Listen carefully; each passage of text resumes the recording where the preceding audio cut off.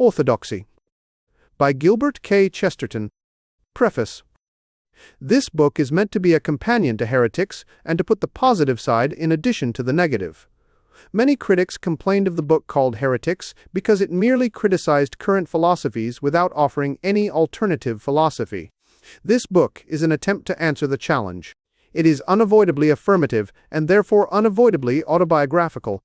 The writer has been driven back upon somewhat the same difficulty as that which beset Newman in writing his Apologia. He has been forced to be egotistical only in order to be sincere. While everything else may be different, the motive in both cases is the same. It is the purpose of the writer to attempt an explanation, not of whether the Christian faith can be believed, but of how he personally has come to believe it. The book is therefore arranged upon the positive principle of a riddle and its answer. It deals first with all the writer's own solitary and sincere speculations, and then with all the startling style in which they were all suddenly satisfied by the Christian theology. The writer regards it as amounting to a convincing creed, but if it is not, that it is at least a repeated and surprising coincidence. Gilbert K. Chesterton. Orthodoxy. Introduction. In defense of everything else. The only possible excuse for this book is that it is an answer to a challenge. Even a bad shot is dignified when he accepts a duel. When some time ago I published a series of hasty but sincere papers under the name of Heretics, several critics for whose intellect I have a warm respect, I may mention specially Mr. G.S. Street, said that it was all very well for me to tell everybody to affirm his cosmic theory, but that I had carefully avoided supporting my precepts with example. "I will begin to worry about my philosophy," said Mr. Street, "when Mr. Chesterton has given us his." It was perhaps an incautious suggestion to make to a person only too ready to write books upon the feeblest provocation. But after all, though Mr. Street has inspired and created this book, he need not read it. If he does read it, he will find that in its pages I have attempted in a vague and personal way, in a set of mental pictures rather than in a series of deductions, to state the philosophy in which I have come to believe. I will not call it my philosophy, for I did not make it. God and humanity made it, and it made me. I have often had a fancy for writing a romance about an English yachtsman who slightly miscalculated his course and discovered England under the impression that it was a new island in the South Seas. I always find, however, that I am either too busy or too lazy to write this fine work, so I may as well give it away for the purposes of philosophical illustration. There will probably be a general impression that the man who landed, armed to the teeth and talking by signs, to plant the British flag on that barbaric temple which turned out to be the Pavilion at Brighton, felt rather a fool. I am not here concerned to deny that he looked a fool. But if you imagine that he felt a fool, or at any rate, that the sense of folly was his sole or his dominant emotion, then you have not studied with sufficient delicacy the rich romantic nature of the hero of this tale. His mistake was really a most enviable mistake, and he knew it, if he was the man I take him for. What could be more delightful than to have in the same few minutes all the fascinating terrors of going abroad combined with all the humane security of coming home again? What could be better than to have all the fun of discovering South Africa without the disgusting necessity of landing there? What could be more glorious than to brace one's self up, to discover New South Wales, and then realize, with a gush of happy tears, that it was really Old South Wales? This at least seems to me the main problem for philosophers, and is in a manner the main problem of this book. How can we contrive to be at once astonished at the world, and yet at home in it? How can this queer cosmic town, with its many-legged citizens, with its monstrous and ancient lamps, how can this world give us at once the fascination of a strange town, and the comfort and honor of being our own town? To show that a faith or a philosophy is true from every standpoint would be too big an undertaking, even for a much bigger book than this. It is necessary to follow one path of argument, and this is the path that I here propose to follow. I wish to set forth my faith as particularly answering this double spiritual need, the need for that mixture of the familiar and the unfamiliar which Christendom has rightly named romance. For the very word romance has in it the mystery and ancient meaning of Rome. Anyone setting out to dispute anything ought always to begin by saying what he does not dispute. Beyond stating what he proposes to prove, he should always state what he does not propose to prove. The thing I do not propose to prove, the thing I propose to take as common ground between myself and any average reader, is this desirability of an active and imaginative life, picturesque and full of a poetical curiosity, a life such as Western man, at any rate, always seems to have desired.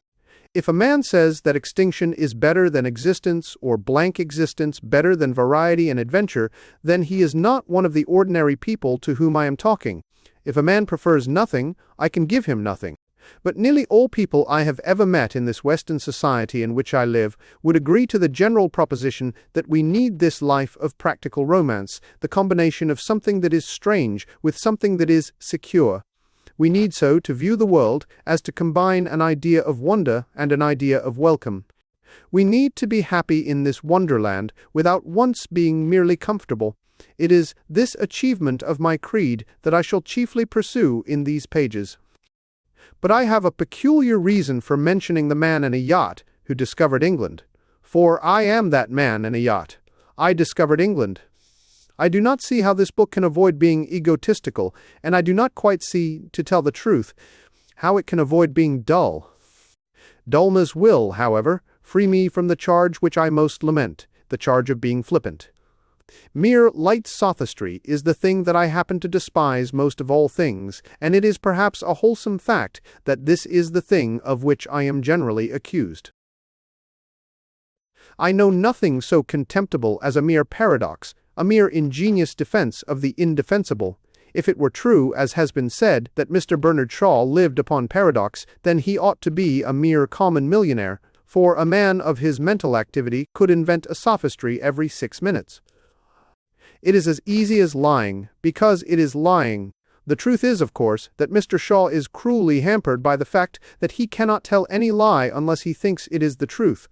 I find myself under the same intolerable bondage.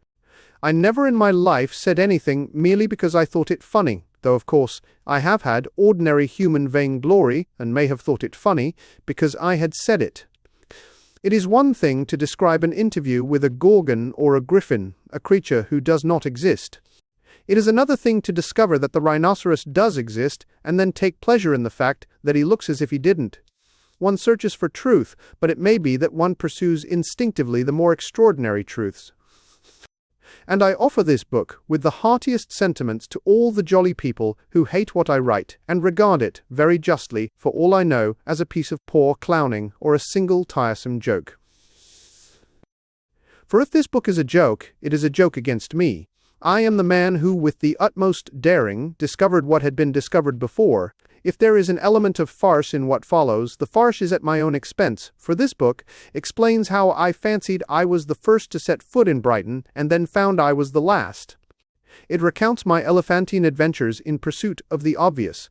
No one can think my case more ludicrous than I think it myself. No reader can accuse me here of trying to make a fool of him.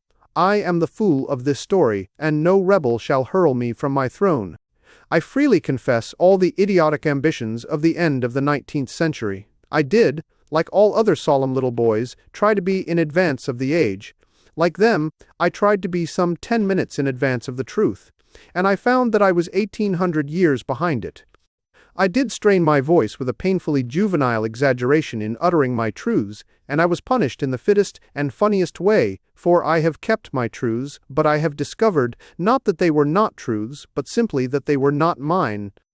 When I fancied that I stood alone, I was really in the ridiculous position of being backed up by all Christendom. It may be, heaven forgive me, that I did try to be original, but I only succeeded in inventing all by myself an inferior copy of the existing traditions of civilized religion. The man from the yacht thought he was the first to find England. I thought I was the first to find Europe. I did try to found a heresy of my own, and when I had put the last touches to it, I discovered that it was Orthodoxy. It may be that somebody will be entertained by the account of this happy fiasco. It might amuse a friend or an enemy to read how I gradually learnt from the truth of some stray legend, or from the falsehood of some dominant philosophy, things that I might have learnt from my catechism. If I had ever learnt it, There may or may not be some entertainment in reading how I found, at last, in an anarchist club or a Babylonian temple, what I might have found in the nearest parish church. If anyone is entertained by learning how the flowers of the field or the phrases in an omnibus, the accidents of politics or the pains of youth came together in a certain order to produce a certain conviction of Christian orthodoxy, he may possibly read this book. But there is in everything a reasonable division of labor. I have written the book, and nothing on earth would induce me to read it. I add one purely pedantic note which comes, as a note naturally should, at the beginning of the book. These essays are concerned only to discuss the actual fact that the central Christian theology, sufficiently summarized in the Apostles' Creed, is the best root of energy and sound ethics. They are not intended to discuss the very fascinating but quite different question of what is the present seat of authority for the proclamation of that creed.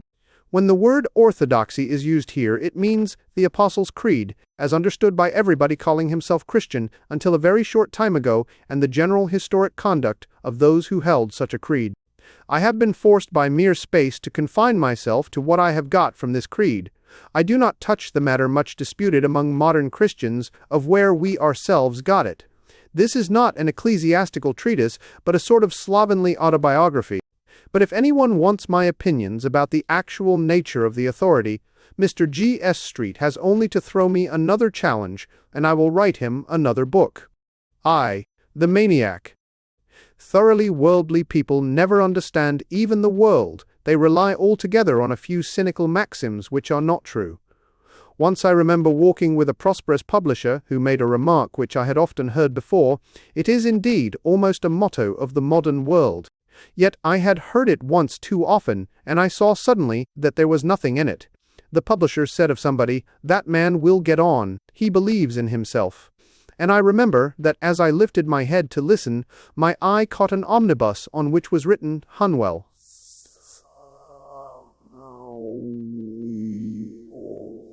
I said to him, "Shall I tell you where the men are who believe most in themselves? For I can tell you. I know of men who believe in themselves more colossally than Napoleon or Caesar.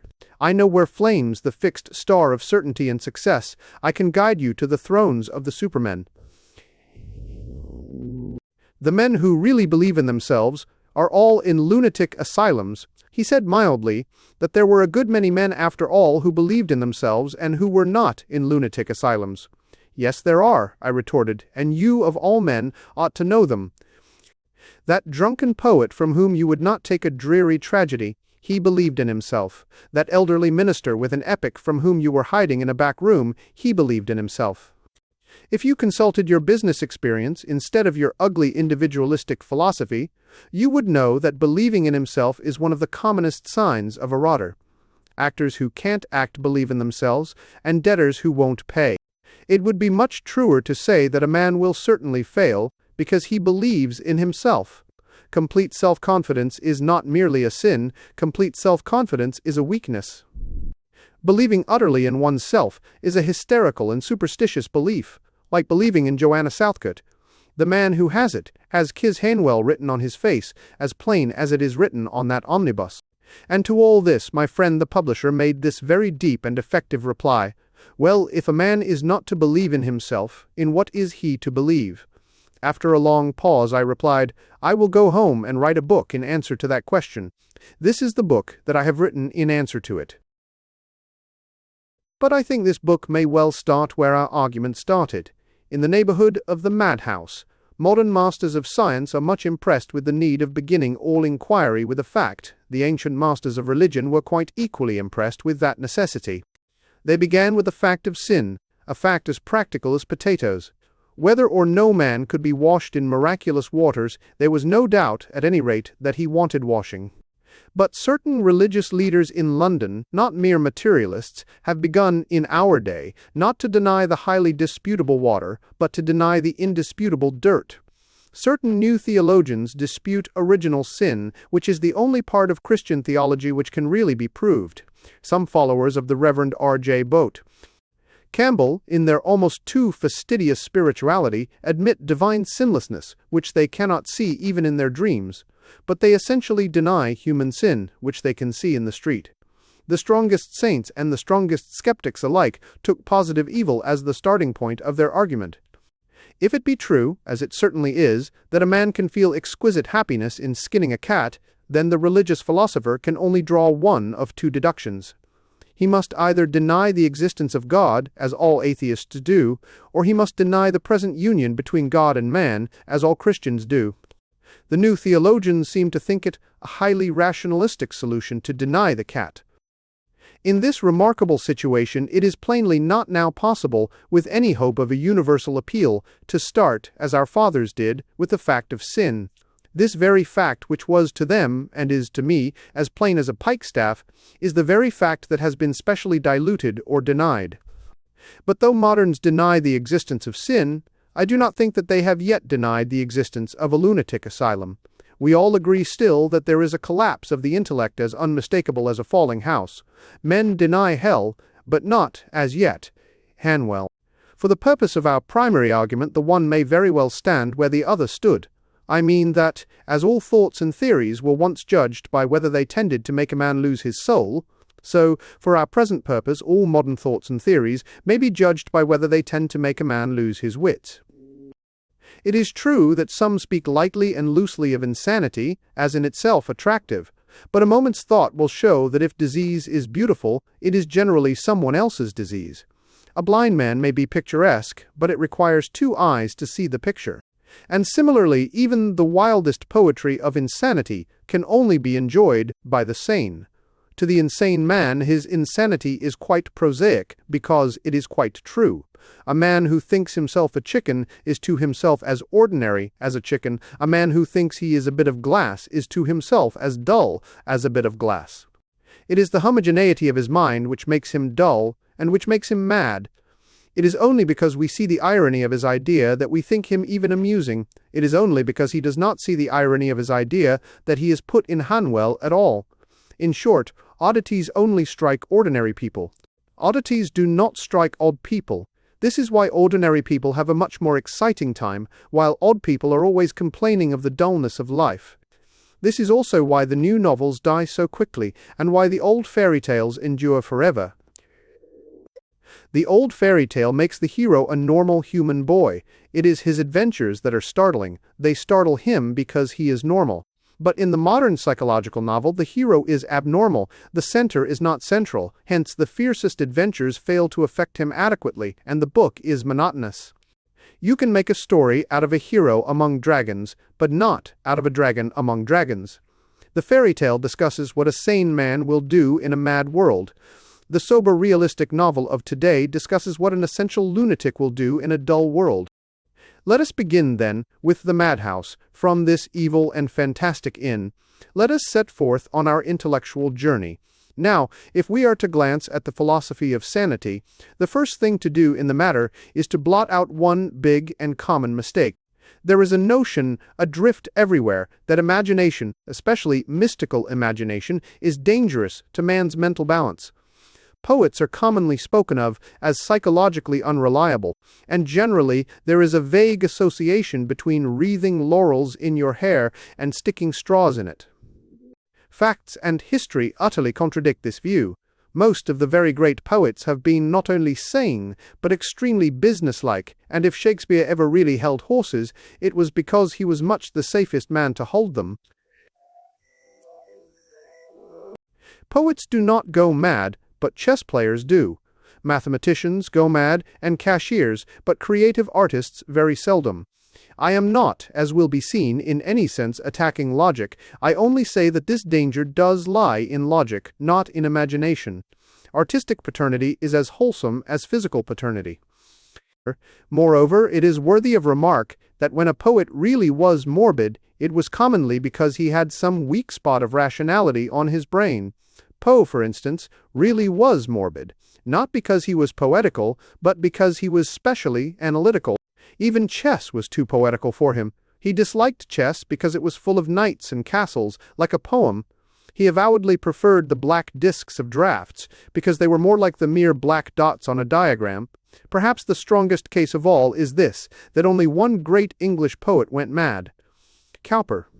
And he was definitely driven mad by logic, by the ugly and alien logic of predestination. Poetry was not the disease, but the medicine. Poetry partly kept him in health. He could sometimes forget the red and thirsty hell to which his hideous necessitarianism dragged him among the wide waters and the white flat lilies of the Ouse. He was damned by John Calvin. He was almost saved by John Gilpin. Homer is complete and calm enough. It is his critics who tear him into extravagant tatters. Shakespeare is quite himself. It is only some of his critics who have discovered that he was somebody else. And though Sanctum prodit, John the Evangelist saw many strange monsters in his vision. He saw no creature so wild as one of his own commentators. The general fact is simple. Poetry is sane because it floats easily in an infinite sea. Reason seeks to cross the infinite sea, and so make it finite. The result is mental exhaustion, like the physical exhaustion of Mr. Holbein. To accept everything is an exercise, to understand everything a strain. The poet only desires exaltation and expansion, a world to stretch himself in. The poet only asks to get his head into the heavens. It is the logician who seeks to get the heavens into his head, and it is his head that splits. It is a small matter, but not irrelevant, that this striking mistake is commonly supported by a striking misquotation. We have all heard people cite the celebrated line of Dryden as, "Great genius is to madness near allied." But Dryden did not say that great genius was to madness near allied. Dryden was a great genius himself, and knew better. It would have been hard to find a man more romantic than he, or more sensible. What Dryden said was this: great wits are oft to madness near allied, and that is true. It is the pure promptitude of the intellect that is in peril of a breakdown. Also, people might remember of what sort of man Dryden was talking. He was not talking of any unworldly visionary like Vaughan or George Herbert. He was talking of a cynical man of the world, a skeptic, a diplomatist, a great practical politician. Such men are indeed to madness near allied. Their incessant calculation of their own brains and other people's brains is a dangerous trade. It is always perilous to the mind to reckon up the mind. A flippant person has asked why we say, "as mad as a hatter." A more flippant person might answer that a hatter is mad because he has to measure the human head. And if great reasoners are often maniacal, it is equally true that maniacs are commonly great reasoners. When I was engaged in a controversy with the Clarion on the matter of free will, that able writer, Mr. R.B. Suthers said that free will was lunacy because it meant causeless actions, and the actions of a lunatic would be causeless. I do not dwell here upon the disastrous lapse in determinist logic. Obviously, if any actions, even a lunatic's, can be causeless, determinism is done for. If the chain of causation can be broken for a madman, it can be broken for a man. But my purpose is to point out something more practical. It was natural, perhaps, that a modern Marxian socialist should not know anything about free will. But it was certainly remarkable that a modern Marxian socialist should not know anything about lunatics. Mr. Suthers evidently did not know anything about lunatics. The last thing that can be said of a lunatic is that his actions are causeless. If any human acts may loosely be called causeless, they are the minor acts of a healthy man, whistling as he walks, slashing the grass with a stick, kicking his heels or rubbing his hands. It is the happy man who does the useless things. The sick man is not strong enough to be idle. It is exactly such careless and causeless actions that the madman could never understand, for the madman, like the determinist, generally sees too much cause in everything. The madman would read a conspiratorial significance into those empty activities. He would think that the lopping of the grass was an attack on private property. He would think that the kicking of the heels was a signal to an accomplice. If the madman could, for an instant, become careless, he would become sane. Everyone who has had the misfortune to talk with people in the heart, or on the edge of mental disorder, knows that their most sinister quality is a horrible clarity of detail, a connecting of one thing with another in a map more elaborate than a maze. If you argue with a madman, it is extremely probable that you will get the worst of it, for in many ways his mind moves all the quicker for not being delayed by the things that go with good judgment. He is not hampered by a sense of humor, or by charity, or by the dumb certainties of experience. He is the more logical for losing certain sane affections. Indeed, the common phrase for insanity is in this respect a misleading one. The madman is not the man who has lost his reason. The madman is the man who has lost everything except his reason. The madman's explanation of a thing is always complete, and often in a purely rational sense satisfactory. Or, to speak more strictly, the insane explanation, if not conclusive, is at least unanswerable. This may be observed specially in the 2 or 3 commonest kinds of madness. If a man says, for instance, that men have a conspiracy against him, you cannot dispute it except by saying that all the men deny that they are conspirators, which is exactly what conspirators would do. His explanation covers the facts as much as yours. Or if a man says that he is the rightful King of England, it is no complete answer to say that the existing authorities call him mad, for if he were King of England, that might be the wisest thing for the existing authorities to do. Or, if a man says that he is Jesus Christ, it is no answer to tell him that the world denies his divinity, for the world denied Christ's. Nevertheless, he is wrong, but if we attempt to trace his error in exact terms, we shall not find it quite so easy as we had supposed. Perhaps the nearest we can get to expressing it is to say this, that his mind moves in a perfect but narrow circle. A small circle is quite as infinite as a large circle, but, though it is quite as infinite, it is not so large. In the same way, the insane explanation is quite as complete as the sane one, but it is not so large.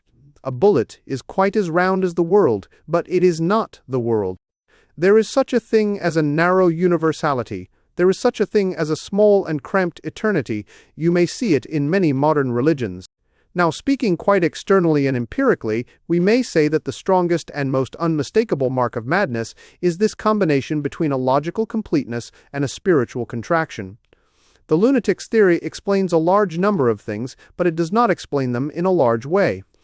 I mean that if you or I were dealing with a mind that was growing morbid, we should be chiefly concerned not so much to give it arguments as to give it air, to convince it that there was something cleaner and cooler outside the suffocation of a single argument. Suppose, for instance, it were the first case that I took as typical. Suppose it were the case of a man who accused everybody of conspiring against him. If we could express our deepest feelings of protest and appeal against this obsession, I suppose we should say something like this: "Oh, I admit that you have your case and have it by heart, and that many things do fit into other things, as you say. I admit that your explanation explains a great deal, but what a great deal it leaves out. Are there no other stories in the world except yours, and are all men busy with your business? Suppose we grant the details. Perhaps when the man in the street did not seem to see you, it was only his cunning. Perhaps when the policeman asked you your name, it was only because he knew it already. But how much happier you would be if you only knew that these people cared nothing about you. How much larger your life would be if yourself could become smaller in it, if you could really look at other men with common curiosity and pleasure, if you could see them walking as they are in their sunny selfishness and their virile indifference.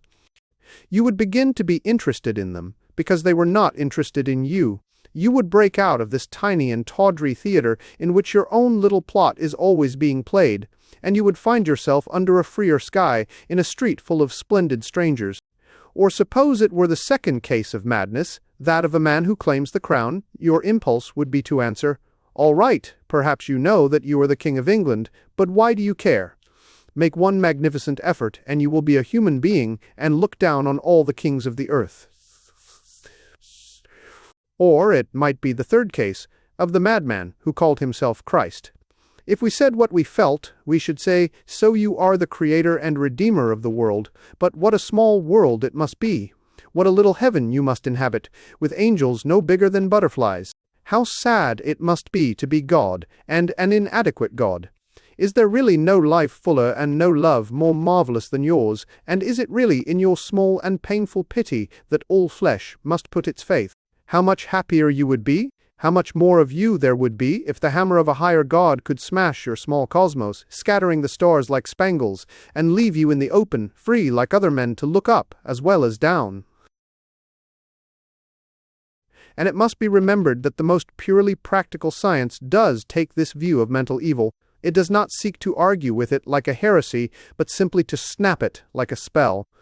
Neither modern science nor ancient religion believes in complete free thought. Theology rebukes certain thoughts by calling them blasphemous. Science rebukes certain thoughts by calling them morbid. For example, some religious societies discouraged men more or less from thinking about sex. The New Scientific Society definitely discourages men from thinking about death. It is a fact, but it is considered a morbid fact. And in dealing with those whose morbidity has a touch of mania, modern science cares far less for pure logic than a dancing dervish. In these cases, it is not enough that the unhappy man should desire truth. He must desire health. Nothing can save him but a blind hunger for normality, like that of a beast.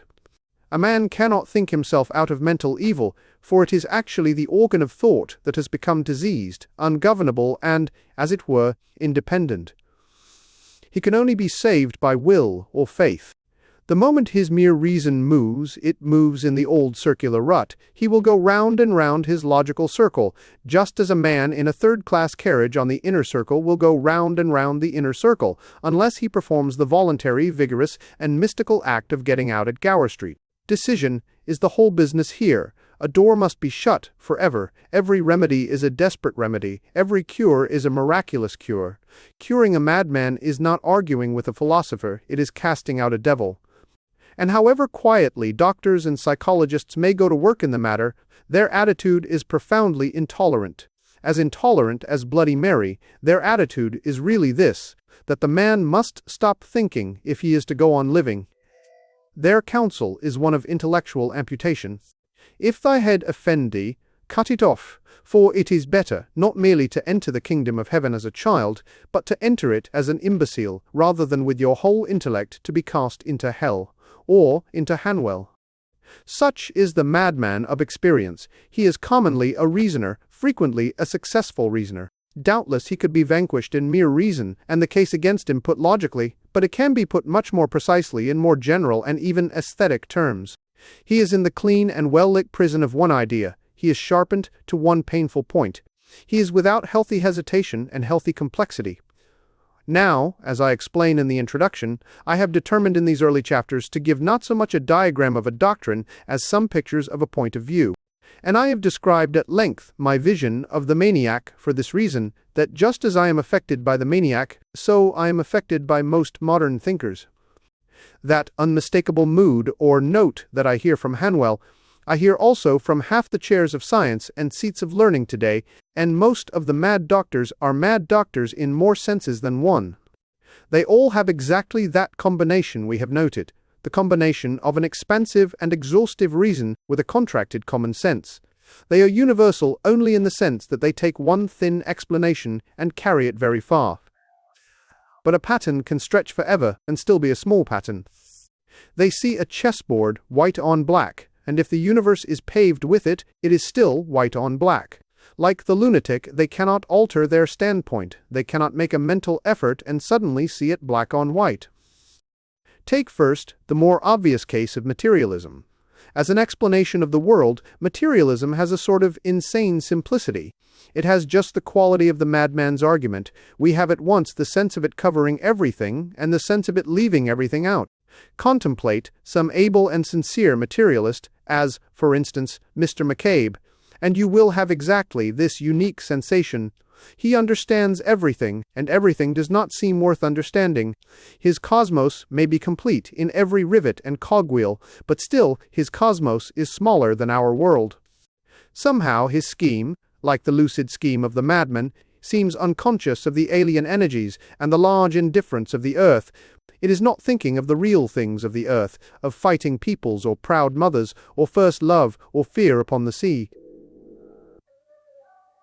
The cosmos is about the smallest hole that a man can hide his head in. It must be understood that I am not now discussing the relation of these creeds to truth, but, for the present, solely their relation to health.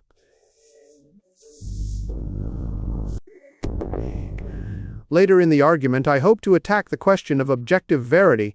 Here I speak only of a phenomenon of psychology.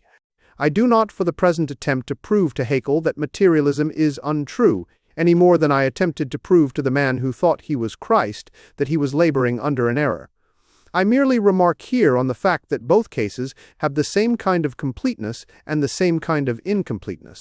You can explain a man's detention at Hanwell by an indifferent public, by saying that it is the crucifixion of a God of whom the world is not worthy. The explanation does explain.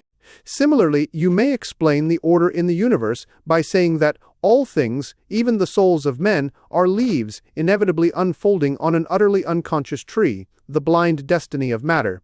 The explanation does explain, though not, of course, so completely as the madman's. But the point here is that the normal human mind not only objects to both, but feels to both the same objection. Its approximate statement is that if the man in Hanwell is the real God, he is not much of a god. And, similarly, if the cosmos of the materialist is the real cosmos, it is not much of a cosmos. The thing has shrunk. The deity is less divine than many men, and, according to Haeckel, the whole of life is something much more gray, narrow, and trivial than many separate aspects of it. The parts seem greater than the whole. For we must remember that the materialist philosophy, whether true or not, is certainly much more limiting than any religion. In one sense, of course, all intelligent ideas are narrow. They cannot be broader than themselves. A Christian is only restricted in the same sense that an atheist is restricted. He cannot think Christianity false and continue to be a Christian, and the atheist cannot think atheism false and continue to be an atheist. But as it happens, there is a very special sense in which materialism has more restrictions than spiritualism. McCabe thinks me a slave because I am not allowed to believe in determinism. I think Mr. McCabe a slave because he is not allowed to believe in fairies. But if we examine the two vetoes, we shall see that his is really much more of a pure veto than mine. The Christian is quite free to believe that there is a considerable amount of settled order and inevitable development in the universe. But the materialist is not allowed to admit into his spotless machine the slightest speck of spiritualism or miracle.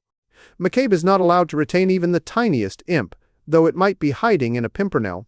The Christian admits that the universe is manifold and even miscellaneous, just as a sane man knows that he is complex. The sane man knows that he has a touch of the beast, a touch of the devil, a touch of the saint, a touch of the citizen. Nay, the really sane man knows that he has a touch of the madman. But the materialist's world is quite simple and solid, just as the madman is quite sure he is sane. The materialist is sure that history has been simply and solely a chain of causation, just as the interesting person before mentioned is quite sure that he is simply and solely a chicken. Materialists and madmen never have doubts. Spiritual doctrines do not actually limit the mind as do materialistic denials. Even if I believe in immortality, I need not think about it. But if I disbelieve in immortality, I must not think about it. In the first case, the road is open, and I can go as far as I like. In the second, the road is shut. But the case is even stronger, and the parallel with madness is yet more strange. For it was our case against the exhaustive and logical theory of the lunatic that, right or wrong, it gradually destroyed his humanity. Now it is the charge against the main deductions of the materialist that, right or wrong, they gradually destroy his humanity. I do not mean only kindness. I mean hope, courage, poetry, initiative, all that is human. For instance, when materialism leads men to complete fatalism, as it generally does, it is quite idle to pretend that it is in any sense a liberating force. It is absurd to say that you are especially advancing freedom when you only use free thought to destroy free will. The determinists come to bind, not to loose. They may well call their law the chain of causation. It is the worst chain that ever fettered a human being. You may use the language of liberty, if you like, about materialistic teaching, but it is obvious that this is just as inapplicable to it as a whole as the same language when applied to a man locked up in a madhouse. You may say, if you like, that the man is free to think himself a poached egg. But it is surely a more massive and important fact that if he is a poached egg, he is not free to eat, drink, sleep, walk, or smoke a cigarette. Similarly, you may say, if you like, that the bold determinist speculator is free to disbelieve in the reality of the will. But it is a much more massive and important fact that he is not free to raise, to curse, to thank, to justify, to urge, to punish, to resist temptations, to incite mobs, to make New Year resolutions, to pardon sinners, to rebuke tyrants, or even to say, in name, thank you for the mustard. In passing from this subject, I may note that there is a queer fallacy to the effect that materialistic fatalism is in some way favorable to mercy, to the abolition of cruel punishments or punishments of any kind. This is startlingly the reverse of the truth. It is quite tenable that the doctrine of necessity makes no difference at all, that it leaves the flogger flogging and the kind friend exhorting as before. But obviously, if it stops either of them, it stops the kind exhortation. That the sins are inevitable does not prevent punishment. If it prevents anything, it prevents persuasion. Determinism is quite as likely to lead to cruelty as it is certain to lead to cowardice. Determinism is not inconsistent with the cruel treatment of criminals. What it is perhaps inconsistent with is the generous treatment of criminals, with any appeal to their better feelings or encouragement in their moral struggle. The determinist does not believe in appealing to the will, but he does believe in changing the environment. He must not say to the sinner, "Go and sin no more," because the sinner cannot help it. But he can put him in boiling oil, for boiling oil is an environment. Considered as a figure, therefore, the materialist has the fantastic outline of the figure of the madman. Both take up a position at once unanswerable and intolerable. Of course, it is not only of the materialist that all this is true. The same would apply to the other extreme of speculative logic. There is a skeptic far more terrible than he who believes that everything began in matter. It is possible to meet the skeptic who believes that everything began in himself. He doubts not the existence of angels or devils, but the existence of men and cows. For him, his own friends are a mythology made up by himself. He created his own father and his own mother. This horrible fancy has in it something decidedly attractive to the somewhat mystical egoism of our day. That publisher who thought that men would get on if they believed in themselves, those seekers after the Superman who are always looking for him in the looking-glass, those writers who talk about impressing their personalities instead of creating life for the world, all these people have really only an inch between them and this awful emptiness. Then when this kindly world all round the man has been blackened out like a lie, when friends fade into ghosts, and the foundations of the world fail, then when the man, believing in nothing and in no man, is alone in his own nightmare, then the great individualistic motto shall be written over him in avenging irony. The stars will be only dots in the blackness of his own brain. His mother's face will be only a sketch from his own insane pencil on the walls of his cell. But over his cell shall be written, with dreadful truth, he believes in himself. All that concerns us here, however, is to note that this panagoistic extreme of thought exhibits the same paradox as the other extreme of materialism. It is equally complete in theory and equally crippling in practice. For the sake of simplicity, it is easier to state the notion by saying that a man can believe that he is always in a dream. Now, obviously, there can be no positive proof given to him that he is not in a dream, for the simple reason that no proof can be offered that might not be offered in a dream. But if the man began to burn down London and say that his housekeeper would soon call him to breakfast, we should take him and put him with other logicians in a place which has often been alluded to in the course of this chapter. The man who cannot believe his senses and the man who cannot believe anything else are both insane, but their insanity is proved not by any error in their argument, but by the manifest mistake of their whole lives. They have both locked themselves up in two boxes, painted inside with the sun and stars. They are both unable to get out, the one into the health and happiness of heaven, the other even into the health and happiness of the earth. Their position is quite reasonable, nay, in a sense, it is infinitely reasonable, just as a threepenny bit is infinitely circular. But there is such a thing as a mean infinity, a base and slavish eternity. It is amusing to notice that many of the moderns, whether skeptics or mystics, have taken as their sign a certain Eastern symbol, which is the very symbol of this ultimate nullity. When they wish to represent eternity, they represent it by a serpent with his tail in his mouth. There is a startling sarcasm in the image of that very unsatisfactory meal. The eternity of the material fatalists, the eternity of the Eastern pessimists, the eternity of the supercilious theosophists and higher scientists of today is, indeed, very well presented by a serpent eating his tail, a degraded animal who destroys even himself. This chapter is purely practical and is concerned with what actually is the chief mark and element of insanity. We may say in summary that it is reason used without root, reason in the void. The man who begins to think without the proper first principles goes mad. He begins to think at the wrong end. And for the rest of these pages we have to try and discover what is the right end. But we may ask in conclusion, if this be what drives men mad, what is it that keeps them sane? By the end of this book, one hope to give a definite, some will think a far too definite, answer. But for the moment it is possible in the same solely practical manner to give a general answer touching what in actual human history keeps men sane. Mysticism keeps men sane. As long as you have mystery, you have health. When you destroy mystery, you create morbidity. The ordinary man has always been sane because the ordinary man has always been a mystic. He has permitted the twilight. He has always had one foot in earth and the other in fairyland. He has always left himself free to doubt his gods, but, unlike the agnostic of today, free also to believe in them. He has always cared more for truth than for consistency. If he saw two truths that seemed to contradict each other, he would take the two truths and the contradiction along with them. His spiritual sight is stereoscopic, like his physical sight. He sees two different pictures at once, and yet sees all the better for that. Thus he has always believed that there was such a thing as fate, but such a thing as free will also. Thus he believed that children were indeed the kingdom of heaven, but nevertheless ought to be obedient to the kingdom of earth. He admired youth because it was young, and age because it was not. It is exactly this balance of apparent contradictions that has been the whole buoyancy of the healthy man. The whole secret of mysticism is this, that man can understand everything by the help of what he does not understand.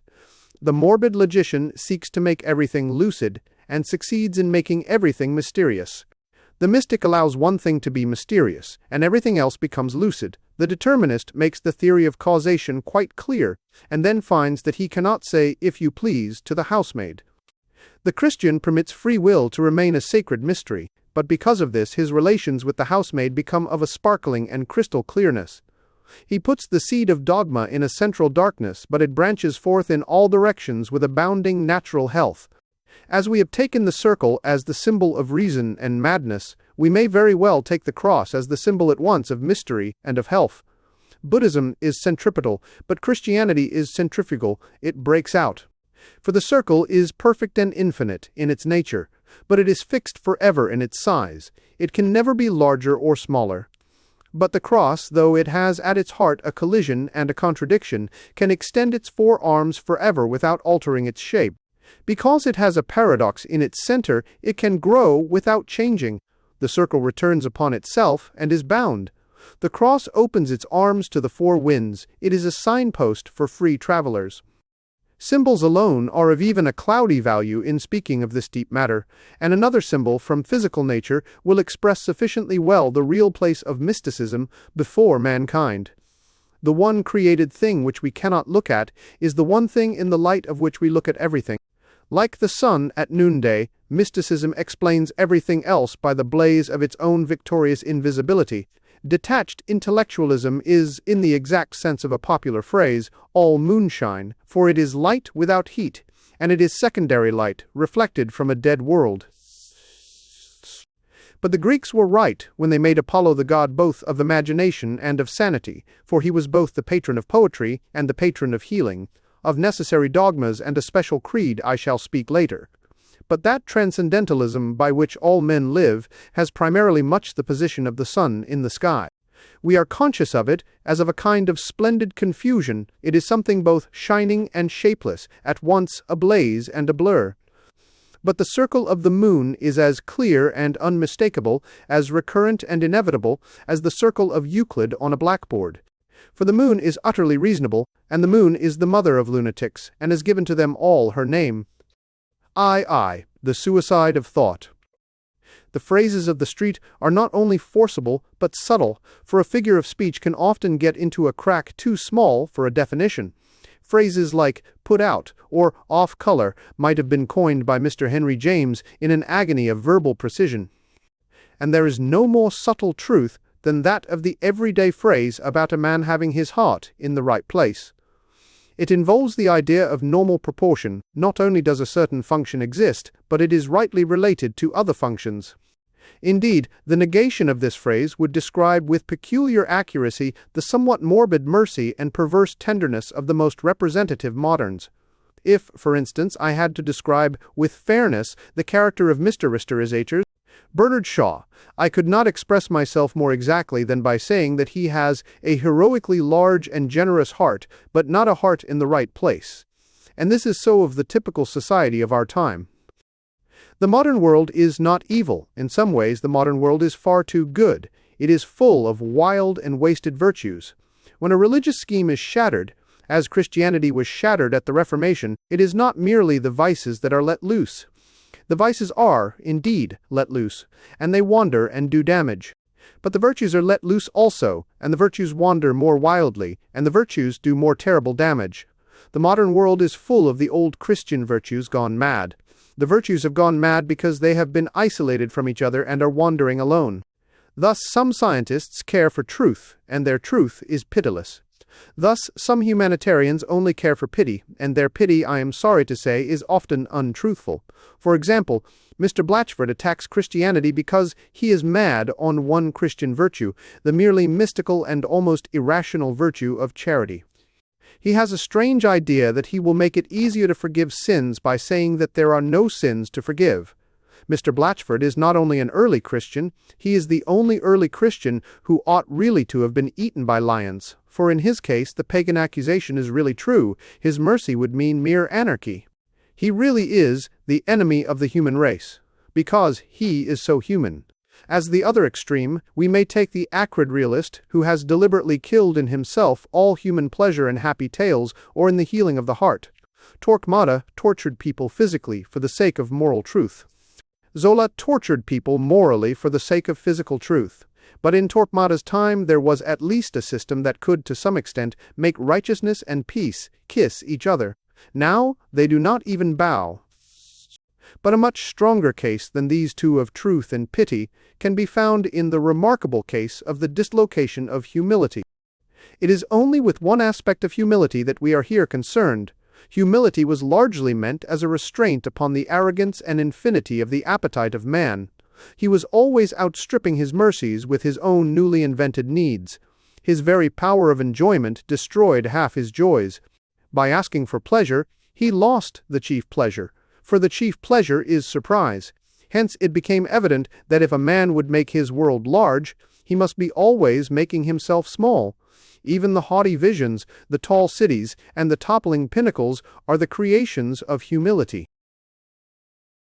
Giants that tread down forests like grass are the creations of humility. Towers that vanish upwards above the loneliest star are the creations of humility. For towers are not tall unless we look up at them, and giants are not giants unless they are larger than we. All this gigantesque imagination, which is, perhaps, the mightiest of the pleasures of man, is at bottom entirely humble. It is impossible without humility to enjoy anything, even pride. But what we suffer from today is humility in the wrong place. Modesty has moved from the organ of ambition. Modesty has settled upon the organ of conviction, where it was never meant to be. A man was meant to be doubtful about himself, but undoubting about the truth. This has been exactly reversed. Nowadays, the part of a man that a man does assert is exactly the part he ought not to assert, himself. The part he doubts is exactly the part he ought not to doubt, the divine reason. Huxley preached a humility content to learn from nature, but the new skeptic is so humble that he doubts if he can even learn. Thus, we should be wrong if we had said hastily that there is no humility typical of our time. The truth is that there is a real humility typical of our time, but it so happens that it is practically a more poisonous humility than the wildest prostrations of the ascetic. The old humility was a spur that prevented a man from stopping, not a nail in his boot that prevented him from going on. For the old humility made a man doubtful about his efforts, which might make him work harder. But the new humility makes a man doubtful about his aims, which will make him stop working altogether. At any street corner, we may meet a man who utters the frantic and blasphemous statement that he may be wrong. Every day one comes across somebody who says that, of course, his view may not be the right one. Of course, his view must be the right one, or it is not his view. We are on the road to producing a race of men too mentally modest to believe in the multiplication table. We are in danger of seeing philosophers who doubt the law of gravity as being a mere fancy of their own. Scoffers of old time were too proud to be convinced, but these are too humble to be convinced. The meek do inherit the earth, but the modern skeptics are too meek even to claim their inheritance. It is exactly this intellectual helplessness which is our second problem. The last chapter has been concerned only with a fact of observation, that what peril of morbidity there is for man comes rather from his reason than his imagination. It was not meant to attack the authority of reason, rather it is the ultimate purpose to defend it, for it needs defense. The whole modern world is at war with reason, and the tower already reels. The sages, it is often said, can see no answer to the riddle of religion. But the trouble with our sages is not that they cannot see the answer, it is that they cannot even see the riddle. They are like children so stupid as to notice nothing paradoxical in the playful assertion that a door is not a door. The modern latitudinarians speak, for instance, about authority in religion not only as if there were no reason in it, but as if there had never been any reason for it. Apart from seeing its philosophical basis, they cannot even see its historical cause. Religious authority has often, doubtless, been oppressive or unreasonable, just as every legal system, and especially our present one, has been callous and full of a cruel apathy. It is rational to attack the police, nay, it is glorious. But the modern critics of religious authority are like men who should attack the police without ever having heard of burglars. For there is a great and possible peril to the human mind, a peril as practical as burglary. Against it, religious authority was reared, rightly or wrongly, as a barrier. And against it, something certainly must be reared as a barrier if our race is to avoid ruin. That peril is that the human intellect is free to destroy itself. Just as one generation could prevent the very existence of the next generation, by all entering a monastery or jumping into the sea, so one set of thinkers can in some degree prevent further thinking, by teaching the next generation that there is no validity in any human thought. It is idle to talk always of the alternative of reason and faith. Reason is itself a matter of faith. It is an act of faith to assert that our thoughts have any relation to reality at all. If you are merely a skeptic, you must sooner or later ask yourself the question, why should anything go right, even observation and deduction? Why should not good logic be as misleading as bad logic? They are both movements in the brain of a bewildered ape.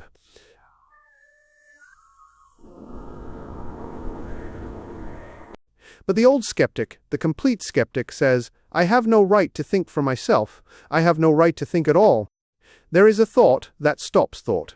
That is the only thought that ought to be stopped. That is the ultimate evil against which all religious authority was aimed. It only appears at the end of decadent ages like our own, and already, Mr. H.G.G. Wells has raised its ruinous banner. He has written a delicate piece of skepticism called Doubts of the Instrument. In this he questions the brain itself, and endeavors to remove all reality from all his own assertions, past, present, and to come. But it was against this remote ruin that all the military systems in religion were originally ranked and ruled. The creeds and the crusades, the hierarchies and the horrible persecutions were not organized, as is ignorantly said, for the suppression of reason. They were organized for the difficult defense of reason. Man, by a blind instinct, knew that if once things were wildly questioned, reason could be questioned first. The authority of priests to absolve, the authority of popes to define the authority, even of inquisitors to terrify, these were all only dark defenses erected round one central authority, more undemonstrable, more supernatural than all. We know now that this is so. We have no excuse for not knowing it. For we can hear skepticism crashing through the old ring of authorities, and at the same moment we can see reason swaying upon her throne. In so far as religion is gone, reason is going. For they are both of the same primary and authoritative kind. They are both methods of proof which cannot themselves be proved. And in the act of destroying the idea of divine authority, we have largely destroyed the idea of that human authority by which we do a long division sum. With a long and sustained tug, we have attempted to pull the mitre off pontifical man, and his head has come off with it. Lest this should be called loose assertion, it is perhaps desirable, though dull, to run rapidly through the chief modern fashions of thought which have this effect of stopping thought itself. Materialism and the view of everything as a personal illusion have some such effect, for if the mind is mechanical, thought cannot be very exciting, and if the cosmos is unreal, there is nothing to think about. But in these cases the effect is indirect and doubtful. In some cases, it is direct and clear, notably in the case of what is generally called evolution. Evolution is a good example of that modern intelligence which, if it destroys anything, destroys itself. Evolution is either an innocent scientific description of how certain earthly things came about, or, if it is anything more than this, it is an attack upon thought itself. If evolution destroys anything, it does not destroy religion but rationalism. If evolution simply means that a positive thing called an ape turned very slowly into a positive thing called a man, then it is stingless for the most orthodox, for a personal God might just as well do things slowly as quickly, especially if, like the Christian God, he were outside time. But if it means anything more, it means that there is no such thing as an ape to change, and no such thing as a man for him to change into. It means that there is no such thing as a thing. At best, there is only one thing, and that is a flux of everything and anything. This is an attack not upon the faith but upon the mind. You cannot think if there are no things to think about. You cannot think if you are not separate from the subject of thought. Descartes said, "I think, therefore I am." He says, "I am not, therefore I cannot think." Then there is the opposite attack on thought, that urged by Mr. H.G. Wells when he insists that every separate thing is unique and there are no categories at all. This also is merely destructive. Thinking means connecting things, and stops if they cannot be connected. It need hardly be said that this skepticism forbidding thought necessarily forbids speech. A man cannot open his mouth without contradicting it. Thus, when Mr. Wells says, as he did somewhere, "All chairs are quite different," he utters not merely a misstatement, but a contradiction in terms. If all chairs were quite different, you could not call them all chairs. Akin to these is the false theory of progress, which maintains that we alter the test instead of trying to pass the test. We often hear it said, for instance, "What is right in one age is wrong in another." This is quite reasonable if it means that there is a fixed aim and that certain methods attain at certain times and not at other times. If women, say, desire to be elegant, it may be that they are improved at one time by growing fatter and at another time by growing thinner. But you cannot say that they are improved by ceasing to wish to be elegant and beginning to wish to be oblong. If the standard changes, how can there be improvement, which implies a standard? Nietzsche started a nonsensical idea that men had once sought as good what we now call evil. If it were so, we could not talk of surpassing or even falling short of them. How can you overtake Jones if you walk in the other direction? You cannot discuss whether one people has succeeded more in being miserable than another succeeded in being happy. It would be like discussing whether Milton was more puritanical than a pig is fat. It is true that a silly man, might make change itself his object or ideal, but as an ideal, change itself becomes unchangeable. If the change worshipper wishes to estimate his own progress, he must be sternly loyal to the ideal of change. He must not begin to flirt gaily with the ideal of monotony. Progress itself cannot progress. It is worth remark, in passing, that when Tennyson, in a wild and rather weak manner, welcomed the idea of infinite alteration in society, he instinctively took a metaphor which suggests an imprisoned tedium. He wrote, "Let the great world spin forever down the ringing grooves of change." He thought of change itself as an unchangeable groove, and so it is. Change is about the narrowest and hardest groove that a man can get into. The main point here, however, is that this idea of a fundamental alteration in the standard is one of the things that make thought about the past or future simply impossible. The theory of a complete change of standards in human history does not merely deprive us of the pleasure of honoring our fathers, It deprives us even of the more modern and aristocratic pleasure of despising them. This bald summary of the thought-destroying forces of our time would not be complete without some reference to pragmatism, for though I have here used, and should everywhere defend the pragmatist method as a preliminary guide to truth, there is an extreme application of it which involves the absence of all truth whatever. My meaning can be put shortly thus. I agree with the pragmatists that apparent objective truth is not the whole matter, that there is an authoritative need to believe the things that are necessary to the human mind. But I say that one of those necessities precisely is a belief in objective truth. The pragmatist tells a man to think what he must think, and never mind the absolute. But precisely one of the things that he must think is the absolute. This philosophy, indeed, is a kind of verbal paradox. Pragmatism is a matter of human needs, and one of the first of human needs is to be something more than a pragmatist. Extreme pragmatism is just as inhuman as the determinism it so powerfully attacks. The determinist, who, to do him justice, does not pretend to be a human being, makes nonsense of the human sense of actual choice. The pragmatist, who professes to be specially human, makes nonsense of the human sense of actual fact. Hugh, once the 622b Hauer Flecht. To sum up our contention so far, we may say that the most characteristic current philosophies have not only a touch of mania, but a touch of suicidal mania. The mere questioner has knocked his head against the limits of human thought, and cracked it. This is what makes so futile the warnings of the orthodox and the boasts of the advanced about the dangerous boyhood of free thought.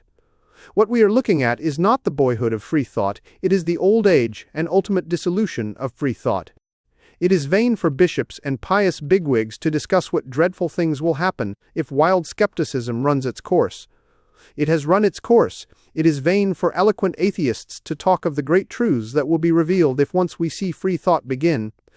We have seen it end. It has no more questions to ask, it has questioned itself. You cannot call up any wilder vision than a city in which men ask themselves if they have any selves. You cannot fancy a more skeptical world than that in which men doubt if there is a world.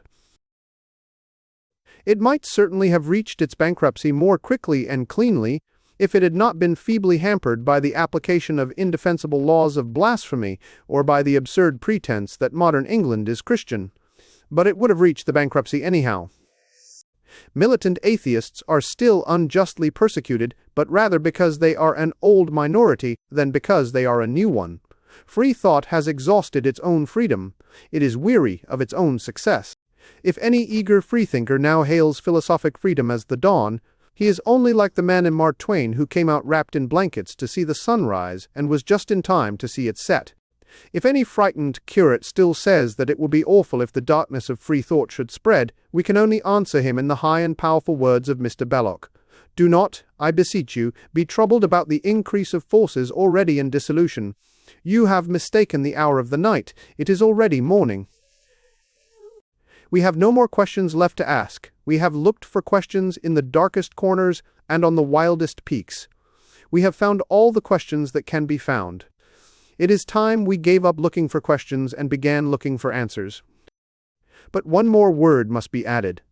At the beginning of this preliminary negative sketch, I said that our mental ruin has been wrought by wild reason, not by wild imagination. A man does not go mad because he makes a statue a mile high, but he may go mad by thinking it out in square inches. Now, one school of thinkers has seen this and jumped at it as a way of renewing the pagan health of the world. They see that reason destroys, but will, they say, creates. The ultimate authority, they say, is in will, not in reason. The supreme point is not why a man demands a thing, but the fact that he does demand it. I have no space to trace or expound this philosophy of will. It came, I suppose, through Nietzsche, who preached something that is called egoism. That, indeed, was simple-minded enough, for Nietzsche denied egoism simply by preaching it. To preach anything is to give it away, inning in steckend, on the night, for example. First, the egoist calls life a war without mercy, and then he takes the greatest possible trouble to drill his enemies in war. To preach egoism is to practice altruism. But however it began, the view is common enough in current literature.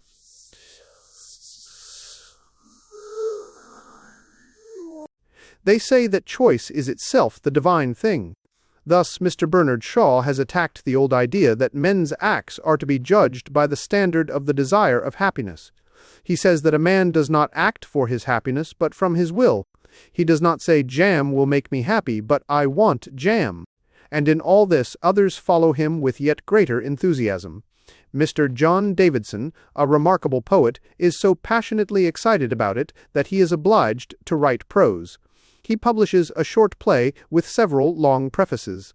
This is natural enough in Mr. Shaw, for all his plays are prefaces. Mr. John Davidson. Shaw is, I suspect, the only man on earth who has never written any poetry. But that Mr. Davidson, who can write excellent poetry, should write instead laborious metaphysics in defense of this doctrine of will, does show that the doctrine of will has taken hold of men. Even Mr. H.G.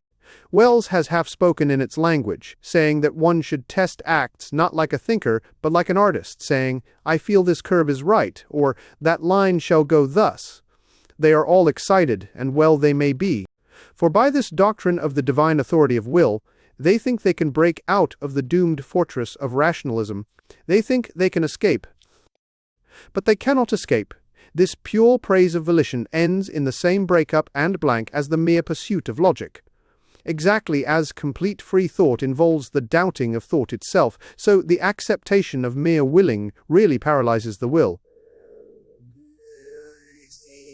Bernard Shaw has not perceived the real difference between the old utilitarian test of pleasure, clumsy, of course, and easily misstated, and that which he propounds. The real difference between the test of happiness and the test of will is simply that the test of happiness is a test, and the other isn't. You can discuss whether a man's act in jumping over a cliff was directed towards happiness. You cannot discuss whether it was derived from will. Of course it was. You can praise an action by saying that it is calculated to bring pleasure or pain, to discover truth, or to save the soul. But you cannot praise an action because it shows will, for to say that is merely to say that it is an action. By this praise of will, you cannot really choose one course as better than another. And yet choosing one course as better than another is the very definition of the will you are praising. The worship of will is the negation of will. To admire mere choice is to refuse to choose. If Mr. Bernard Shaw comes up to me and says, "Will something?" that is tantamount to saying, "I do not mind what you will," and that is tantamount to saying, "I have no will in the matter." You cannot admire will in general, because the essence of will is that it is particular. A brilliant anarchist like Mr. John Davidson feels an irritation against ordinary morality, and therefore he invokes will to anything. He only wants humanity to want something. It wants ordinary morality. He rebels against the law and tells us to will something or anything. But we have willed something. We have willed the law against which he rebels. All the will worshippers, from Nietzsche to Mr. Davidson, are really quite empty of volition. They cannot will, they can hardly wish. And if anyone wants a proof of this, it can be found quite easily. It can be found in this fact that they always talk of will as something that expands and breaks out.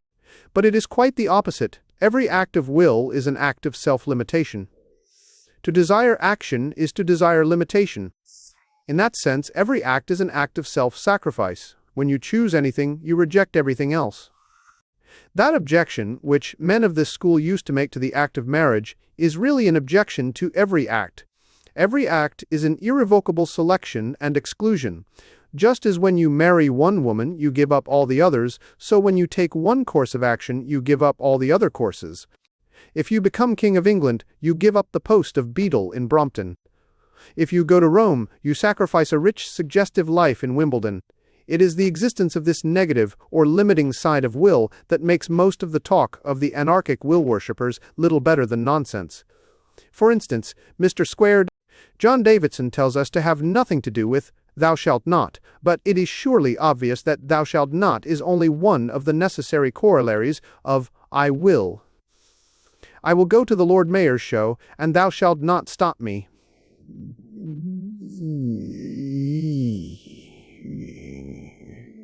But it is impossible to be an artist and not care for laws and limits. Art is limitation. The essence of every picture is the frame. If you draw a giraffe, you must draw him with a long neck. If, in your bold, creative way, you hold yourself free to draw a giraffe with a short neck, you will really find that you are not free to draw a giraffe. The moment you step into the world of facts, you step into a world of limits. You can free things from alien or accidental laws, but not from the laws of their own nature. You may, if you like, free a tiger from his bars, but do not free him from his stripes. Do not free a camel of the burden of his hump. You may be freeing him from being a camel. Do not go about as a demagogue, encouraging triangles to break out of the prison of their three sides. If a triangle breaks out of its three sides, its life comes to a lamentable end. Somebody wrote a work called The Loves of the Triangles. I never read it, but I am sure that if triangles ever were loved, they were loved for being triangular. This is certainly the case with all artistic creation, which is in some ways the most decisive example of pure will. The artist loves his limitations. They constitute the thing he is doing. The painter is glad that the canvas is flat. The sculptor is glad that the clay is colorless. In case the point is not clear, an historic example may illustrate it. The French Revolution was really an heroic and decisive thing, because the Jacobins willed something definite and limited. They desired the freedoms of democracy, but also all the vetoes of democracy. They wished to have votes and not to have titles. Republicanism had an ascetic side in Franklin or Robespierre, as well as an expansive side in Danton or Wilkes. Therefore, they have created something with a solid substance and shape, the square social equality and peasant wealth of France. But since then, the revolutionary or speculative mind of Europe has been weakened by shrinking from any proposal because of the limits of that proposal. Liberalism has been degraded into liberality. Men have tried to turn revolutionize from a transitive to an intransitive verb. The Jacobin could tell you not only the system he would rebel against, but what was more important, the system he would not rebel against, the system he would trust. But the new rebel is a skeptic and will not entirely trust anything. He has no loyalty, therefore he can never be really a revolutionist. And the fact that he doubts everything really gets in his way when he wants to denounce anything. For all denunciation implies a moral doctrine of some kind, and the modern revolutionist doubts not only the institution he denounces, but the doctrine by which he denounces it. Thus he writes one book complaining that imperial oppression insults the purity of women, and then he writes another book about the sex problem in which he insults it himself. He curses the Sultan because Christian girls lose their virginity, and then curses Mrs. Grundy because they keep it. As a politician, he will cry out that war is a waste of life, and then, as a philosopher, that all life is waste of time. A Russian pessimist will denounce a policeman for killing a peasant, and then prove by the highest philosophical principles that the peasant ought to have killed himself. A man denounces marriage as a lie, and then denounces aristocratic profligates for treating it as a lie. He calls a flag a bauble, and then blames the oppressors of Poland or Ireland because they take away that bauble. The man of this school goes first to a political meeting where he complains that savages are treated as if they were beasts. Then he takes his hat and umbrella and goes on to a scientific meeting where he proves that they practically are beasts. In short, the modern revolutionist, being an infinite skeptic, is always engaged in undermining his own minds. In his book on politics, he attacks men for trampling on morality. In his book on ethics, he attacks morality for trampling on men. Therefore, the modern man in revolt has become practically useless for all purposes of revolt. By rebelling against everything, he has lost his right to rebel against anything. It may be added that the same blank and bankruptcy can be observed in all fierce and terrible types of literature, especially in satire. Satire may be mad and anarchic, but it presupposes an admitted superiority in certain things over others. It presupposes a standard. When little boys in the street laugh at the fatness of some distinguished journalist, they are unconsciously assuming a standard of Greek sculpture. They are appealing to the marble Apollo. And the curious disappearance of satire from our literature is an instance of the fierce things fading for want of any principle to be fierce about. Nietzsche had some natural talent for sarcasm. He could sneer, though he could not laugh, but there is always something bodiless and without weight in his satire, simply because it has not any mass of common morality behind it. He is himself more preposterous than anything he denounces. But, indeed, Nietzsche will stand very well as the type of the whole of this failure of abstract violence. The softening of the brain which ultimately overtook him was not a physical accident. If Nietzsche had not ended in imbecility, Nietzscheism would end in imbecility. Thinking in isolation and with pride ends in being an idiot. Every man who will not have softening of the heart must at last have softening of the brain. This last attempt to evade intellectualism ends in intellectualism, and therefore in death. The sortie has failed. The wild worship of lawlessness and the materialist worship of law end in the same void. Nietzsche scales staggering mountains, but he turns up ultimately in Tibet. He sits down beside Tolstoy in the land of nothing and nirvana. They are both helpless, one because he must not grasp anything, and the other because he must not let go of anything. The Tolstoyan's will is frozen by a Buddhist instinct that all special actions are evil. But the Nietzscheite's will is quite equally frozen by his view that all special actions are good, for if all special actions are good, none of them are special. They stand at the crossroads, and one hates all the roads, and the other likes all the roads. The result is, well, some things are not hard to calculate. They stand at the crossroads. Here I end, thank God, the first and dullest business of this book, the rough review of recent thought. After this, I begin to sketch a view of life which may not interest my reader, but which, at any rate, interests me. In front of me, as I close this page, is a pile of modern books that I have been turning over for the purpose, a pile of ingenuity, a pile of futility. By the accident of my present detachment, I can see the inevitable smash of the philosophies of Schopenhauer and Tolstoy, Nietzsche and Shaw as clearly as an inevitable railway smash could be seen from a balloon. For madness may be defined as using mental activity so as to reach mental helplessness, and they have nearly reached it. He who thinks he is made of glass thinks to the destruction of thought, for glass cannot think. So he who wills to reject nothing wills the destruction of will, for will is not only the choice of something, but the rejection of almost everything. And as I turn and tumble over the clever, wonderful, tiresome, and useless modern books, the title of one of them rivets my eye. It is called Jeanne d'Arc by Anatole France. I have only glanced at it, but a glance was enough to remind me of Renan's Vie de Jésus. It has the same strange method of the reverent skeptic. It discredits supernatural stories that have some foundation simply by telling natural stories that have no foundation. Because we cannot believe in what a saint did, we are to pretend that we know exactly what he felt. But I do not mention either book in order to criticize it, but because the accidental combination of the names called up two startling images of sanity which blasted all the books before me. Joan of Arc was not stuck at the crossroads, either by rejecting all the paths like Tolstoy, or by accepting them all like Nietzsche. She chose a path, and went down it like a thunderbolt. Yet Joan, when I came to think of her, had in her all that was true either in Tolstoy or Nietzsche, all that was even tolerable in either of them.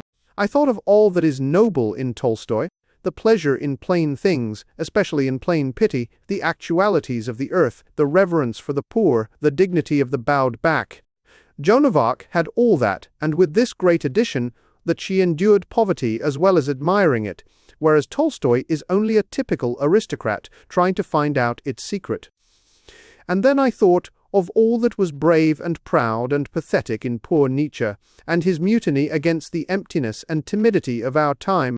I thought of his cry for the ecstatic equilibrium of danger, his hunger for the rush of great horses, his cry to arms. Well, Joan of Arc had all that, and again with this difference, that she did not praise fighting, but fought. We know that she was not afraid of an army, while Nietzsche, for all we know, was afraid of a cow. Tolstoy only praised the peasant, she was the peasant. Nietzsche only praised the warrior, she was the warrior. She beat them both at their own antagonistic ideals. She was more gentle than the one, more violent than the other. Yet she was a perfectly practical person who did something, while they are wild speculators who do nothing.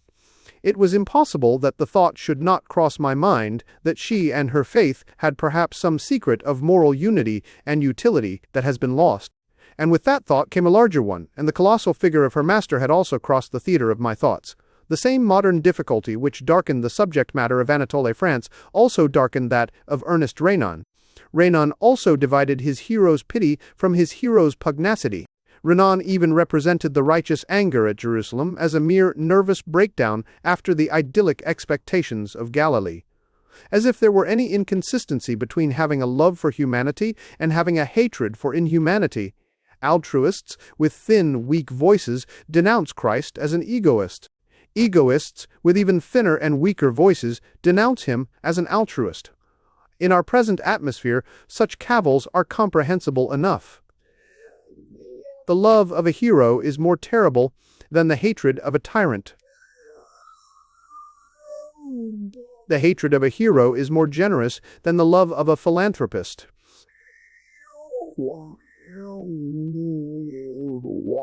There is a huge and heroic sanity of which moderns can only collect the fragments. There is a giant of whom we see only the lopped arms and legs walking about. They have torn the soul of Christ into silly strips, labeled egoism and altruism, and they are equally puzzled by his insane magnificence and his insane meekness. They have parted his garments among them, and for his vesture they have cast lots, though the coat was without seam, woven from the top throughout. I've the ethics of Elfland. When the businessman rebukes the idealism of his office boy, it is commonly in some such speech as this: "Ah, yes, when one is young, one has these ideals in the abstract and these castles in the air. But in middle age, they all break up like clouds, and one comes down to a belief in practical politics, to using the machinery one has and getting on with the world as it is." Thus, at least, venerable and philanthropic old men now in their honored graves used to talk to me when I was a boy. But since then I have grown up and have discovered that these philanthropic old men were telling lies. What has really happened is exactly the opposite of what they said would happen. They said that I should lose my ideals and begin to believe in the methods of practical politicians. Now, I have not lost my ideals in the least. My faith in fundamentals is exactly what it always was. What I have lost is my old childlike faith in practical politics. I am still as much concerned as ever about the Battle of Armageddon, but I am not so much concerned about the general election. As a babe, I leapt up on my mother's knee at the mere mention of it. No, the vision is always solid and reliable. The vision is always a fact. It is the reality that is often a fraud. As much as I ever did, more than I ever did, I believe in liberalism. But there was a rosy time of innocence when I believed in liberals. I take this instance of one of the enduring faiths because, having now to trace the roots of my personal speculation, this may be counted, I think, as the only positive bias. I was brought up a liberal, and have always believed in democracy, in the elementary liberal doctrine of a self-governing humanity. If anyone finds the phrase vague or threadbare, I can only pause for a moment to explain that the principle of democracy, as I mean it, can be stated in two propositions. The first is this, that the things common to all men are more important than the things peculiar to any men. Ordinary things are more valuable than extraordinary things, nay, they are more extraordinary. Man is something more awful than men, something more strange. The sense of the miracle of humanity itself should be always more vivid to us than any marvels of power, intellect, art, or civilization. Extra. The mere man on two legs, as such, should be felt as something more heartbreaking than any music, and more startling than any caricature. Death is more tragic even than death by starvation. Having a nose is more comic even than having a Norman nose. This is the first principle of democracy, that the essential things in men are the things they hold in common, not the things they hold separately. And the second principle is merely this, that the political instinct or desire is one of these things which they hold in common. Falling in love is more poetical than dropping into poetry. The democratic contention is that government, helping to rule the tribe, is a thing like falling in love, and not a thing like dropping into poetry. It is not something analogous to playing the church organ, painting on vellum, discovering the North Pole, that insidious habit, looping the loop, being astronomer royal, and so on. For these things we do not wish a man to do at all unless he does them well. It is, on the contrary, a thing analogous to writing one's own love letters or blowing one's own nose. These things we want a man to do for himself, even if he does them badly. I am not here arguing the truth of any of these conceptions. I know that some moderns are asking to have their wives chosen by scientists, and they may soon be asking, for all I know, to have their noses blown by nurses. I merely say that mankind does recognize these universal human functions, and that democracy classes government among them. In short, the democratic faith is this: that the most terribly important things must be left to ordinary men themselves: the mating of the sexes, the rearing of the young, the laws of the state. This is democracy, and in this I have always believed. But there is one thing that I have never from my youth up been able to understand. I have never been able to understand where people got the idea that democracy was in some way opposed to tradition. It is obvious that tradition is only democracy extended through time. It is trusting to a consensus of common human voices rather than to some isolated or arbitrary record. The man who quotes some German historian against the tradition of the Catholic Church, for instance, is strictly appealing to aristocracy. He is appealing to the superiority of one expert against the awful authority of a mob. It is quite easy to see why a legend is treated, and ought to be treated, more respectfully than a book of history. The legend is generally made by the majority of people in the village who are sane. The book is generally written by the one man in the village who is mad.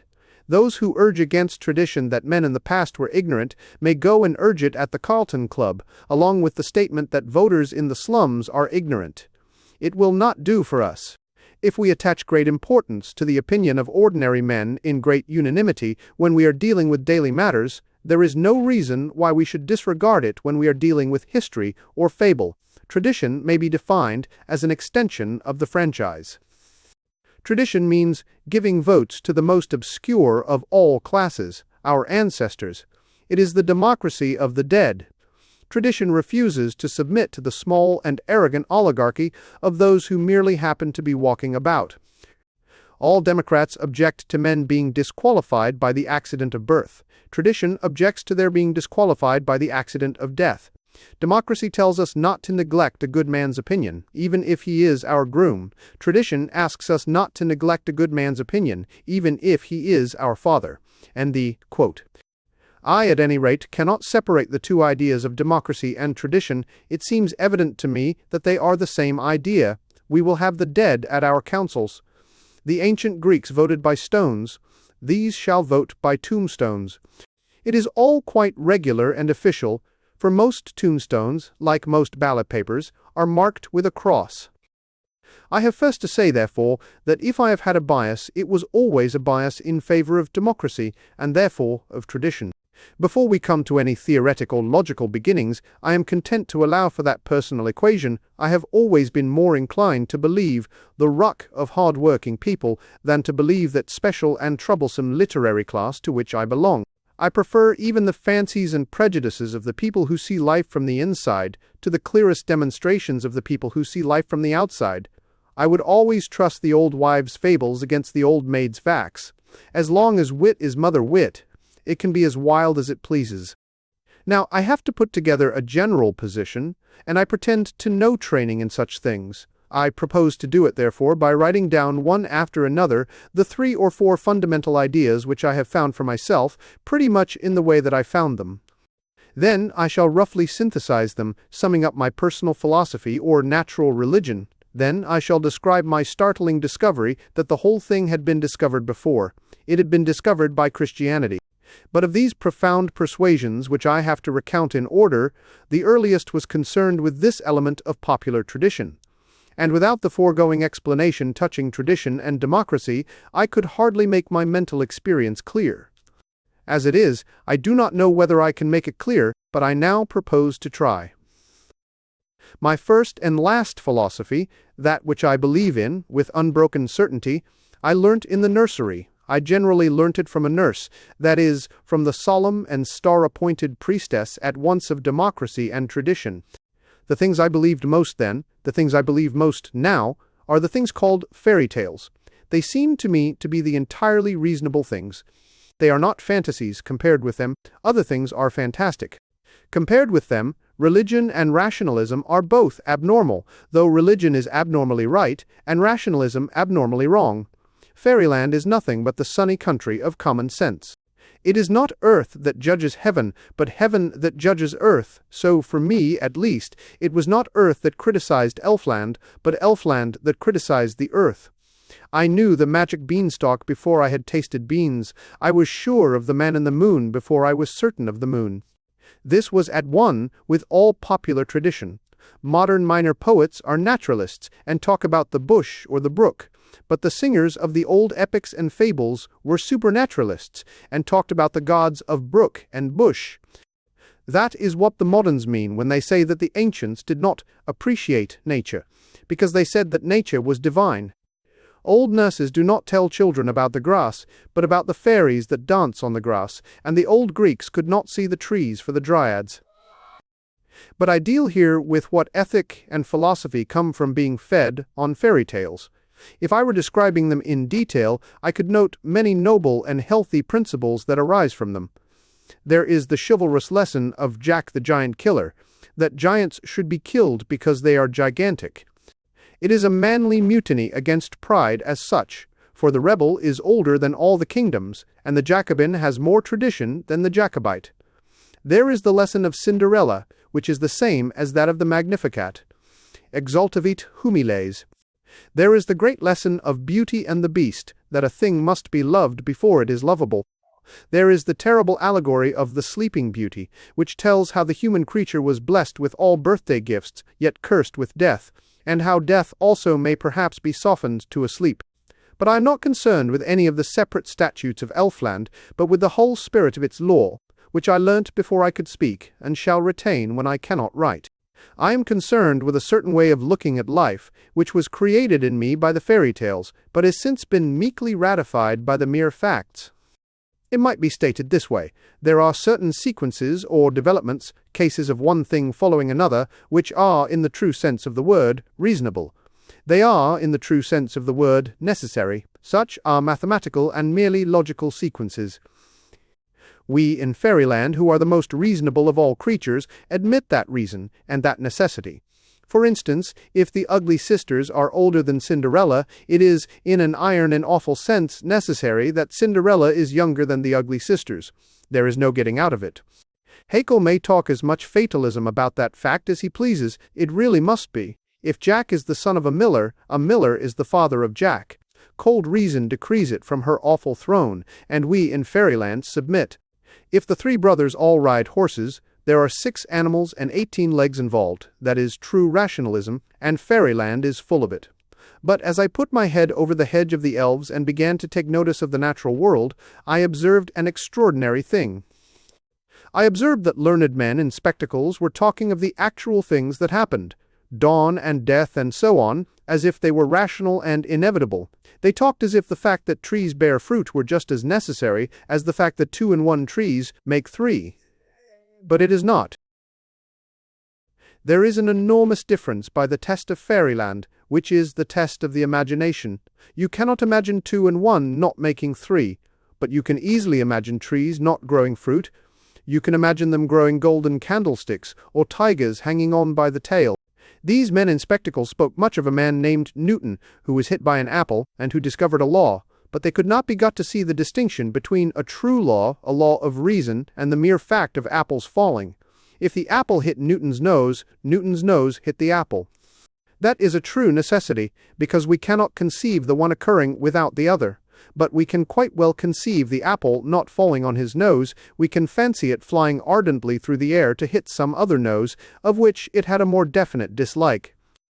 We have always in our fairy tales kept this sharp distinction between the science of mental relations, in which there really are laws, and the science of physical facts, in which there are no laws, but only weird repetitions.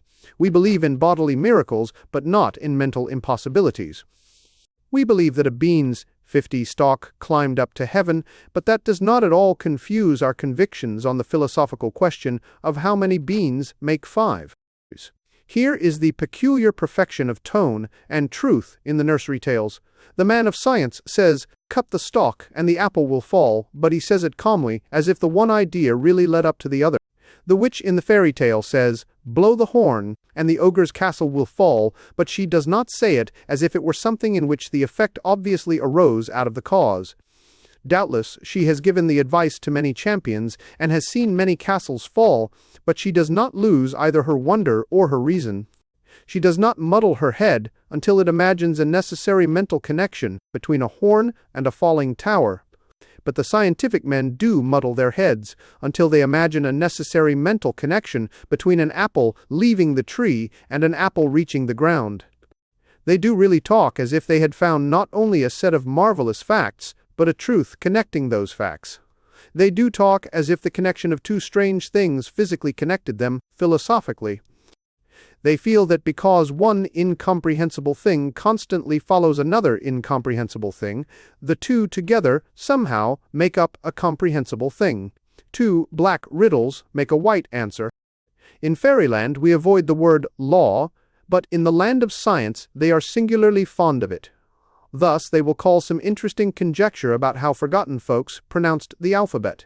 Grimm's Law.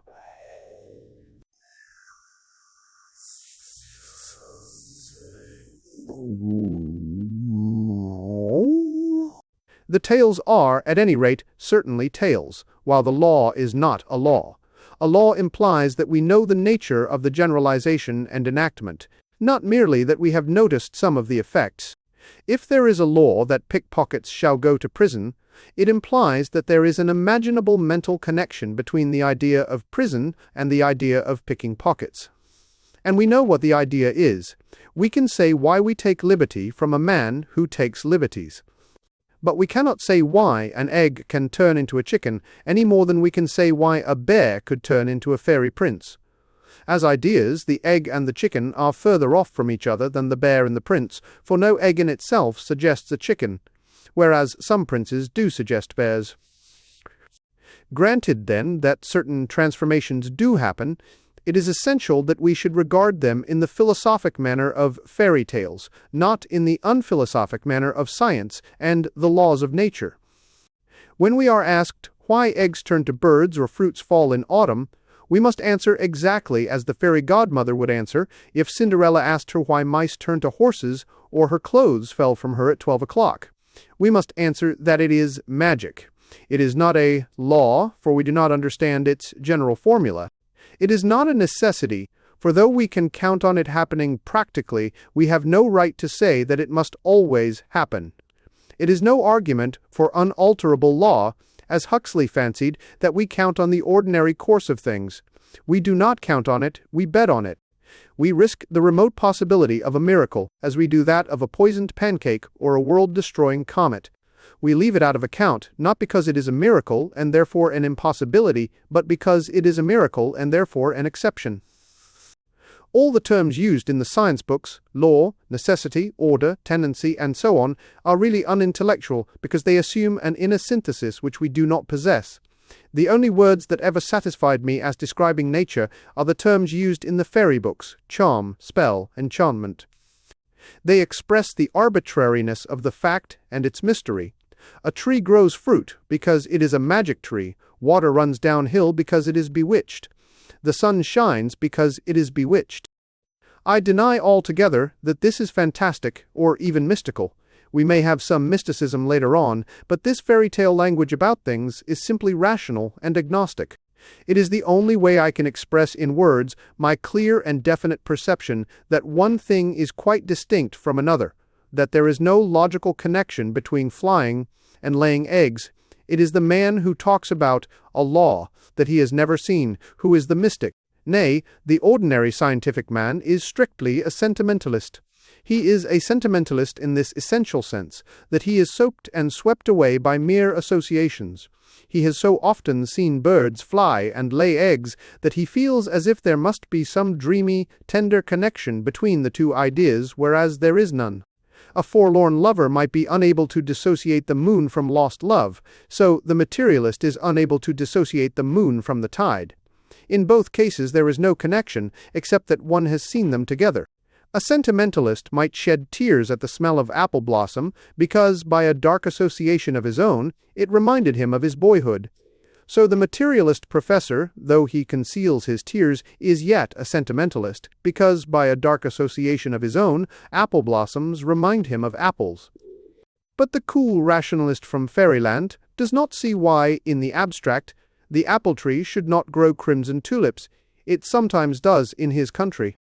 This elementary wonder, however, is not a mere fancy derived from the fairy tales. On the contrary, all the fire of the fairy tales is derived from this. Just as we all like love tales because there is an instinct of sex, we all like astonishing tales because they touch the nerve of the ancient instinct of astonishment. This is proved by the fact that when we are very young children, we do not need fairy tales, we only need tales. Mere life is interesting enough.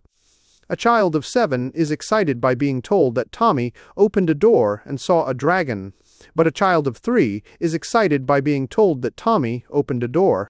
Boys like romantic tales, but babies like realistic tales, because they find them romantic. In fact, a baby is about the only person, I should think, to whom a modern realistic novel could be read without boring him. This proves that even nursery tales only echo an almost prenatal leap of interest and amazement.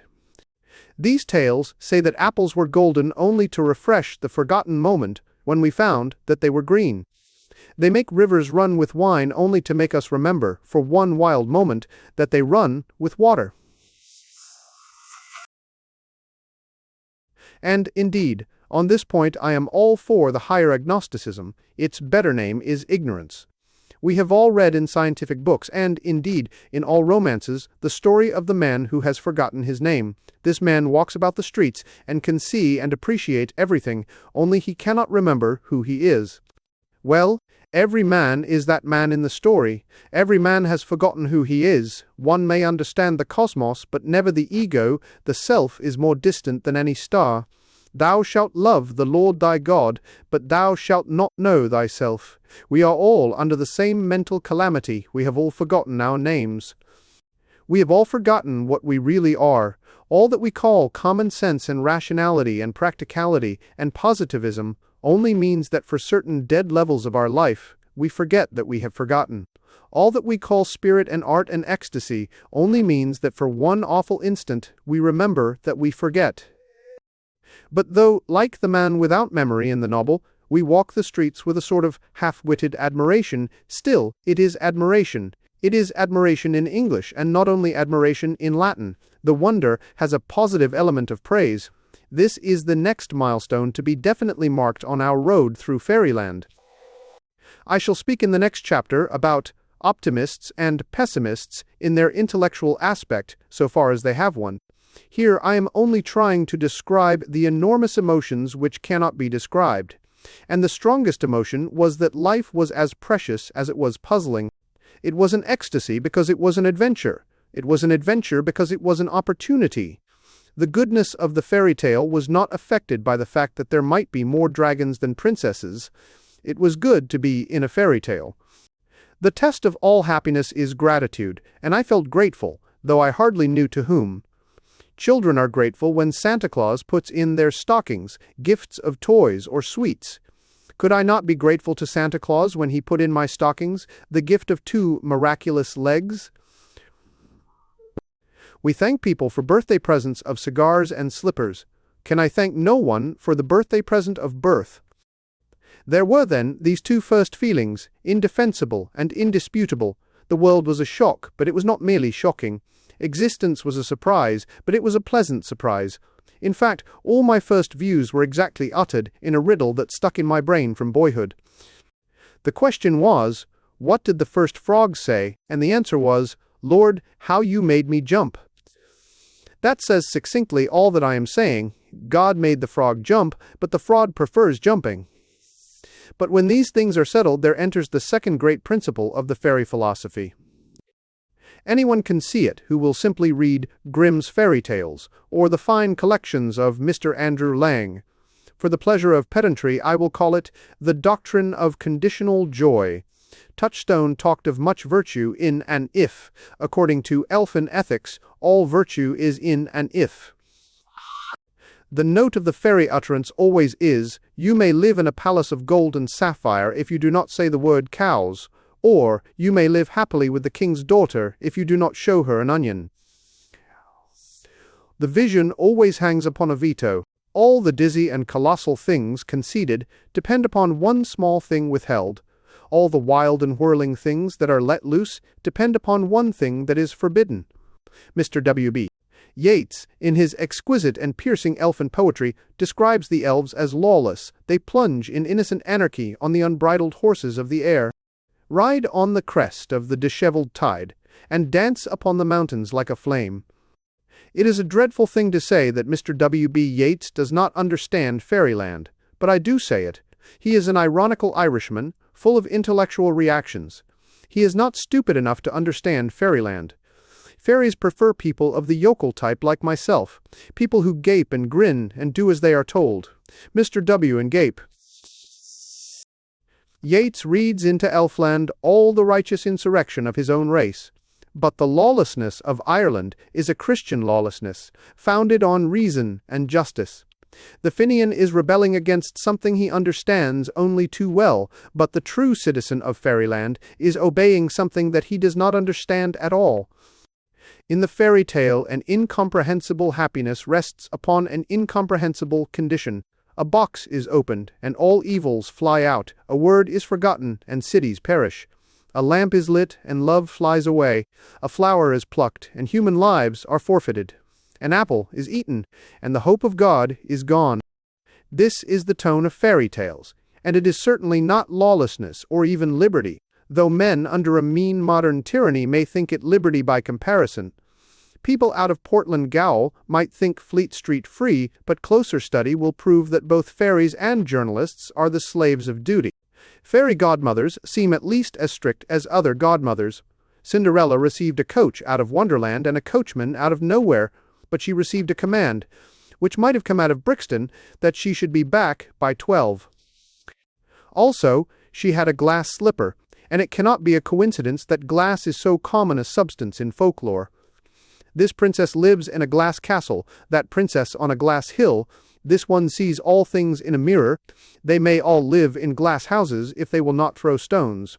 For this thin glitter of glass everywhere is the expression of the fact that the happiness is bright but brittle, like the substance most easily smashed by a housemaid or a cat. And this fairy tale sentiment also sank into me and became my sentiment towards the whole world.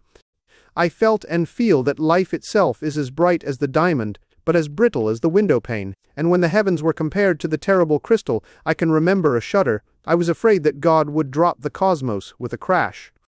Remember, however, that to be breakable is not the same as to be perishable. Strike a glass, and it will not endure an instant. Simply do not strike it, and it will endure 1,000 years. Such, it seemed, was the joy of man, either in Elfland or on earth. The happiness depended on not doing something which you could at any moment do, and which, very often, it was not obvious why you should not do. Now, the point here is that to me this did not seem unjust. If the miller's third son said to the fairy, "Explain why I must not stand on my head in the fairy palace," the other might fairly reply, "Well, if it comes to that, explain the fairy palace." If Cinderella says, "How is it that I must leave the ball at 12?" her godmother might answer, "How is it that you are going there till 12? If I leave a man in my will 10 talking elephants and 100 winged horses, he cannot complain if the conditions partake of the slight eccentricity of the gift. He must not look a winged horse in the mouth." And it seemed to me that existence was itself so very eccentric a legacy that I could not complain of not understanding the limitations of the vision when I did not understand the vision they limited. The frame was no stranger than the picture. The veto might well be as wild as the vision, it might be as startling as the sun, as elusive as the waters, as fantastic and terrible as the towering trees. For this reason, we may call it the fairy godmother philosophy. I never could join the young men of my time in feeling what they called the general sentiment of revolt. I should have resisted, let us hope, any rules that were evil, and with these and their definition I shall deal in another chapter. But I did not feel disposed to resist any rule merely because it was mysterious. Estates are sometimes held by foolish forms, the breaking of a stick or the payment of a peppercorn. I was willing to hold the huge estate of earth and heaven by any such feudal fantasy. It could not well be wilder than the fact that I was allowed to hold it at all. At this stage, I give only one ethical instance to show my meaning. I could never mix in the common murmur of that rising generation against monogamy, because no restriction on sex seemed so odd and unexpected as sex itself. To be allowed, like Endymion, to make love to the moon and then to complain that Jupiter kept his own moons in a harem seemed to me, bred on fairy tales like Endymion's, a vulgar anticlimax. Keeping to one woman is a small price for so much as seeing one woman. To complain that I could only be married once was like complaining that I had only been born once. It was incommensurate with the terrible excitement of which one was talking. It showed not an exaggerated sensibility to sex, but a curious insensibility to it. A man is a fool who complains that he cannot enter Eden by 5 gates at once. Polygamy is a lack of the realization of sex. It is like a man plucking 5 pears in mere absence of mind. The aesthetes touched the last insane limits of language in their eulogy on lovely things. The thistledown made them weep, a burnished beetle brought them to their knees, yet their emotion never impressed me for an instant, for this reason, that it never occurred to them to pay for their pleasure in any sort of symbolic sacrifice. Men, I felt, might fast 40 days for the sake of hearing a blackbird sing. Men might go through fire to find a cowslip. Yet these lovers of beauty could not even keep sober for the blackbird. They would not go through common Christian marriage by way of recompense to the cowslip. Surely one might pay for extraordinary joy in ordinary morals. Oscar Wilde said that sunsets were not valued because we could not pay for sunsets. But Oscar Wilde was wrong. We can pay for sunsets. We can pay for them by not being Oscar Wilde. Well, I left the fairy tales lying on the floor of the nursery, and I have not found any books so sensible since. I left the nurse guardian of tradition and democracy, and I have not found any modern type so sanely radical or so sanely conservative.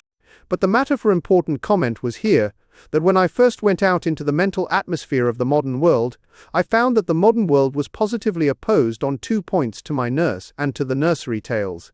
It has taken me a long time to find out that the modern world is wrong and my nurse was right. The really curious thing was this, that modern thought contradicted this basic creed of my boyhood on its 2 most essential doctrines. I have explained that the fairy tales founded in me 2 convictions. First, that this world is a wild and startling place, which might have been quite different, but which is quite delightful. Second, that before this wildness and delight, one may well be modest and submit to the queerest limitations of so queer a kindness. But I found the whole modern world running like a high tide against both my tendernesses, and the shock of that collision created 2 sudden and spontaneous sentiments, which I have had ever since, and which, crude as they were, have since hardened into convictions. First, I found the whole modern world talking scientific fatalism, saying that everything is as it must always have been, being unfolded without fault from the beginning. Now, the fairy tale philosopher is glad that the leaf is green precisely because it might have been scarlet. He feels as if it had turned green an instant before he looked at it. He is pleased that snow is white on the strictly reasonable ground that it might have been black. Every color has in it a bold quality as of choice. The red of garden roses is not only decisive, but dramatic, like suddenly spilt blood. He feels that something has been done.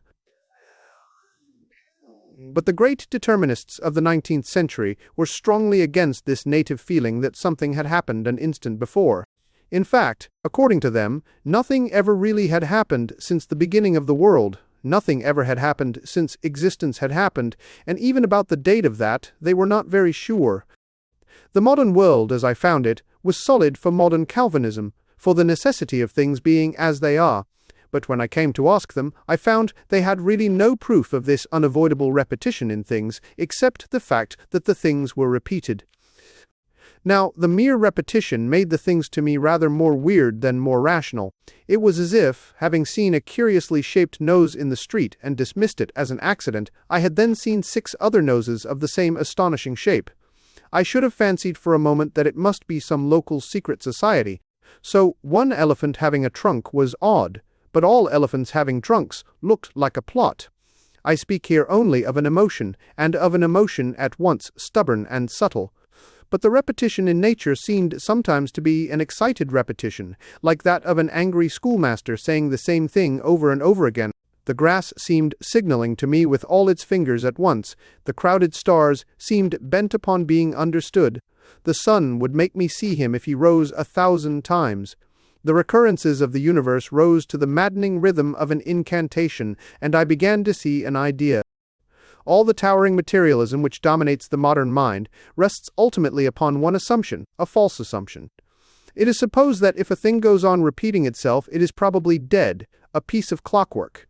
People feel that if the universe was personal, it would vary. If the sun were alive, it would dance. This is a fallacy even in relation to known fact, for the variation in human affairs is generally brought into them, not by life, but by death, by the dying down or breaking off of their strength or desire. A man varies his movements because of some slight element of failure or fatigue. He gets into an omnibus because he is tired of walking, or he walks because he is tired of sitting still. But if his life and joy were so gigantic that he never tired of going to Islington, he might go to Islington as regularly as the Thames goes to Sheerness. The very speed and ecstasy of his life would have the stillness of death. The sun rises every morning. I do not rise every morning, but the variation is due not to my activity, but to my inaction. Now, to put the matter in a popular phrase, it might be true that the sun rises regularly because he never gets tired of rising. His routine might be due, not to a lifelessness, but to a rush of life. The thing I mean can be seen, for instance, in children when they find some game or joke that they specially enjoy. A child kicks his legs rhythmically through excess, not absence of life. Because children have abounding vitality, because they are in spirit fierce and free, therefore they want things repeated and unchanged. They always say, "Do it again," and the grown-up person does it again until he is nearly dead. For grown-up people are not strong enough to exult in monotony. But perhaps God is strong enough to exult in monotony. It is possible that God says every morning, "Do it again," to the sun, and every evening, "Do it again," to the moon. It may not be automatic necessity that makes all daisies alike. It may be that God makes every daisy separately, but has never got tired of making them. It may be that he has the eternal appetite of infancy, for we have sinned and grown old, and our Father is younger than we. The repetition in nature may not be a mere recurrence. It may be a theatrical encore. Heaven may encore the bird who laid an egg. If the human being conceives and brings forth a human child, instead of bringing forth a fish, or a bat, or a griffin, the reason may not be that we are fixed in an animal fate without life or purpose. It may be that our little tragedy has touched the gods, that they admire it from their starry galleries, and that at the end of every human drama, man is called again and again before the curtain. Repetition may go on for millions of years by mere choice, and at any instant it may stop. Man may stand on the earth generation after generation, and yet each birth be his positively last appearance. This was my first conviction, made by the shock of my childish emotions meeting the modern creed in mid-career. I had always vaguely felt facts to be miracles in the sense that they are wonderful. Now I began to think them miracles in the stricter sense that they were willful. I mean that they were, or might be, repeated exercises of some will. In short, I had always believed that the world involved magic. Now I thought that perhaps it involved a magician. And this pointed a profound emotion always present and subconscious, that this world of ours has some purpose, and if there is a purpose, there is a person. I had always felt life first as a story, and if there is a story, there is a storyteller. But modern thought also hit my second human tradition. It went against the fairy feeling about strict limits and conditions. The one thing it loved to talk about was expansion and largeness. Herbert Spencer would have been greatly annoyed if anyone had called him an imperialist, and therefore it is highly regrettable that nobody did. But he was an imperialist of the lowest type. He popularized this contemptible notion that the size of the solar system ought to overawe the spiritual dogma of man. Why should a man surrender his dignity to the solar system any more than to a whale? If mere size proves that man is not the image of God, then a whale may be the image of God, a somewhat formless image, what one might call an impressionist portrait. It is quite futile to argue that man is small compared to the cosmos, for man was always small compared to the nearest tree. But Herbert Spencer, in his headlong imperialism, would insist that we had in some way been conquered and annexed by the astronomical universe. He spoke about men and their ideals, exactly as the most insolent unionist talks about the Irish and their ideals. He turned mankind into a small nationality, and his evil influence can be seen even in the most spirited and honorable of later scientific authors, notably in the early romances of Mr. H.G. Wells. Many moralists have in an exaggerated way represented the earth as wicked, but Mr. Wells and his school made the heavens wicked. We should lift up our eyes to the stars from whence would come our ruin. But the expansion of which I speak was much more evil than all this. I have remarked that the materialist, like the madman, is in prison, in the prison of one thought. These people seemed to think it singularly inspiring to keep on saying that the prison was very large. The size of this scientific universe gave one no novelty, no relief. The cosmos went on forever, but not in its wildest constellation. Could there be anything really interesting, anything, for instance, such as forgiveness or free will? The grandeur or infinity of the secret of its cosmos added nothing to it. It was like telling a prisoner in Reading Gaol that he would be glad to hear that the gaol now covered half the county. The warder would have nothing to show the man except more and more long corridors of stone, lit by ghastly lights and empty of all that is human. So these expanders of the universe had nothing to show us except more and more infinite corridors of space lit by ghastly suns and empty of all that is divine. In fairyland there had been a real law, a law that could be broken, for the definition of a law is something that can be broken. But the machinery of this cosmic prison was something that could not be broken, for we ourselves were only a part of its machinery. We were either unable to do things, or we were destined to do them. The idea of the mystical condition quite disappeared. One can neither have the firmness of keeping laws nor the fun of breaking them. The largeness of this universe had nothing of that freshness and airy outbreak which we have praised in the universe of the poet. This modern universe is literally an empire. That is, it was vast, but it is not free. One went into larger and larger windowless rooms, rooms big, with Babylonian perspective, but one never found the smallest window, or a whisper of outer air. Their infernal parallels seem to expand with distance, but for me all good things come to a point, swords for instance. So, finding the boast of the big cosmos so unsatisfactory to my emotions, I began to argue about it a little, and I soon found that the whole attitude was even shallower than could have been expected. According to these people, the cosmos was one thing, since it had one unbroken rule. Only, they would say, while it is one thing, it is also the only thing there is. Why, then, should one worry particularly to call it large? There is nothing to compare it with. It would be just as sensible to call it small. A man may say, I like this vast cosmos, with its throng of stars and its crowd of varied creatures. But if it comes to that, why should not a man say, I like this cozy little cosmos, with its decent number of stars and as neat a provision of livestock as I wish to see? One is as good as the other. They are both mere sentiments. It is mere sentiment to rejoice that the sun is larger than the earth. It is quite as sane a sentiment to rejoice that the sun is no larger than it is. A man chooses to have an emotion about the largeness of the world. Why should he not choose to have an emotion about its smallness? It happened that I had that emotion. When one is fond of anything, one addresses it by diminutives, even if it is an elephant or a lifeguardsman. The reason is that anything, however huge, that can be conceived of as complete. If military mustaches did not suggest a sword or tusks a tail, then the object would be vast, because it would be immeasurable. But the moment you can imagine a guardsman, you can imagine a small guardsman. The moment you really see an elephant, you can call it tiny. If you can make a statue of a thing, you can make a statuette of it. These people professed that the universe was one coherent thing, but they were not fond of the universe. But I was frightfully fond of the universe and wanted to address it by a diminutive. I often did so, and it never seemed to mind. Actually and in truth, I did feel that these dim dogmas of vitality were better expressed by calling the world small than by calling it large. For about infinity there was a sort of carelessness, which was the reverse of the fierce and pious care which I felt touching the pricelessness and the peril of life. They showed only a dreary waste, but I felt a sort of sacred thrift, for economy is far more romantic than extravagance. To them, stars were an unending income of halfpence, but I felt about the golden sun and the silver moon as a schoolboy feels if he has 1 sovereign and 1 shilling. These subconscious convictions are best hit off by the color and tone of certain tales. Thus, I have said that stories of magic alone can express my sense that life is not only a pleasure but a kind of eccentric privilege.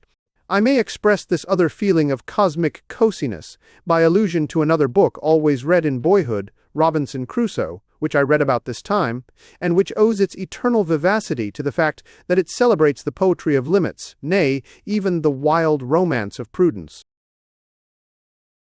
Crusoe is a man on a small rock with a few comforts just snatched from the sea. The best thing in the book is simply the list of things saved from the wreck. The greatest of poems is an inventory. Every kitchen tool becomes ideal because Crusoe might have dropped it in the sea. It is a good exercise, in empty or ugly hours of the day, to look at anything, the coal scuttle or the bookcase, and think how happy one could be to have brought it out of the sinking ship on to the solitary island. But it is a better exercise still to remember how all things have had this hairbreadth escape.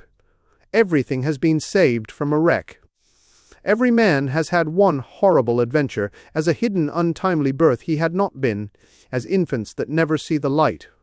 Men spoke much, in my boyhood, of restricted or ruined men of genius, and it was common to say that many a man was a great might have been. To me, it is a more solid and startling fact that any man in the street is a great might not have been. But I really felt, the fancy may seem foolish, as if all the order and number of things were the romantic remnant of Crusoe's ship. That there are 2 sexes and 1 sun was like the fact that there were 2 guns and 1 axe. It was poignantly urgent that none should be lost, but somehow it was rather fun that none could be added. The trees and the planets seemed like things saved from the wreck, and when I saw the Matterhorn, I was glad that it had not been overlooked in the confusion. I felt economical about the stars, as if they were sapphires. They are called so in Knowlton's Eden. I hoarded the hills. For the universe is a single jewel, and while it is a natural cant to talk of a jewel as peerless and priceless, of this jewel it is literally true. This cosmos is indeed without peer and without price, for there cannot be another one. Thus ends, in unavoidable inadequacy, the attempt to utter the unutterable things. These are my ultimate attitudes towards life, the soils for the seeds of doctrine. These in some dark way I thought before I could write, and felt before I could think, that we may proceed more easily afterwards. I will roughly recapitulate them now. It may be a miracle with a supernatural explanation, it may be a conjuring trick with a natural explanation. But the explanation of the conjuring trick, if it is to satisfy me, will have to be better than the natural explanations I have heard. The thing is magic, true or false. Second, I came to feel as if magic must have a meaning, and meaning must have someone to mean it. There was something personal in the world, as in a work of art. Whatever it meant violently. Fourth, that the proper form of thanks to it is some form of humility and restraint. We should thank God for beer and Burgundy by not drinking too much of them. And last, and strangest, there had come into my mind a vague and vast impression that in some way all good was a remnant to be stored and held sacred out of some primordial ruin. Man had saved his good. As Crusoe saved his goods, he had saved them from a wreck. All this I felt, and the age gave me no encouragement to feel it. And all this time I had not even thought of Christian theology. The flag of the world. When I was a boy, there were 2 curious men running about who were called the optimist and the pessimist. I constantly used the words myself, but I cheerfully confess that I never had any very special idea of what they meant. The only thing which might be considered evident was that they could not mean what they said, For the ordinary verbal explanation was that the optimist thought this world as good as it could be, while the pessimist thought it as bad as it could be. Both these statements being obviously raving nonsense, one had to cast about for other explanations. An optimist could not mean a man who thought everything right and nothing wrong, for that is meaningless. It is like calling everything right and nothing left. Upon the whole, I came to the conclusion that the optimist thought everything good except the pessimist, and that the pessimist thought everything bad except himself. It would be unfair to omit altogether from the list the mysterious but suggestive definition said to have been given by a little girl. An optimist is a man who looks after your eyes, and a pessimist is a man who looks after your feet. I am not sure that this is not the best definition of all. There is even a sort of allegorical truth in it, for there might, perhaps, be a profitable distinction drawn between that more dreary thinker who thinks merely of our contact with the earth from moment to moment, and that happier thinker who considers rather our primary power of vision and of choice of road. But this is a deep mistake in this alternative of the optimist and the pessimist. The assumption of it is that a man criticizes this world as if he were house hunting, as if he were being shown over a new suite of apartments. If a man came to this world from some other world in full possession of his powers, he might discuss whether the advantage of midsummer woods made up for the disadvantage of mad dogs, just as a man looking for lodgings might balance the presence of a telephone against the absence of a sea view. A man belongs to this world before he begins to ask if it is nice to belong to it. He has fought for the flag, and often won heroic victories for the flag long before he has ever enlisted. To put shortly what seems the essential matter, he has a loyalty long before he has any admiration. In the last chapter it has been said that the primary feeling that this world is strange and yet attractive is best expressed in fairy tales. The reader may, if he likes, put down the next stage to that bellicose and even jingo literature which commonly comes next in the history of a boy. We all owe much sound morality to the penny dreadfuls. Whatever the reason, it seemed and still seems to me that our attitude towards life can be better expressed in terms of a kind of military loyalty than in terms of criticism and approval. My acceptance of the universe is not optimism. It is more like patriotism. It is a matter of primary loyalty. The world is not a lodging house at Brighton, which we are to leave because it is miserable. It is the fortress of our family, with the flag flying on the turret, and the more miserable it is, the less we should leave it. The point is not that this world is too sad to love or too glad not to love. The point is that when you do love a thing, its gladness is a reason for loving it, and its sadness a reason for loving it more. All optimistic thoughts about England and all pessimistic thoughts about her are alike reasons for the English patriot. Similarly, optimism and pessimism are alike arguments for the cosmic patriot. Let us suppose we are confronted with a desperate thing, say Pimlico. If we think what is really best for Pimlico, we shall find the thread of thought leads to the throne, or the mystic and the arbitrary. It is not enough for a man to disapprove of Pimlico. In that case, he will merely cut his throat or move to Chelsea. Nor, certainly, is it enough for a man to approve of Pimlico, for then it will remain Pimlico, which would be awful. The only way out of it seems to be for somebody to love Pimlico, to love it with a transcendental tie and without any earthly reason. If there arose a man who loved Pimlico, then Pimlico would rise into ivory towers and golden pinnacles. Pimlico would attire herself as a woman does when she is loved. For decoration is not given to hide horrible things, but to decorate things already adorable. A mother does not give her child a blue bow because he is so ugly without it. A lover does not give a girl a necklace to hide her neck. If men loved Pimlico as mothers love children, arbitrarily, because it is theirs, Pimlico in a year or two might be fairer than Florence. Some readers will say that this is a mere fantasy. I answer that this is the actual history of mankind. This, as a fact, is how cities did grow great.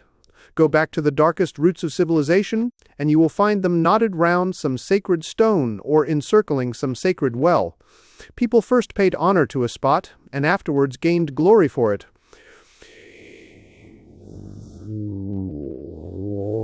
Men did not love Rome because she was great. She was great because they had loved her. The 18th century theories of the social contract have been exposed to much clumsy criticism in our time, insofar as they meant that there is, at the back of all historic government, an idea of content and cooperation. They were demonstrably right. But they really were wrong, insofar as they suggested that men had ever aimed at order or ethics directly by a conscious exchange of interests. Morality did not begin by one man saying to another, "I will not hit you if you do not hit me." There is no trace of such a transaction. There is a trace of both men having said, "We must not hit each other in the holy place." They gained their morality by guarding their religion. They did not cultivate courage, they fought for the shrine, and found they had become courageous. They did not cultivate cleanliness. They purified themselves for the altar, and found that they were clean. The history of the Jews is the only early document known to most Englishmen, and the facts can be judged sufficiently from that.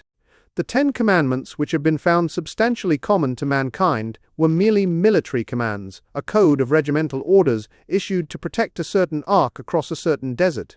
Anarchy was evil because it endangered the sanctity. And only when they made a holy day for God did they find they had made a holiday for men. If it be granted that this primary devotion to a place or thing is a source of creative energy, we can pass on to a very peculiar fact. Let us reiterate for an instant that the only right optimism is a sort of universal patriotism. What is the matter with the pessimist? I think it can be stated by saying that he is the cosmic anti-patriot. And what is the matter with the anti-patriot?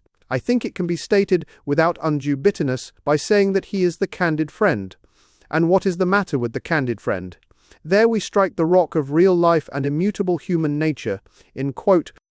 I venture to say that what is bad in the candid friend is simply that he is not candid. He is keeping something back, his own gloomy pleasure in saying unpleasant things.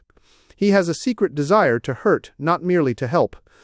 This is certainly, I think, what makes a certain sort of anti-patriot irritating to healthy citizens.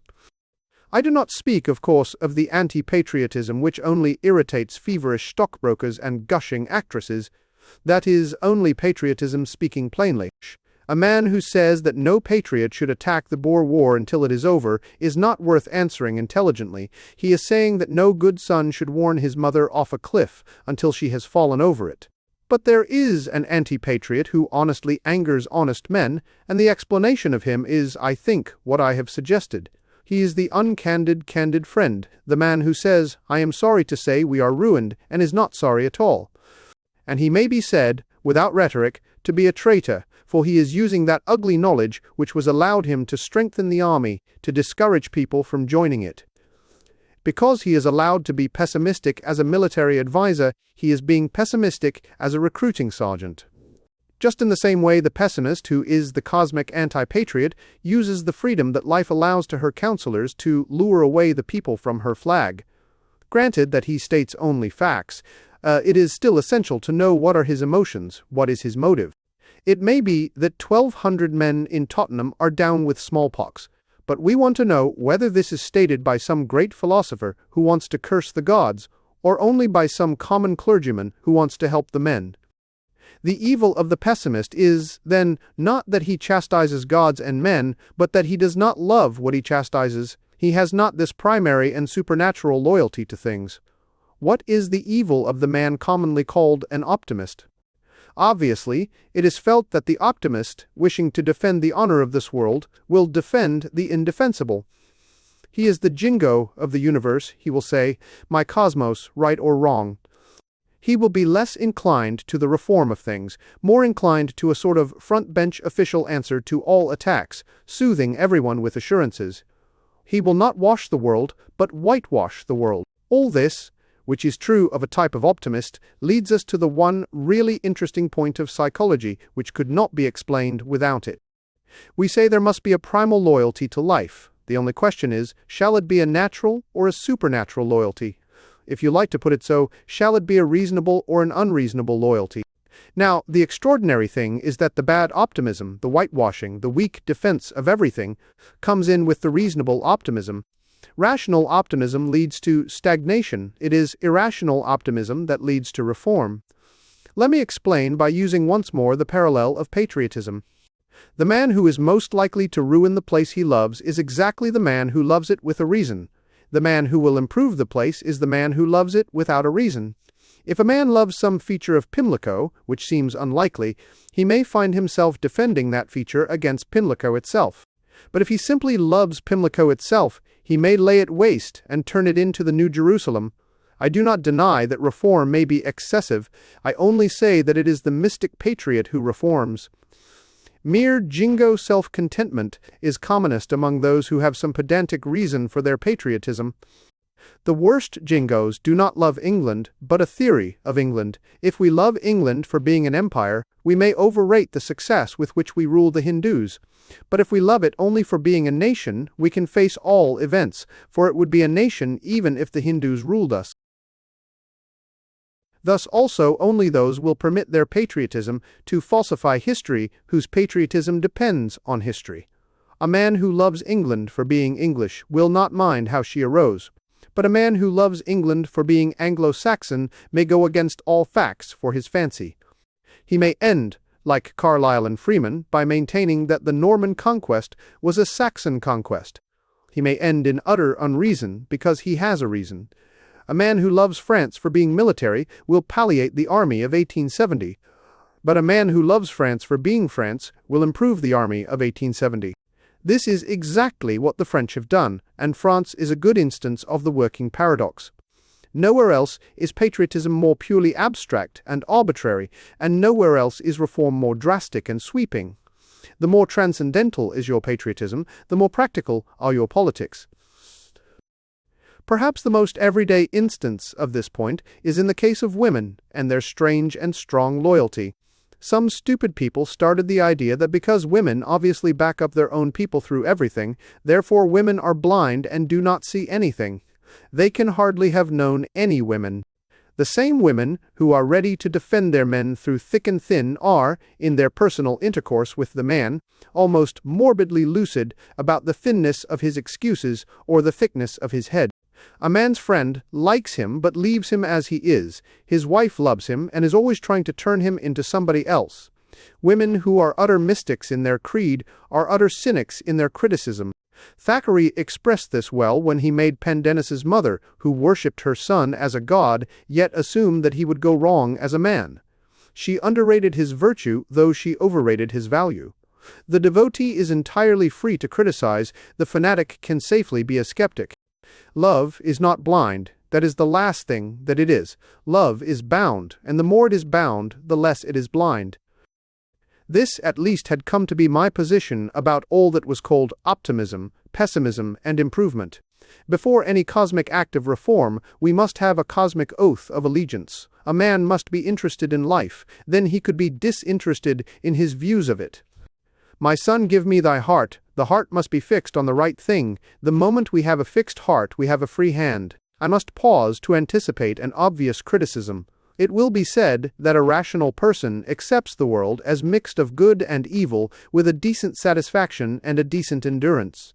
But this is exactly the attitude which I maintain to be defective. It is, I know, very common in this age. It was perfectly put in those quiet lines of Matthew Arnold which are more piercingly blasphemous than the shrieks of Schopenhauer. Enough we live, and if a life, with large results so little rife, though bearable, seem hardly worth this pomp of worlds, this pain of birth. I know this feeling fills our epoch, and I think it freezes our epoch. For our titanic purposes of faith and revolution, what we need is not the cold acceptance of the world as a compromise, but some way in which we can heartily hate and heartily love it. We do not want joy and anger to neutralize each other and produce a surly contentment. We want a fiercer delight and a fiercer discontent. We have to feel the universe at once as an ogre's castle, to be stormed, and yet as our own cottage, to which we can return at evening. No one doubts that an ordinary man can get on with this world, but we demand not strength enough to get on with it, but strength enough to get it on. Can he hate it enough to change it, and yet love it enough to think it worth changing?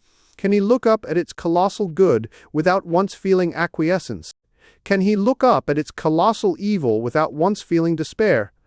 Can he, in short, be at once not only a pessimist and an optimist, but a fanatical pessimist and a fanatical optimist?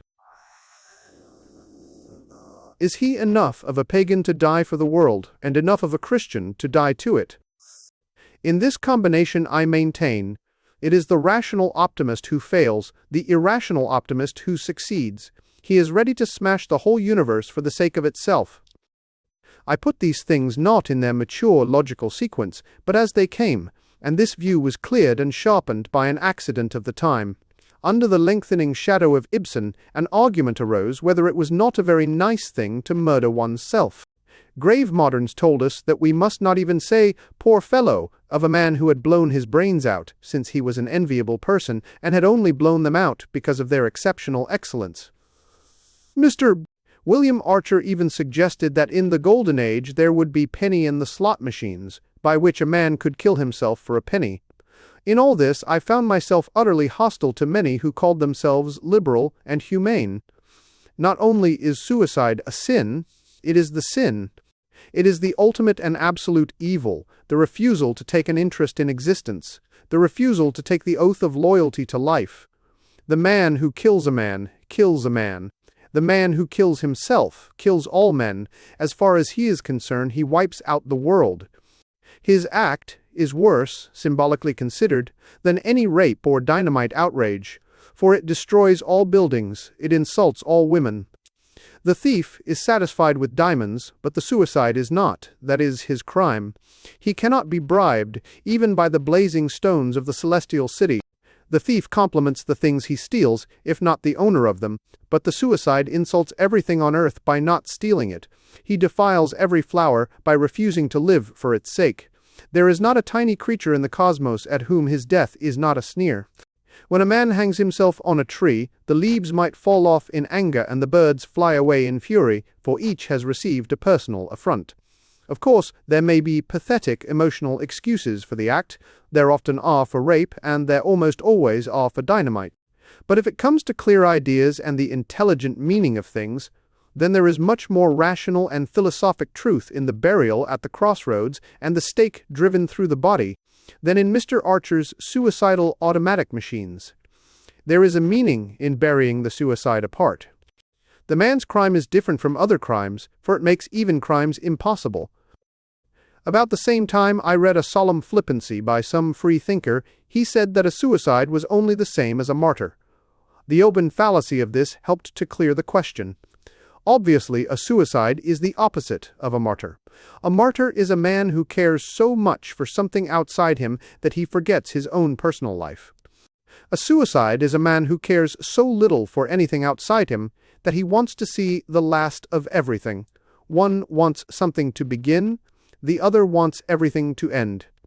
In other words, the martyr is noble, exactly because, however he renounces the world or execrates all humanity, he confesses this ultimate link with life. He sets his heart outside himself. He dies that something may live. The suicide is ignoble because he has not this link with being. He is a mere destroyer. Spiritually, he destroys the universe. And then I remembered the stake and the crossroads, and the queer fact that Christianity had shown this weird harshness to the suicide. For Christianity had shown a wild encouragement of the martyr.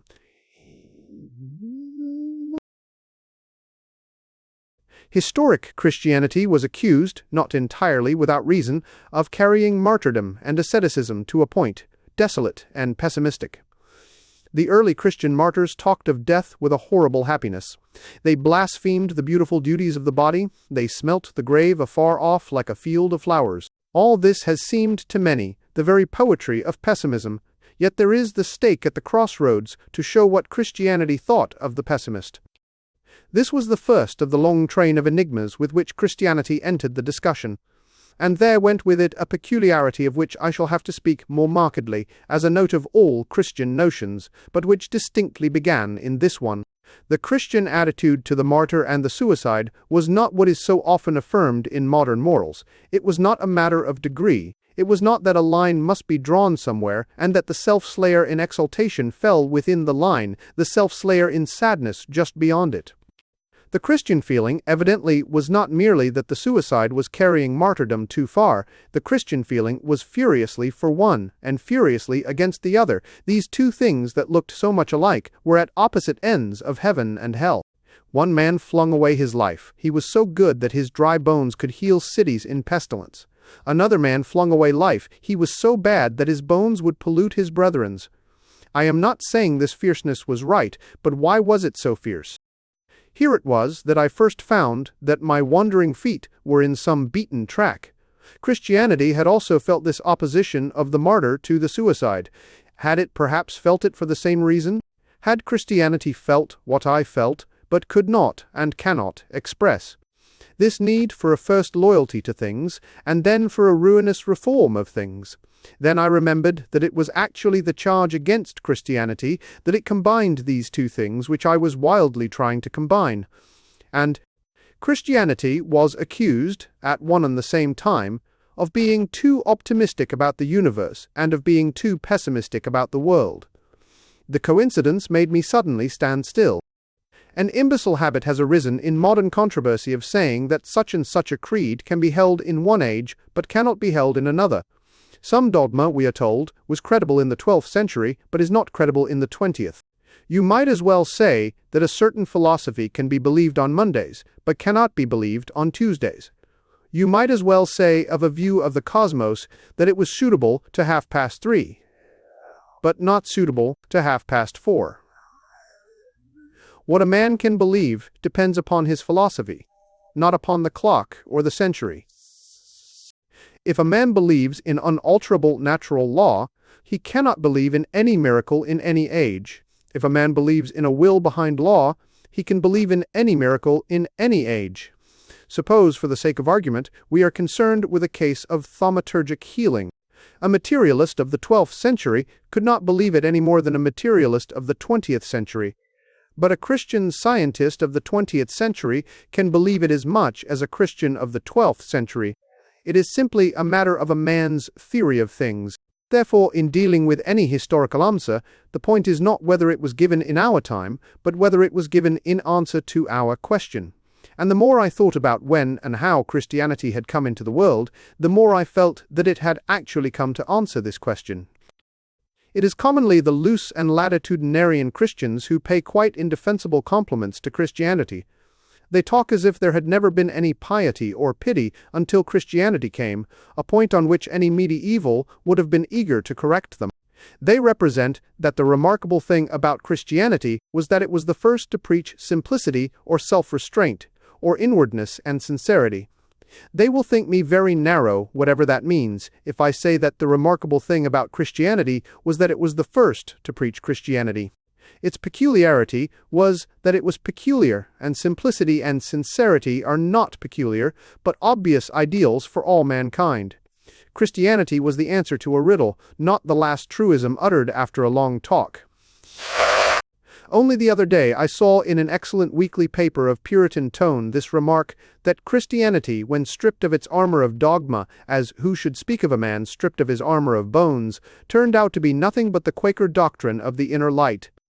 Now, if I were to say that Christianity came into the world specially to destroy the doctrine of the inner light, that would be an exaggeration, but it would be very much nearer to the truth. The last Stoics, like Marcus Aurelius, were exactly the people who did believe in the inner light. Their dignity, their weariness, their sad external care for others, their incurable internal care for themselves were all due to the inner light, and existed only by that dismal illumination. Notice that Marcus Aurelius insists, as such introspective moralists always do, upon small things done or undone. It is because he has not hate or love enough to make a moral revolution. He gets up early in the morning, just as our own aristocrats living the simple life get up early in the morning, because such altruism is much easier than stopping the games of the amphitheater or giving the English people back their land. Marcus Aurelius is the most intolerable of human types. He is an unselfish egoist. An unselfish egoist is a man who has pride without the excuse of passion. Of all conceivable forms of enlightenment, the worst is what these people call the inner light. Of all horrible religions, the most horrible is the worship of the God within. Anyone who knows anybody knows how it would work. Anyone who knows anyone from the higher thought center knows how it does work. That Jones shall worship the God within him turns out ultimately to mean that Jones shall worship Jones. Let Jones worship the sun or moon, anything rather than the inner light. Let Jones worship cats or crocodiles, if he can find any in his street, but not the God within. Christianity came into the world firstly in order to assert with violence that a man had not only to look inwards, but to look outwards, to behold with astonishment and enthusiasm a divine company and a divine captain. The only fun of being a Christian was that a man was not left alone with the inner light, but definitely recognized an outer light, fair as the sun, clear as the moon, terrible as an army with banners. All the same, it will be as well if Jones does not worship the sun and moon. If he does, there is a tendency for him to imitate them, to say that because the sun burns insects alive, he may burn insects alive. He thinks that because the sun gives people sunstroke, he may give his neighbor measles. He thinks that because the moon is said to drive men mad, he may drive his wife mad. This ugly side of mere external optimism had also shown itself in the ancient world. About the time when the Stoic idealism had begun to show the weaknesses of pessimism, the old nature worship of the ancients had begun to show the enormous weaknesses of optimism. Nature worship is natural enough while the society is young, or, in other words, pantheism is all right as long as it is the worship of Pan. But nature has another side which experience and sin are not slow in finding out, and it is no flippancy to say of the god Pan that he soon showed the cloven hoof. The only objection to natural religion is that somehow it always becomes unnatural. A man loves nature in the morning for her innocence and amiability, and at nightfall, if he is loving her still, it is for her darkness and her cruelty. He washes at dawn in clear water, as did the wise man of the Stoics. Yet somehow, at the dark end of the day, he is bathing in hot bull's blood, as did Julian the Apostate. The mere pursuit of health always leads to something unhealthy. Physical nature must not be made the direct object of obedience, it must be enjoyed, not worshipped. Stars and mountains must not be taken seriously. If they are, we end where the pagan nature worship ended. If it covers, because the earth is kind, we can imitate all her cruelties. Because sexuality is sane, we can all go mad about sexuality. Mere optimism had reached its insane and appropriate termination. The theory that everything was good had become an orgy of everything that was bad. On the other side, our idealist pessimists were represented by the old remnant of the Stoics. Marcus Aurelius and his friends had really given up the idea of any god in the universe and looked only to the God within. They had no hope of any virtue in nature, and hardly any hope of any virtue in society. They had not enough interest in the outer world really to wreck or revolutionize it. They did not love the city enough to set fire to it. Thus, the ancient world was exactly in our own desolate dilemma. The only people who really enjoyed this world were busy breaking it up, and the virtuous people did not care enough about them to knock them down. In this dilemma, the same as ours, Christianity suddenly stepped in and offered a singular answer, which the world eventually accepted as the answer. It was the answer then, and I think it is the answer now. This answer was like the slash of a sword. It sundered. It did not in any sense sentimentally unite. Briefly, it divided God from the cosmos. That transcendence and distinctness of the deity which some Christians now want to remove from Christianity was really the only reason why anyone wanted to be a Christian. It was the whole point of the Christian answer to the unhappy pessimist and the still more unhappy optimist. As I am here only concerned with their particular problem, I shall indicate only briefly this great metaphysical suggestion. All descriptions of the creating or sustaining principle in things must be metaphorical, because they must be verbal. Thus the pantheist is forced to speak of God in all things as if he were in a box. Thus the evolutionist has, in his very name, the idea of being unrolled like a carpet. All terms, religious and irreligious, are open to this charge. The only question is whether all terms are useless, or whether one can, with such a phrase, cover a distinct idea about the origin of things. I think one can, and so evidently does the evolutionist, or he would not talk about evolution. And the root phrase for all Christian theism was this, that God was a creator, as an artist is a creator. A poet is so separate from his poem that he himself speaks of it as a little thing he has thrown off. Even in giving it forth he has flung it away. This principle that all creation and procreation is a breaking off is at least as consistent through the cosmos as the evolutionary principle that all growth is a branching out. A woman loses a child even in having a child. All creation is separation. Birth is as solemn a parting as death.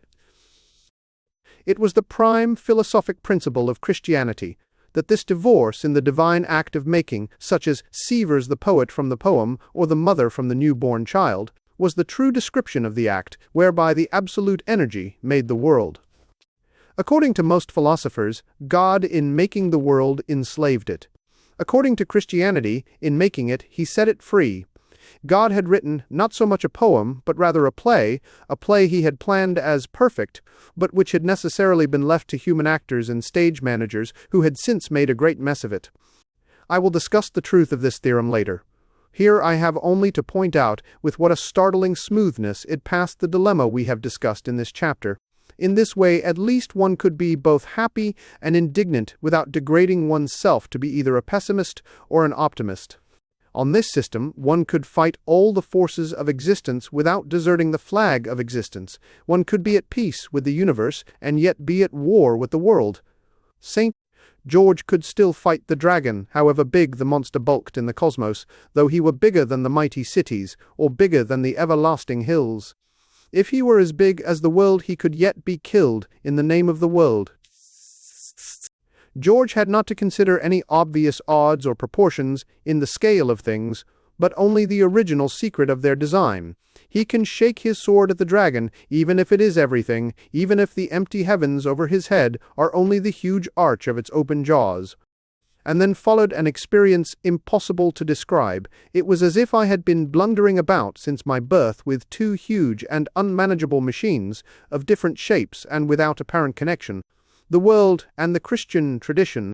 I had found this hole in the world, the fact that one must somehow find a way of loving the world without trusting it. Somehow one must love the world without being worldly.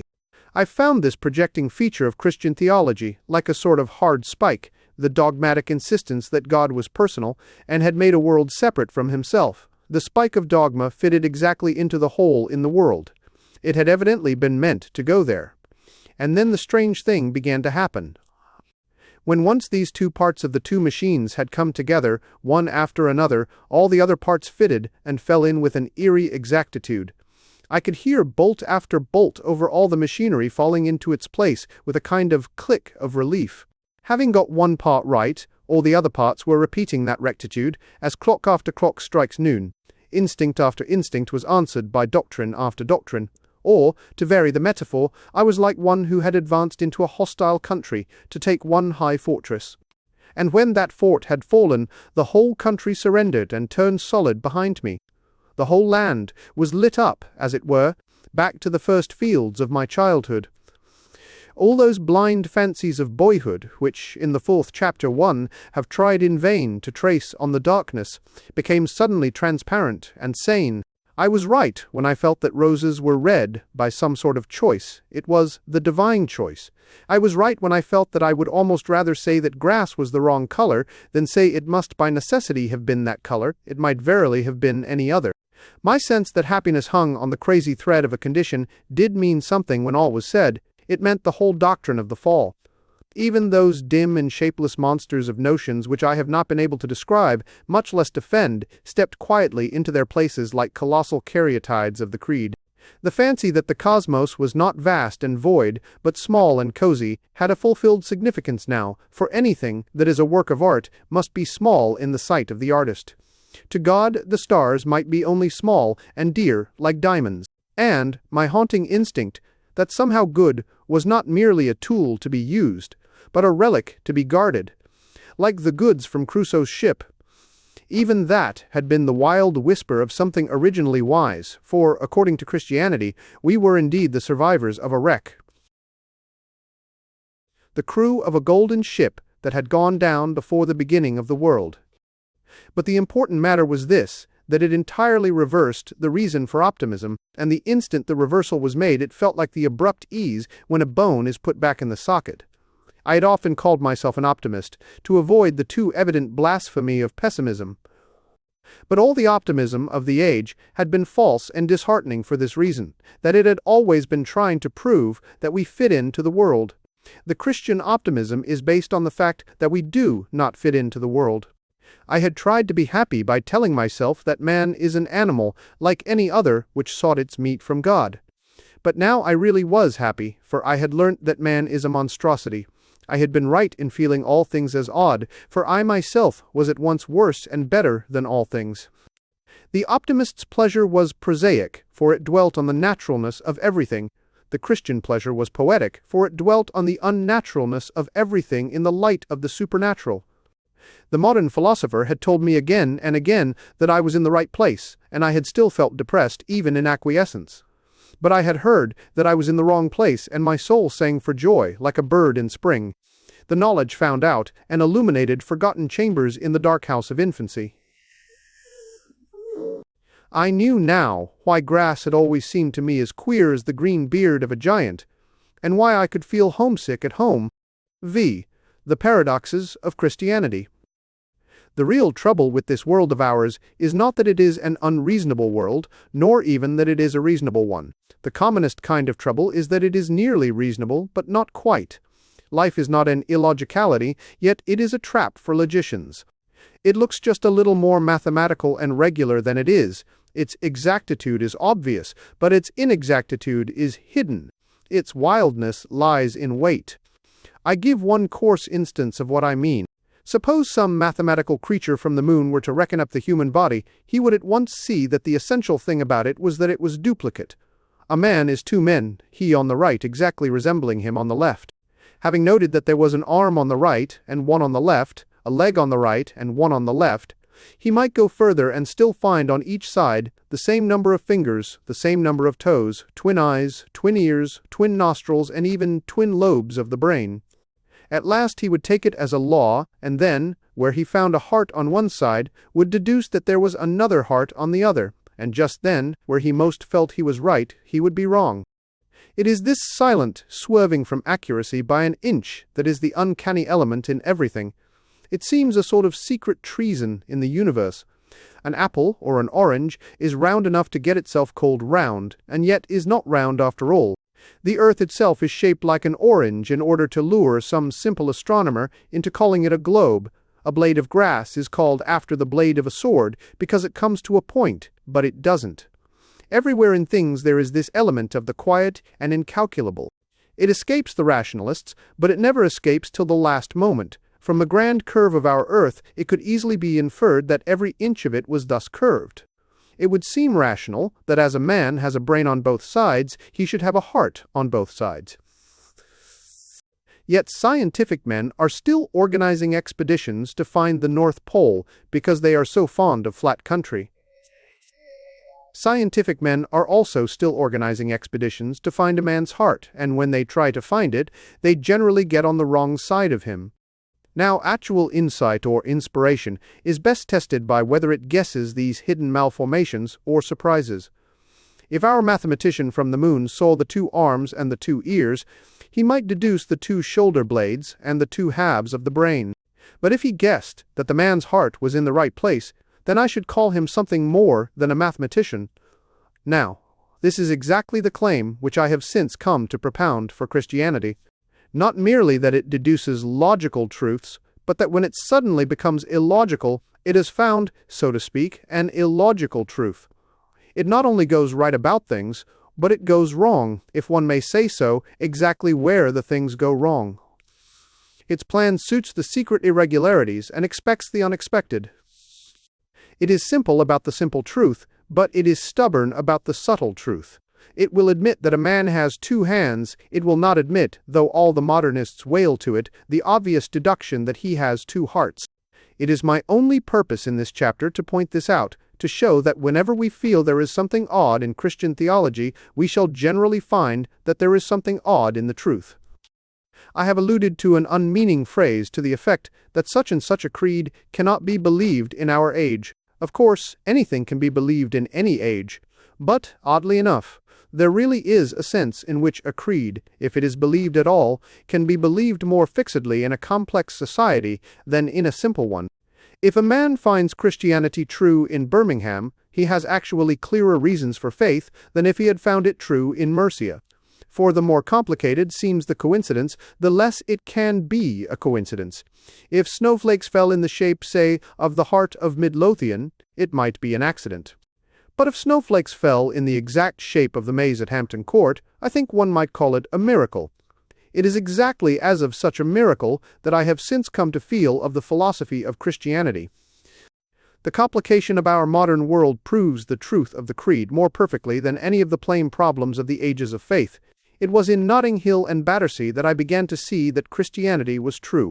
This is why the faith has that elaboration of doctrines and details which so much distresses those who admire Christianity without believing in it. When once one believes in a creed, one is proud of its complexity, as scientists are proud of the complexity of science. It shows how rich it is in discoveries.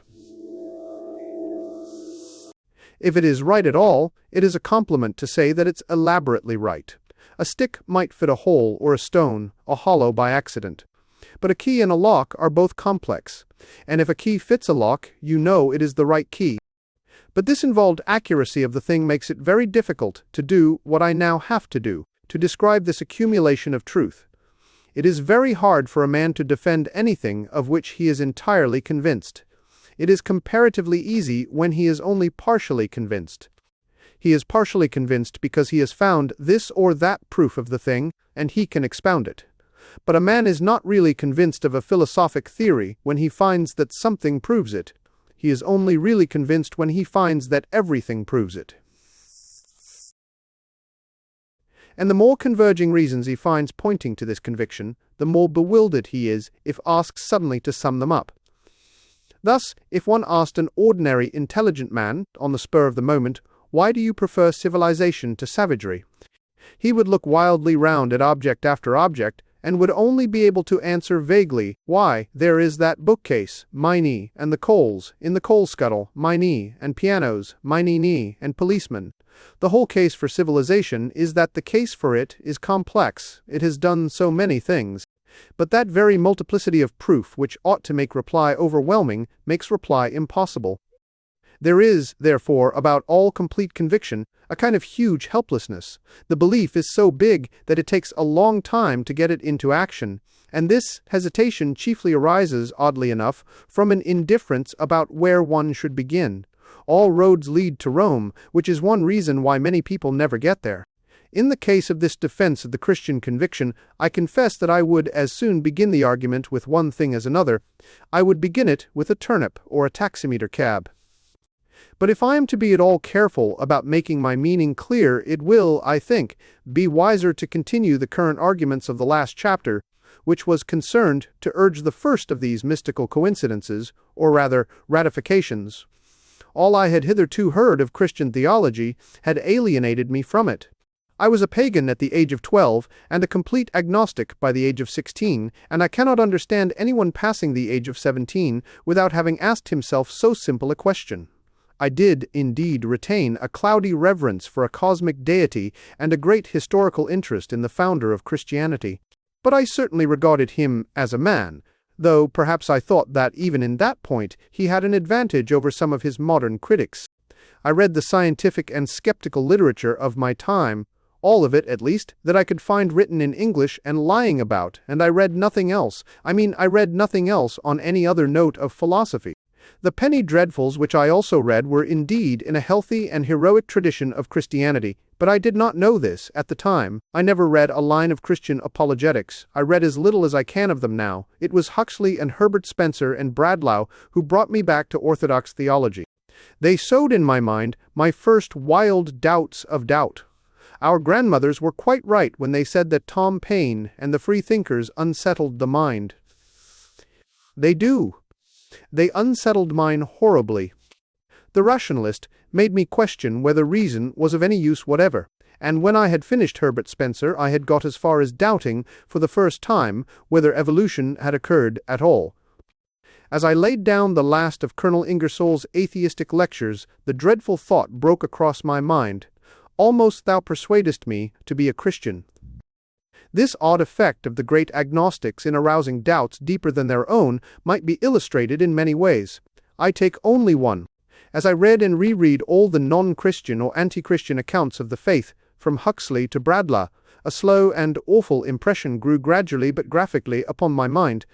The impression that Christianity must be a most extraordinary thing.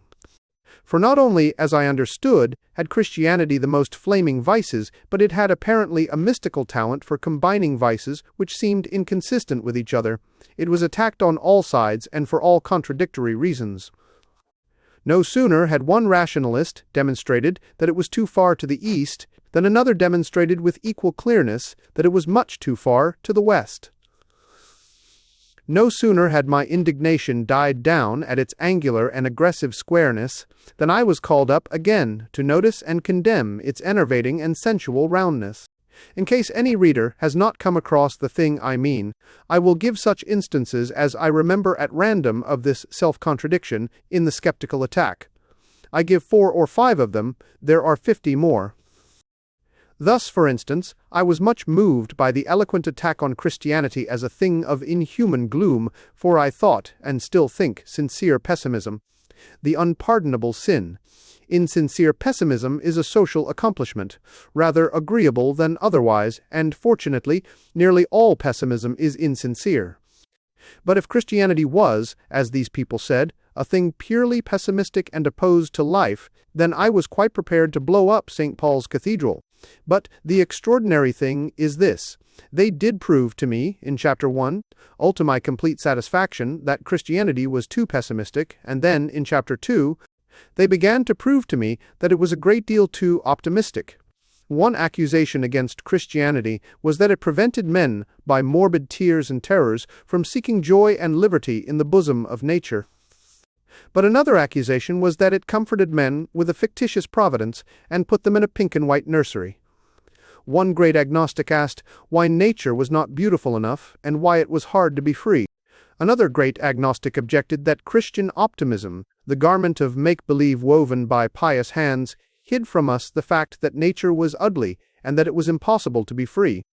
One rationalist had hardly done calling Christianity a nightmare before another began to call it a fool's paradise. This puzzled me. The charges seemed inconsistent. Christianity could not at once be the black mask on a white world, and also the white mask on a black world. The state of the Christian could not be at once so comfortable that he was a coward to cling to it, and so uncomfortable that he was a fool to stand it. If it falsified human vision, it must falsify it one way or another. It could not wear both green and rose-colored spectacles. I rolled on my tongue with a terrible joy, as did all young men of that time, the taunts which Swinburne hurled at the dreariness of the creed. Thou hast conquered, O pale Galilean, the world has grown grey with thy breath. But when I read the same poet's accounts of paganism as in Atalanta, I gathered that the world was, if possible, more grey before the Galilean breathed on it than afterwards.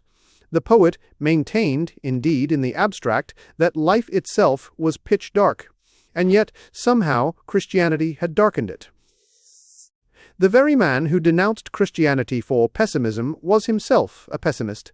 I thought there must be something wrong, and it did for one wild moment cross my mind that perhaps those might not be the very best judges of the relation of religion to happiness, who, by their own account, had neither one nor the other. It must be understood that I did not conclude hastily that the accusations were false, or the accusers fools. I simply deduced that Christianity must be something even weirder and wickeder than they made out. A thing might have these two opposite vices, but it must be a rather queer thing if it did. A man might be too fat in one place and too thin in another, but he would be an odd shape. At this point my thoughts were only of the odd shape of the Christian religion. I did not allege any odd shape in the rationalistic mind. Here is another case of the same kind. I felt that a strong case against Christianity lay in the charge that there is something timid, monkish, and unmanly about all that is called Christian, especially in its attitude towards resistance and fighting. The great skeptics of the 19th century were largely virile. Bradlaugh in an expansive way, Huxley in a reticent way, were decidedly men. In comparison, it did seem tenable that there was something weak and overpatient about Christian counsels. The gospel paradox about the other cheek, the fact that priests never fought, 100 things made plausible, the accusation that Christianity was an attempt to make a man too like a sheep. I read it and believed it, and if I had read nothing different, I should have gone on believing it. But I read something very different. I turned the next page in my agnostic manual, and my brain turned upside down. Now I found that I was to hate Christianity, not for fighting too little, but for fighting too much. Christianity, it seemed, was the mother of wars. Christianity had deluged the world with blood. I had got thoroughly angry with the Christian, because he never was angry, and now I was told to be angry with him because his anger had been the most huge and horrible thing in human history, because his anger had soaked the earth and smoked to the sun. The very people who reproached Christianity with the meekness and non-resistance of the monasteries were the very people who reproached it also with the violence and valor of the Crusades. It was the fault of poor old Christianity, somehow or other, both that Edward the Confessor did not fight, and that Richard Coeur de Lion did. The Quakers, we were told, were the only characteristic Christians, and yet the massacres of Cromwell and Alva were characteristic Christian crimes. What could it all mean? What was this Christianity which always forbade war and always produced wars?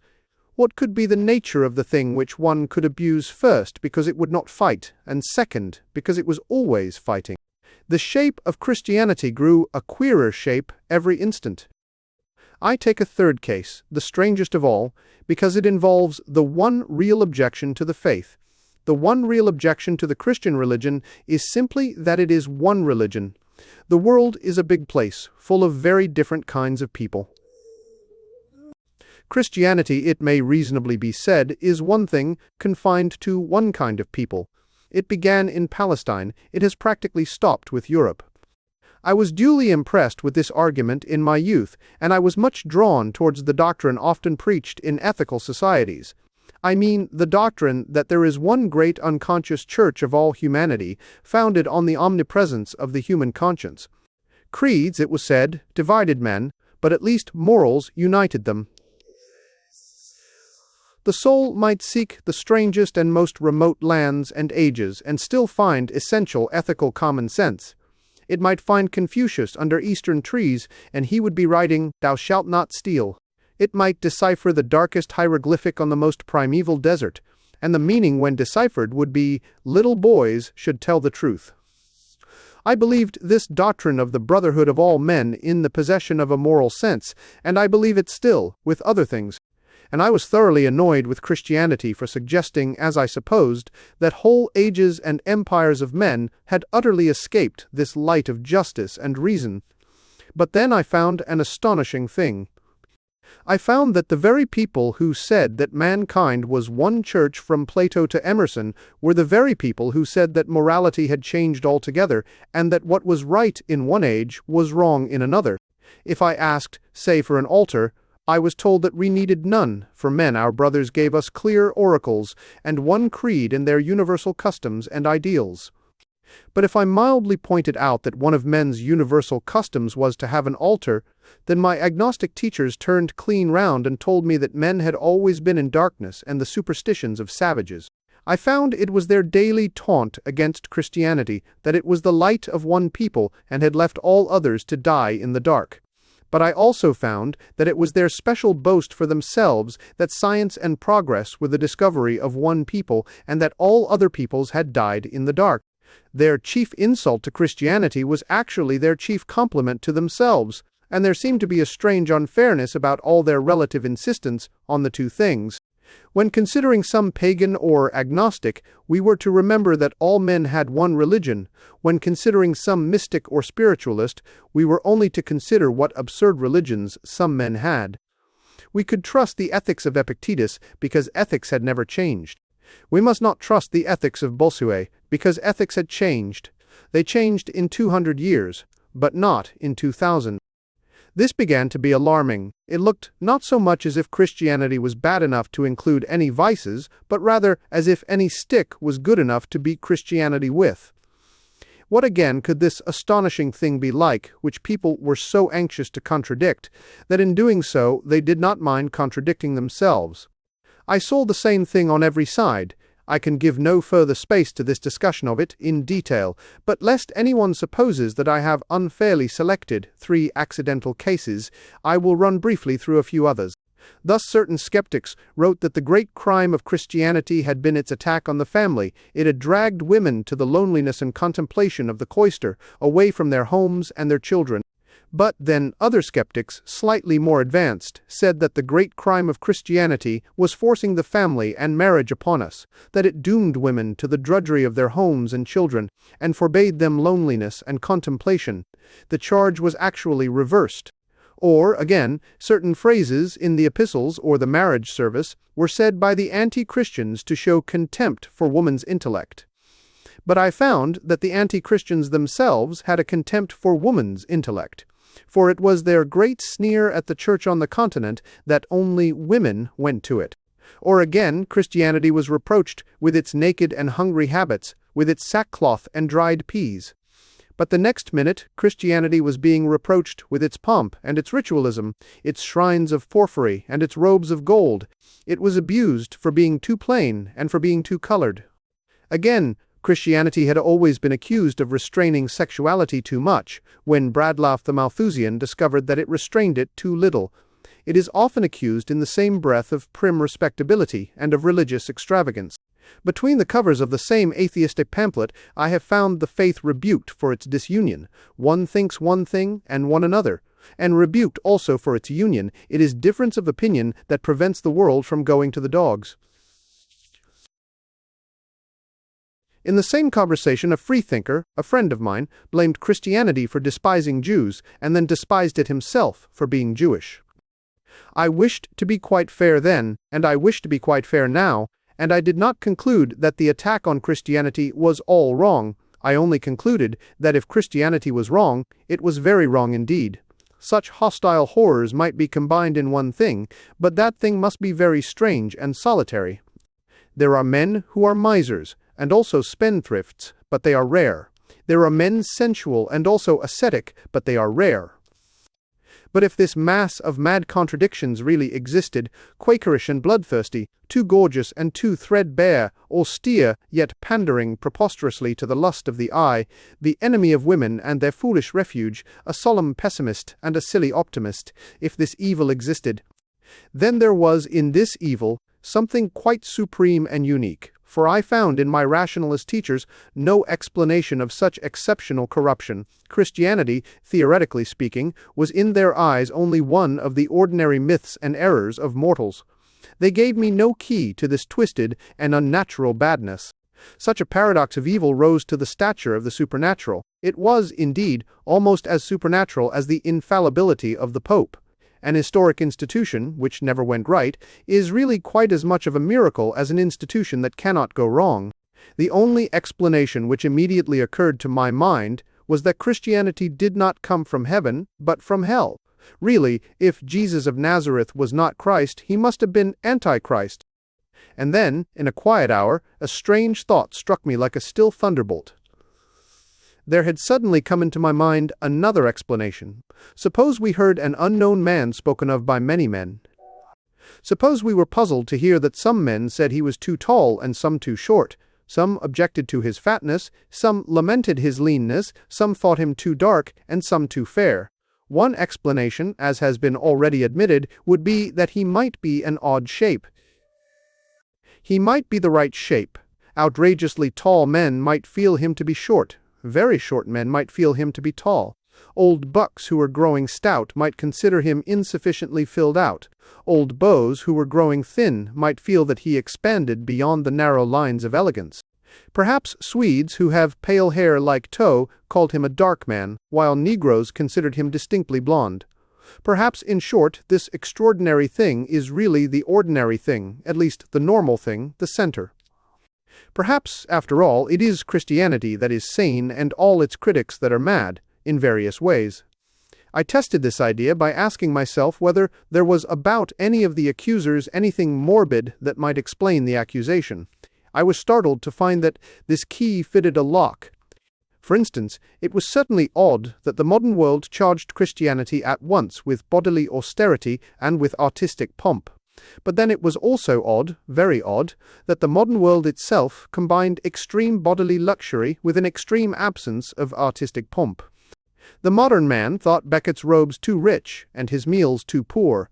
But then the modern man was really exceptional in history. No man before ever ate such elaborate dinners in such ugly clothes. The modern man found the church too simple, exactly where modern life is too complex. He found the church too gorgeous, exactly where modern life is too dingy. The man who disliked the plain fasts and feasts was mad on entrees. The man who disliked vestments wore a pair of preposterous trousers. And surely if there was any insanity involved in the matter at all, it was in the trousers, not in the simply falling robe. If there was any insanity at all, it was in the extravagant entrees, not in the bread and wine. I went over all the cases, and I found the key fitted so far. The fact that Swinburne was irritated at the unhappiness of Christians, and yet more irritated at their happiness, was easily explained. It was no longer a complication of diseases in Christianity, but a complication of diseases in Swinburne. The restraints of Christians saddened him simply because he was more hedonist than a healthy man should be. The faith of Christians angered him because he was more pessimist than a healthy man should be. In the same way, the Malthusians by instinct attacked Christianity, not because there is anything especially anti-Malthusian about Christianity, but because there is something a little anti-human about Malthusianism. Nevertheless, it could not, I felt, be quite true that Christianity was merely sensible and stood in the middle. There was really an element in it of emphasis and even frenzy which had justified the secularists in their superficial criticism. It might be wise, I began more and more to think that it was wise, but it was not merely worldly wise, it was not merely temperate and respectable. Its fierce crusaders and meek saints might balance each other. Still, the crusaders were very fierce and the saints were very meek beyond all decency. Now, it was just at this point of the speculation that I remembered my thoughts about the martyr and the suicide. In that matter, there had been this combination between two almost insane positions which yet somehow amounted to sanity. This was just such another contradiction, and this I had already found to be true. This was exactly one of the paradoxes in which skeptics found the creed wrong, and in this I had found it right. Madly as Christians might love the martyr or hate the suicide, they never felt these passions more madly than I had felt them long before I dreamed of Christianity. Then the most difficult and interesting part of the mental process opened, and I began to trace this idea darkly through all the enormous thoughts of our theology. The idea was that which I had outlined touching the optimist and the pessimist, that we want not an amalgam or compromise, but both things at the top of their energy, love and wrath, both burning. Here I shall only trace it in relation to ethics. But I need not remind the reader that the idea of this combination is indeed central in Orthodox theology. For Orthodox theology has specially insisted that Christ was not a being apart from God and man, like an elf, nor yet a being half human and half not, like a centaur, but both things at once and both things thoroughly, very man and very God. Now let me trace this notion as I found it. All sane men can see that sanity is some kind of equilibrium, that one may be mad and eat too much, or mad and eat too little. Some moderns have indeed appeared with vague versions of progress and evolution which seeks to destroy the meson or balance of Aristotle. They seem to suggest that we are meant to starve progressively, or to go on eating larger and larger breakfasts every morning forever. But the great truism of the meson remains for all thinking men, and these people have not upset any balance except their own. But granted that we have all to keep a balance, the real interest comes in with the question of how that balance can be kept. That was the problem which paganism tried to solve. That was the problem which I think Christianity solved, and solved in a very strange way. Paganism declared that virtue was in a balance. Christianity declared it was in a conflict, the collision of two passions, apparently opposite. Of course, they were not really inconsistent, but they were such that it was hard to hold simultaneously. Let us follow for a moment the clue of the martyr and the suicide, and take the case of courage. No quality has ever so much addled the brains and tangled the definitions of merely rational sages. Courage is almost a contradiction in terms. It means a strong desire to live, taking the form of a readiness to die. He that will lose his life, the same shall save it. is not a piece of mysticism for saints and heroes. It is a piece of everyday advice for sailors or mountaineers. It might be printed in an alpine guide or a drill book. This paradox is the whole principle of courage, even of quite earthly or quite brutal courage. A man cut off by the sea may save his life, if he will risk it, on the precipice. He can only get away from death by continually stepping within an inch of it. A soldier surrounded by enemies, if he is to cut his way out, needs to combine a strong desire for living with a strange carelessness about dying. He must not merely cling to life, for then he will be a coward and will not escape. He must not merely wait for death, for then he will be a suicide and will not escape. He must seek his life in a spirit of furious indifference to it. He must desire life like water and yet drink death like wine. No philosopher, I fancy, has ever expressed this romantic riddle with adequate lucidity, and I certainly have not done so. But Christianity has done more. It has marked the limits of it in the awful graves of the suicide and the hero, showing the distance between him who dies for the sake of living and him who dies for the sake of dying. And it has held up ever since above the European lances the banner of the mystery of chivalry, the Christian courage, which is a disdain of death, not the Chinese courage, which is a disdain of life.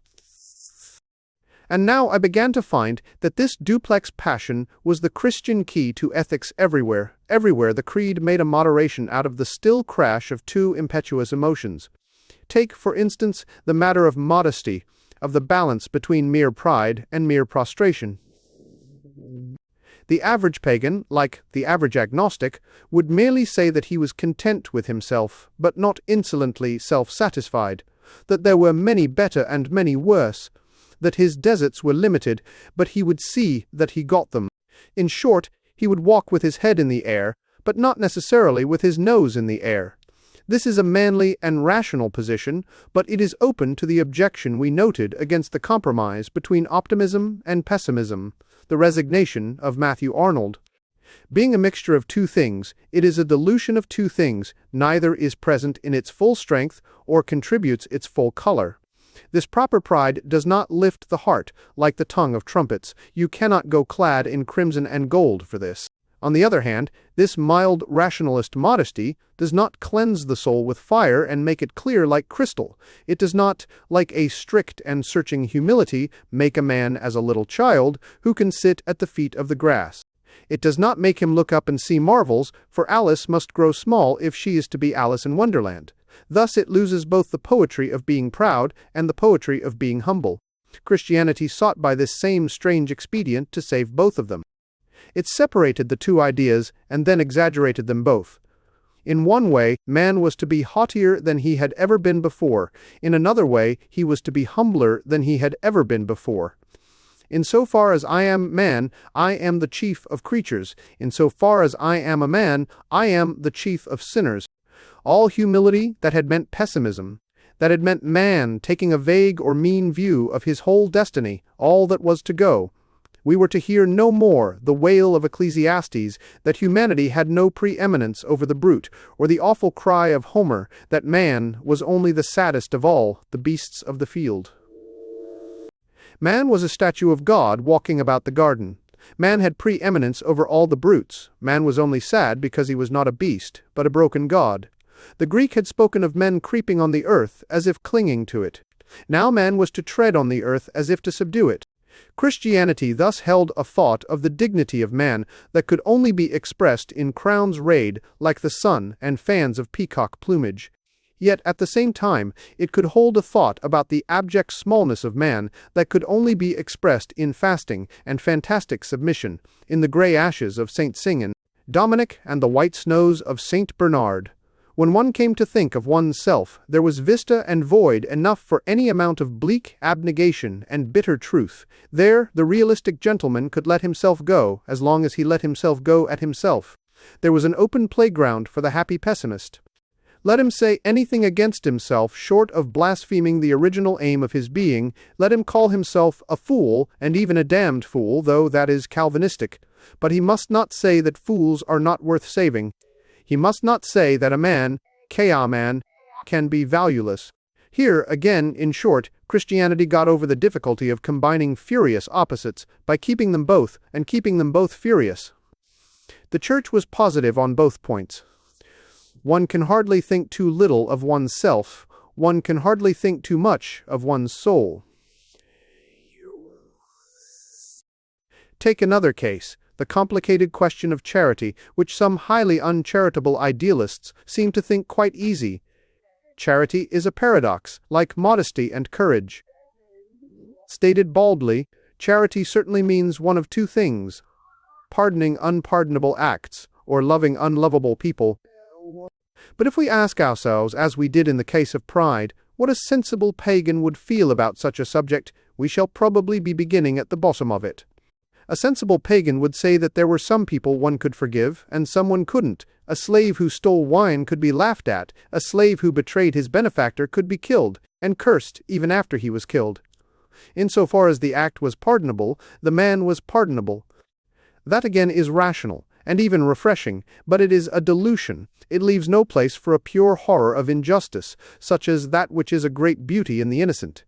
And it leaves no place for a mere tenderness for men as men, such as is the whole fascination of the charitable.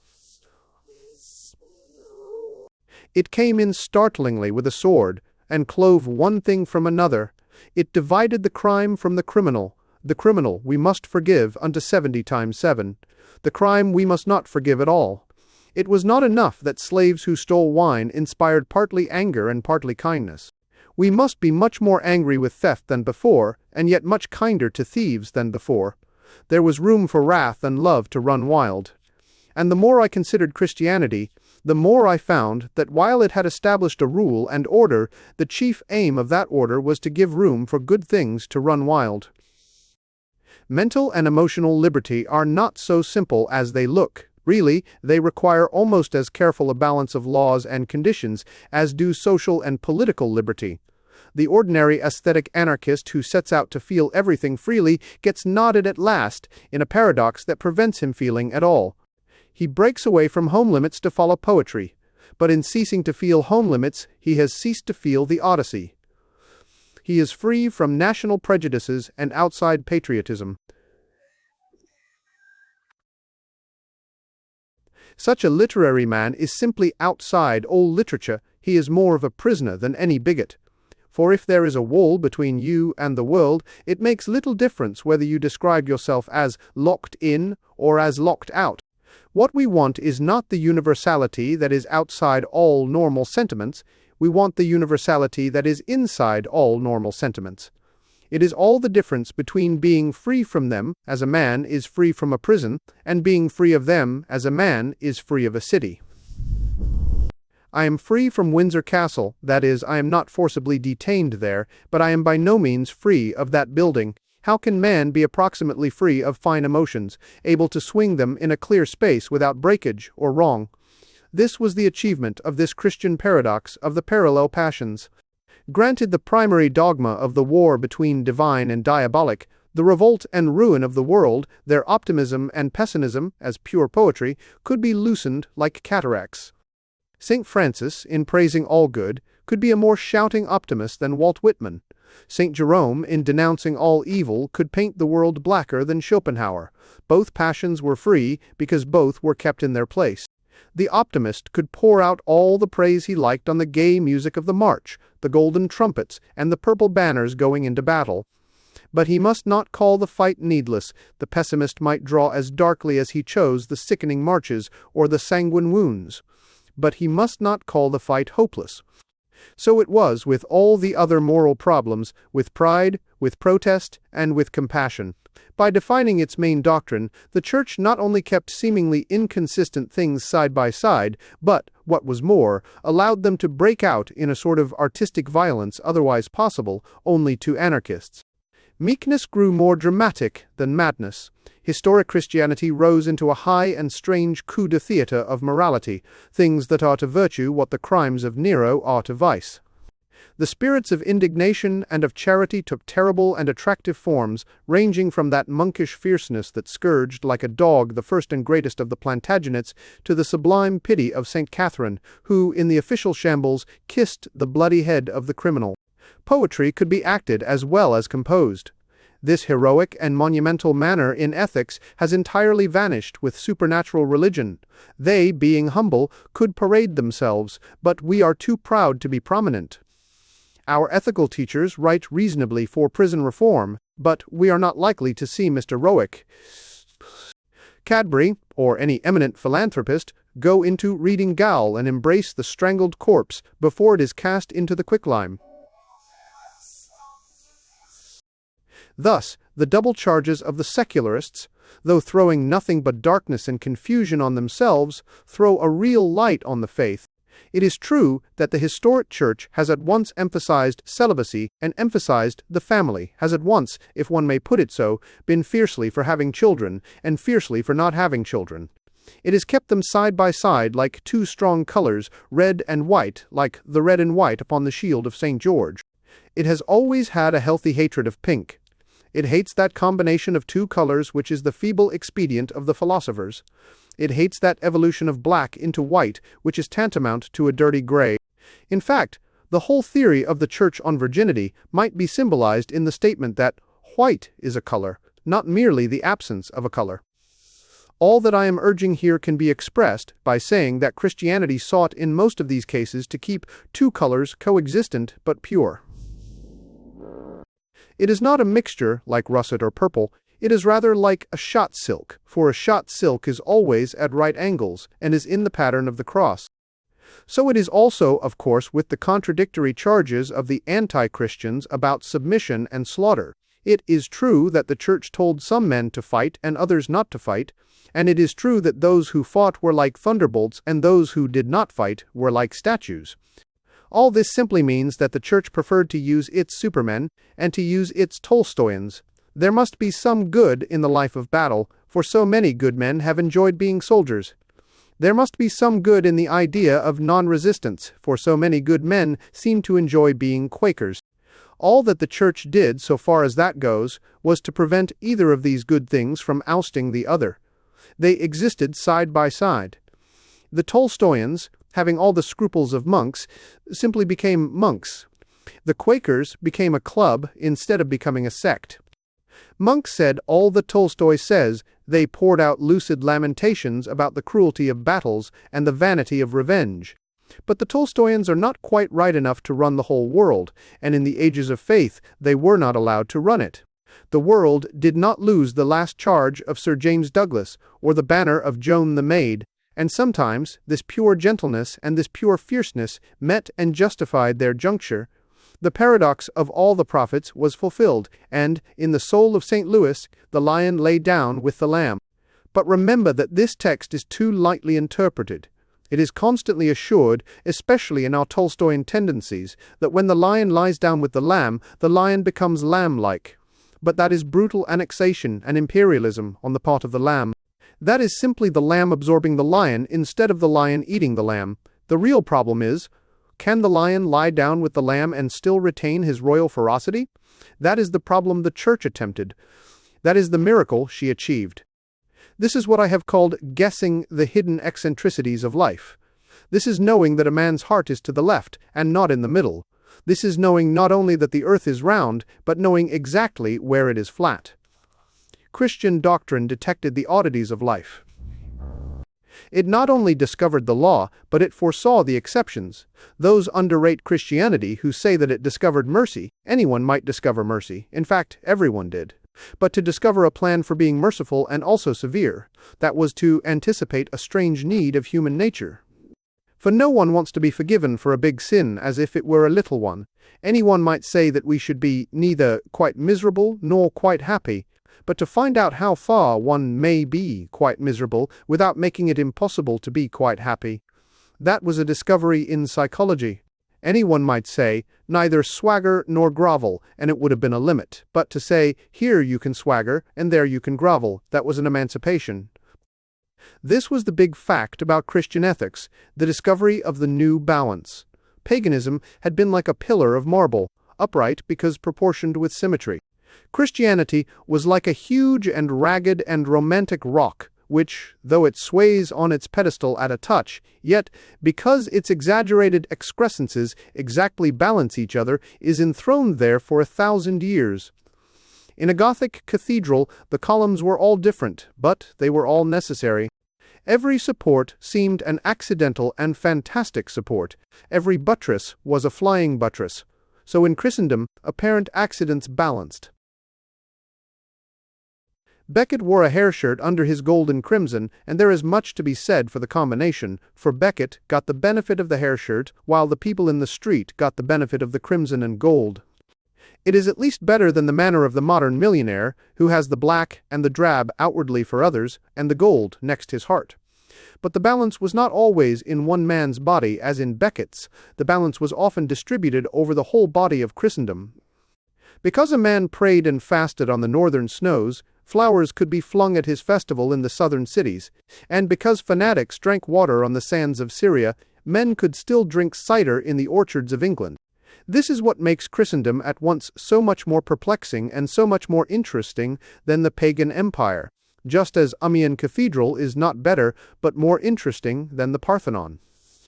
If anyone wants a modern proof of all this, let him consider the curious fact that, under Christianity, Europe, while remaining a unity, has broken up into individual nations. Patriotism is a perfect example of this deliberate balancing of one emphasis against another emphasis. The instinct of the pagan empire would have said, "You shall all be Roman citizens, and grow alike. Let the German grow less slow and reverent, the Frenchman less experimental and swift." But the instinct of Christian Europe says, "Let the German remain slow and reverent, that the Frenchman may the more safely be swift and experimental. We will make an equipoise out of these excesses. The absurdity called Germany shall correct the insanity called France."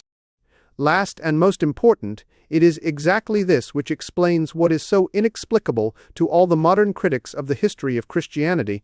I mean, the monstrous wars about small points of theology, the earthquakes of emotion about a gesture or a word. It was only a matter of an inch, but an inch is everything when you are balancing. The Church could not afford to swerve a hair's breadth on some things if she was to continue her great and daring experiment of the irregular equilibrium. Once let one idea become less powerful, and some other idea would become too powerful. It was no flock of sheep the Christian shepherd was leading, but a herd of bulls and tigers, of terrible ideals and devouring doctrines, each one of them strong enough to turn to a false religion and lay waste the world.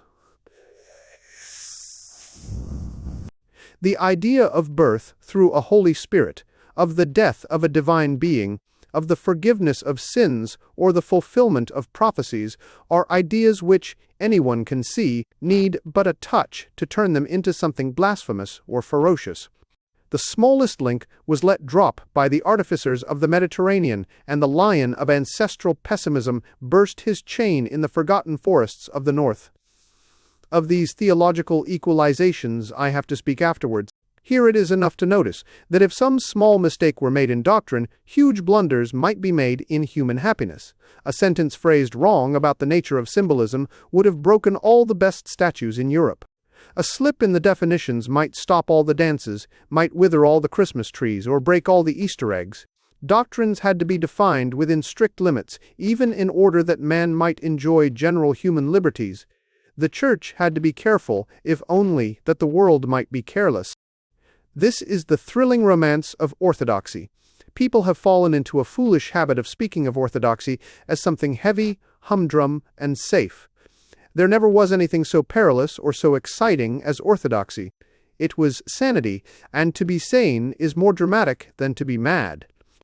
It was the equilibrium of a man behind madly rushing horses, seeming to stoop this way and to sway that, yet in every attitude having the grace of statuary and the accuracy of arithmetic. The Church in its early days went fierce and fast with any warhorse, yet it is utterly unhistoric to say that she merely went mad along one idea like a vulgar fanaticism. She swerved to left and right so exactly as to avoid enormous obstacles. She left on one hand the huge bulk of Arianism, buttressed by all the worldly powers to make Christianity too worldly. The next instant she was swerving to avoid an Orientalism, which would have made it too unworldly. The Orthodox Church never took the tame course or accepted the conventions. The Orthodox Church was never respectable. It would have been easier to have accepted the earthly power of the Arians. It would have been easy, in the Calvinistic 17th century, to fall into the bottomless pit of predestination. It is easy to be a madman. It is easy to be a heretic. It is always easy to let the age have its head. The difficult thing is to keep one's own. It is always easy to be a modernist, as it is easy to be a snob. To have fallen into any of those open traps of error and exaggeration which fashion after fashion and sect after sect set along the historic path of Christendom, that would indeed have been simple. It is always simple to fall. There are an infinity of angles at which one falls, only one at which one stands. To have fallen into any one of the fads from Gnosticism to Christian Science would indeed have been obvious and tame. But to have avoided them all has been one whirling adventure, and in my vision the heavenly chariot flies thundering through the ages, the dull heresies sprawling and prostrate, the wild truth reeling but erect. VIE Eternal Revolution. The following propositions have been urged. First, that some faith in our life is required even to improve it. Second, that some dissatisfaction with things as they are is necessary even in order to be satisfied. Third, that to have this necessary content and necessary discontent, it is not sufficient to have the obvious equilibrium of the Stoic. For mere resignation has neither the gigantic levity of pleasure nor the superb intolerance of pain.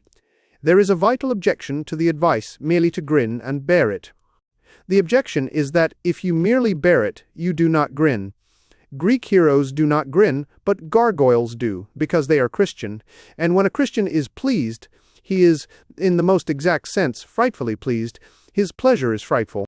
Christ prophesied the whole of Gothic architecture in that hour, when nervous and respectable people, such people as now object to barrel organs, objected to the shouting of the gutter snipes of Jerusalem. He said, if these were silent, the very stones would cry out. Under the impulse of his spirit arose like a clamorous chorus the facades of the medieval cathedrals thronged with shouting faces and open mouths. The prophecy has fulfilled itself. The very stones cry out. If these things be conceded, though only for argument, we may take up where we left it, the thread of the thought of the natural man, called by the Scotch, with regrettable familiarity, the old man.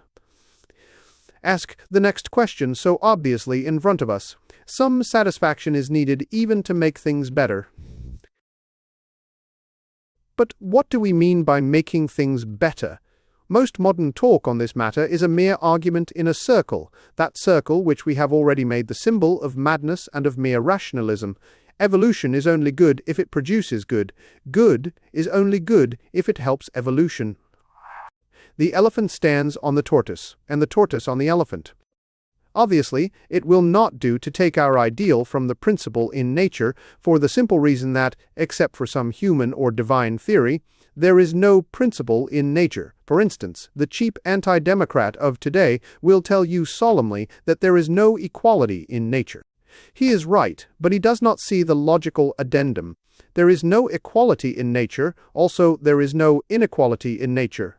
Inequality as much as equality implies a standard of value. To read aristocracy into the anarchy of animals is just as sentimental as to read democracy into it. Both aristocracy and democracy are human ideals, the one saying that all men are valuable, the other that some men are more valuable. But nature does not say that cats are more valuable than mice. Nature makes no remark on the subject.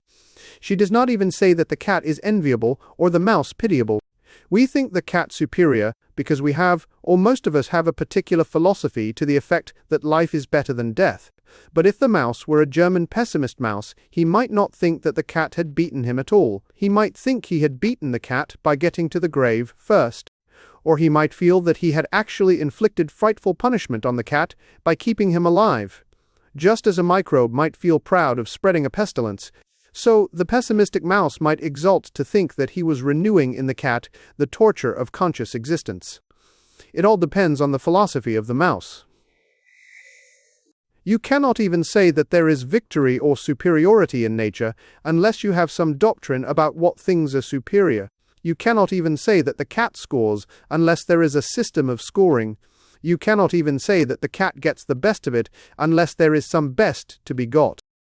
We cannot, then, get the ideal itself from nature, and as we follow here the first and natural speculation, we will leave out, for the present, the idea of getting it from God. We must have our own vision, but the attempts of most moderns to express it are highly vague.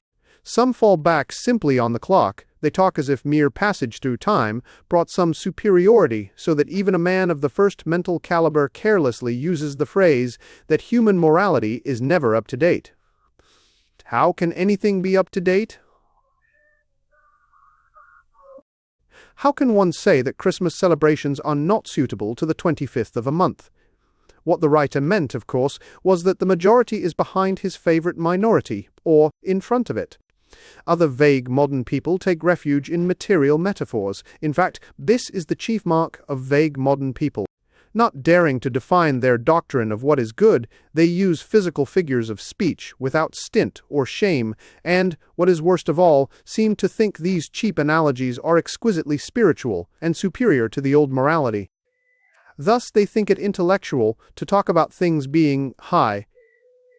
It is at least the reverse of intellectual. It is a mere phrase from a steeple or a weathercock.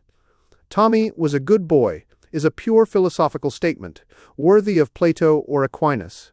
A Tommy lived the higher life is a gross metaphor from a 10-foot rule.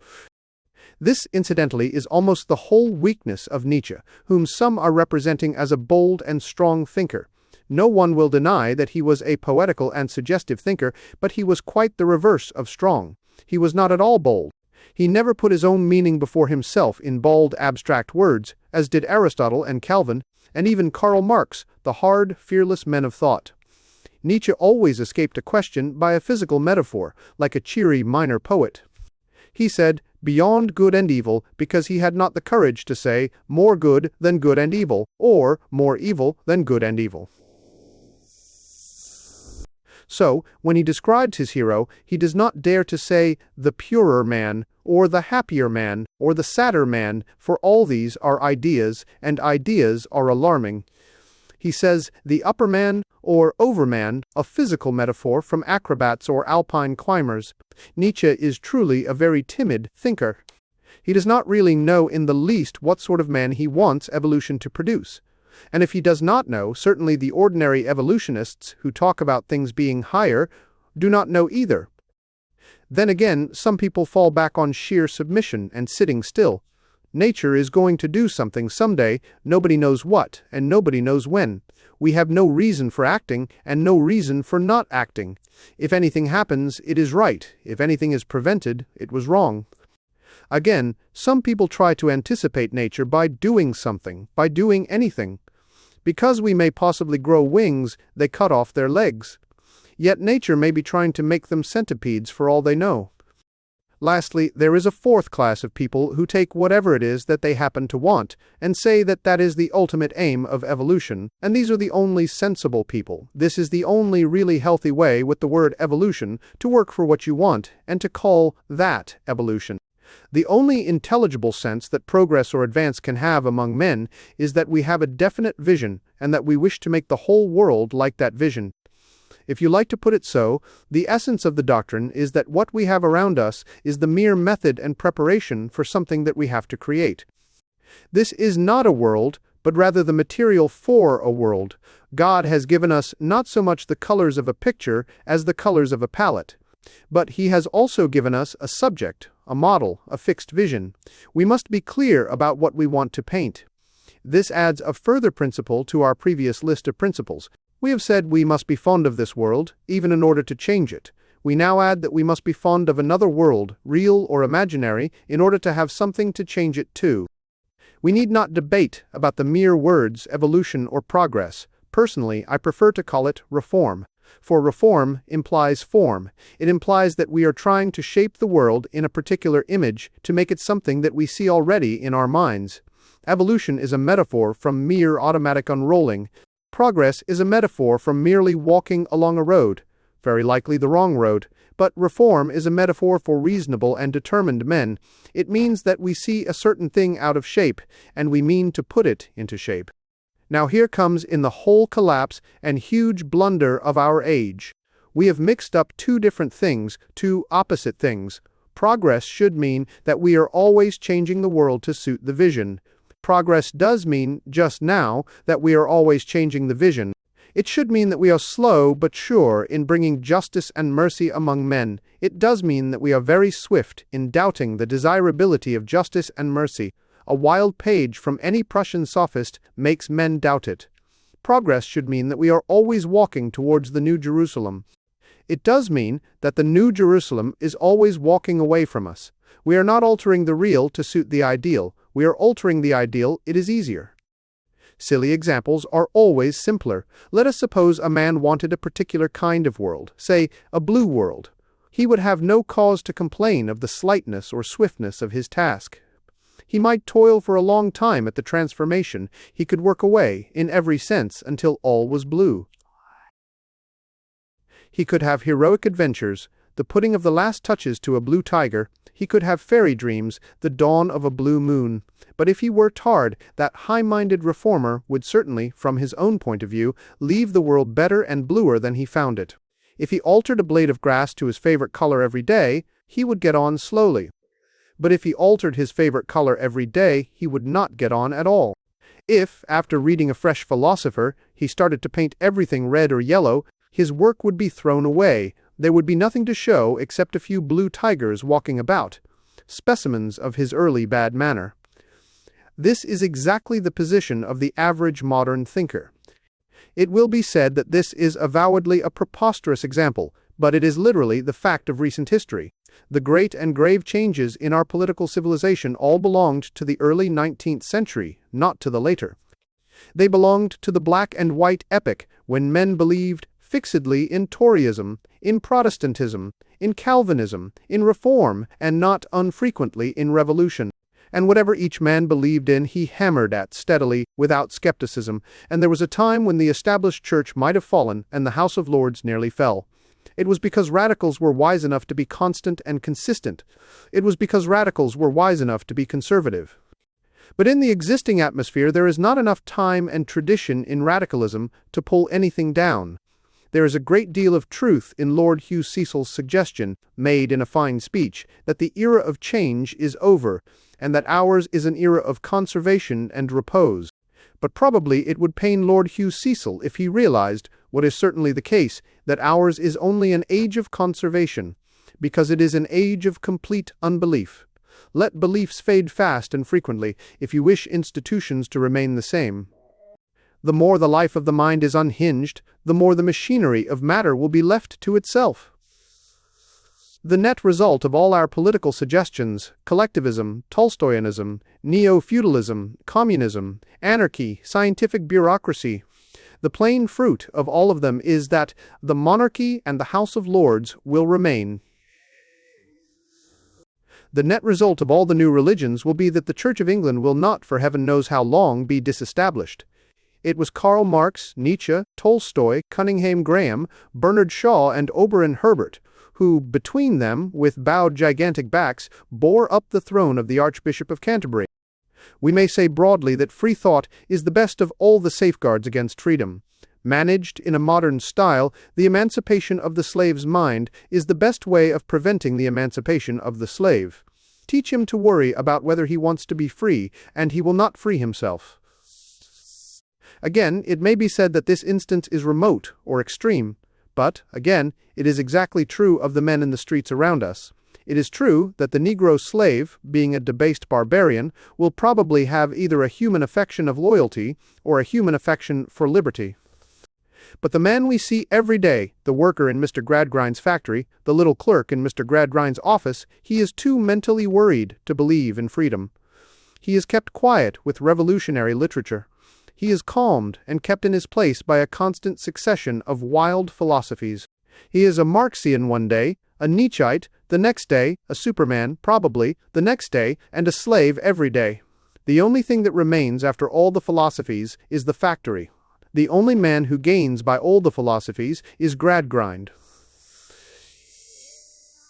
It would be worth his while to keep his commercial helotry supplied with skeptical literature, And now I come to think of it, of course, Gradgrind is famous for giving libraries. He shows his sense. All modern books are on his side. As long as the vision of heaven is always changing, the vision of earth will be exactly the same. No ideal will remain long enough to be realized, or even partly realized. The modern young man will never change his environment, for he will always change his mind. This, therefore, is our first requirement about the ideal towards which progress is directed. It must be fixed. Whistler used to make many rapid studies of a sitter. It did not matter if he tore up 20 portraits. But it would matter if he looked up 20 times, and each time saw a new person sitting placidly for his portrait.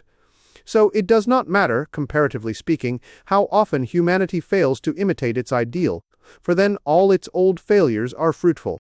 But it does frightfully matter how often humanity changes its ideal, for then all its old failures are fruitless. The question therefore becomes this: how can we keep the artist discontented with his pictures while preventing him from being vitally discontented with his art? How can we make a man always dissatisfied with his work, yet always satisfied with working? How can we make sure that the portrait painter will throw the portrait out of window instead of taking the natural and more human course of throwing the sitter out of window?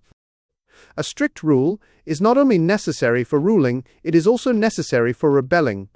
This fixed and familiar ideal is necessary to any sort of revolution. Man will sometimes act slowly upon new ideas, but he will only act swiftly upon old ideas. If I am merely to float, or fade, or evolve, it may be towards something anarchic, but if I am to riot, it must be for something respectable. This is the whole weakness of certain schools of progress and moral evolution.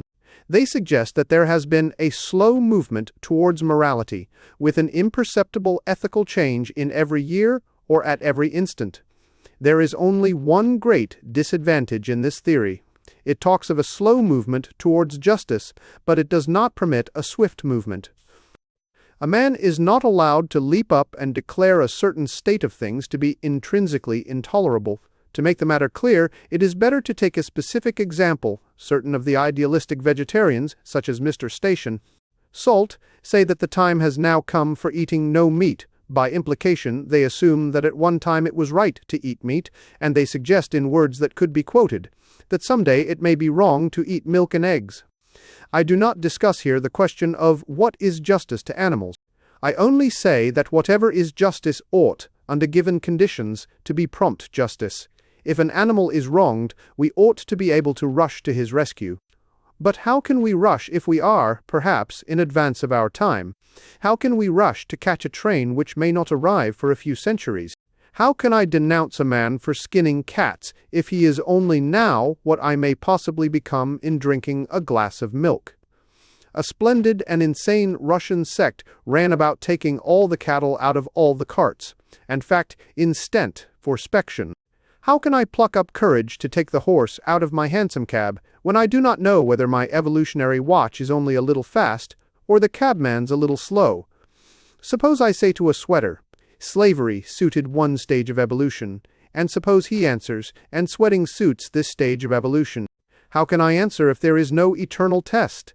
If sweaters can be behind the current morality, why should not philanthropists be in front of it? What on earth is the current morality except in its literal sense, the morality that is always running away? Thus we may say that a permanent ideal is as necessary to the innovator as to the conservative. It is necessary whether we wish the king's orders to be promptly executed, or whether we only wish the king to be promptly executed. The guillotine has many sins, but to do it justice, there is nothing evolutionary about it. The favorite evolutionary argument finds its best answer in the axe. The evolutionist says, "Where do you draw the line?"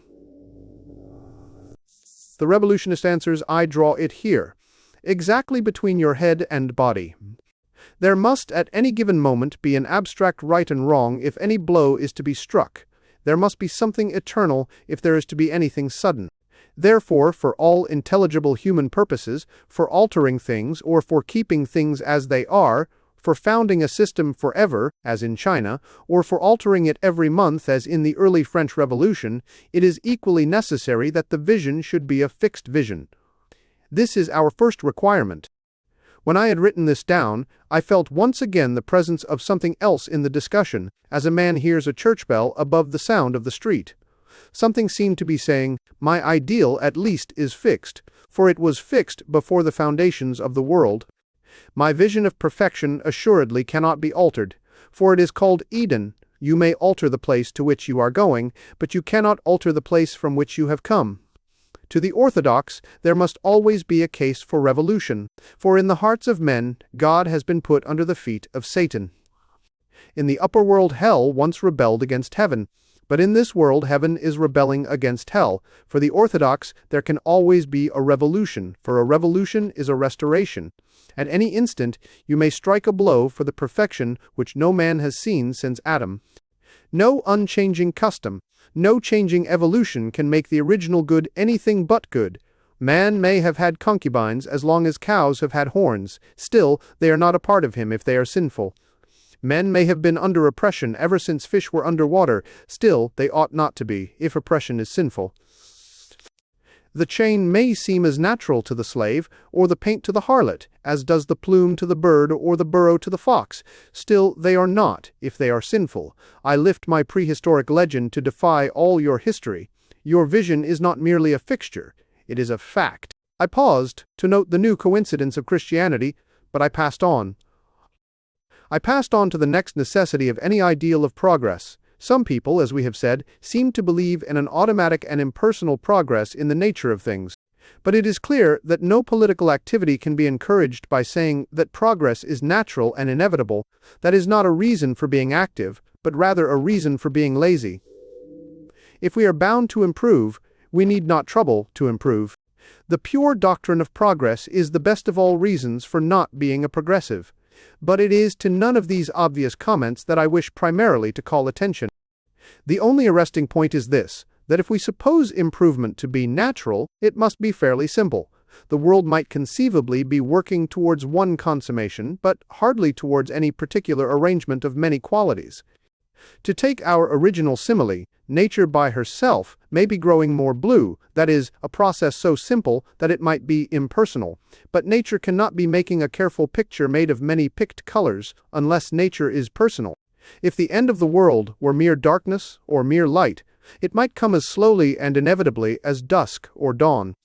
But if the end of the world is to be a piece of elaborate and artistic chiaroscuro, then there must be design in it, either human or divine.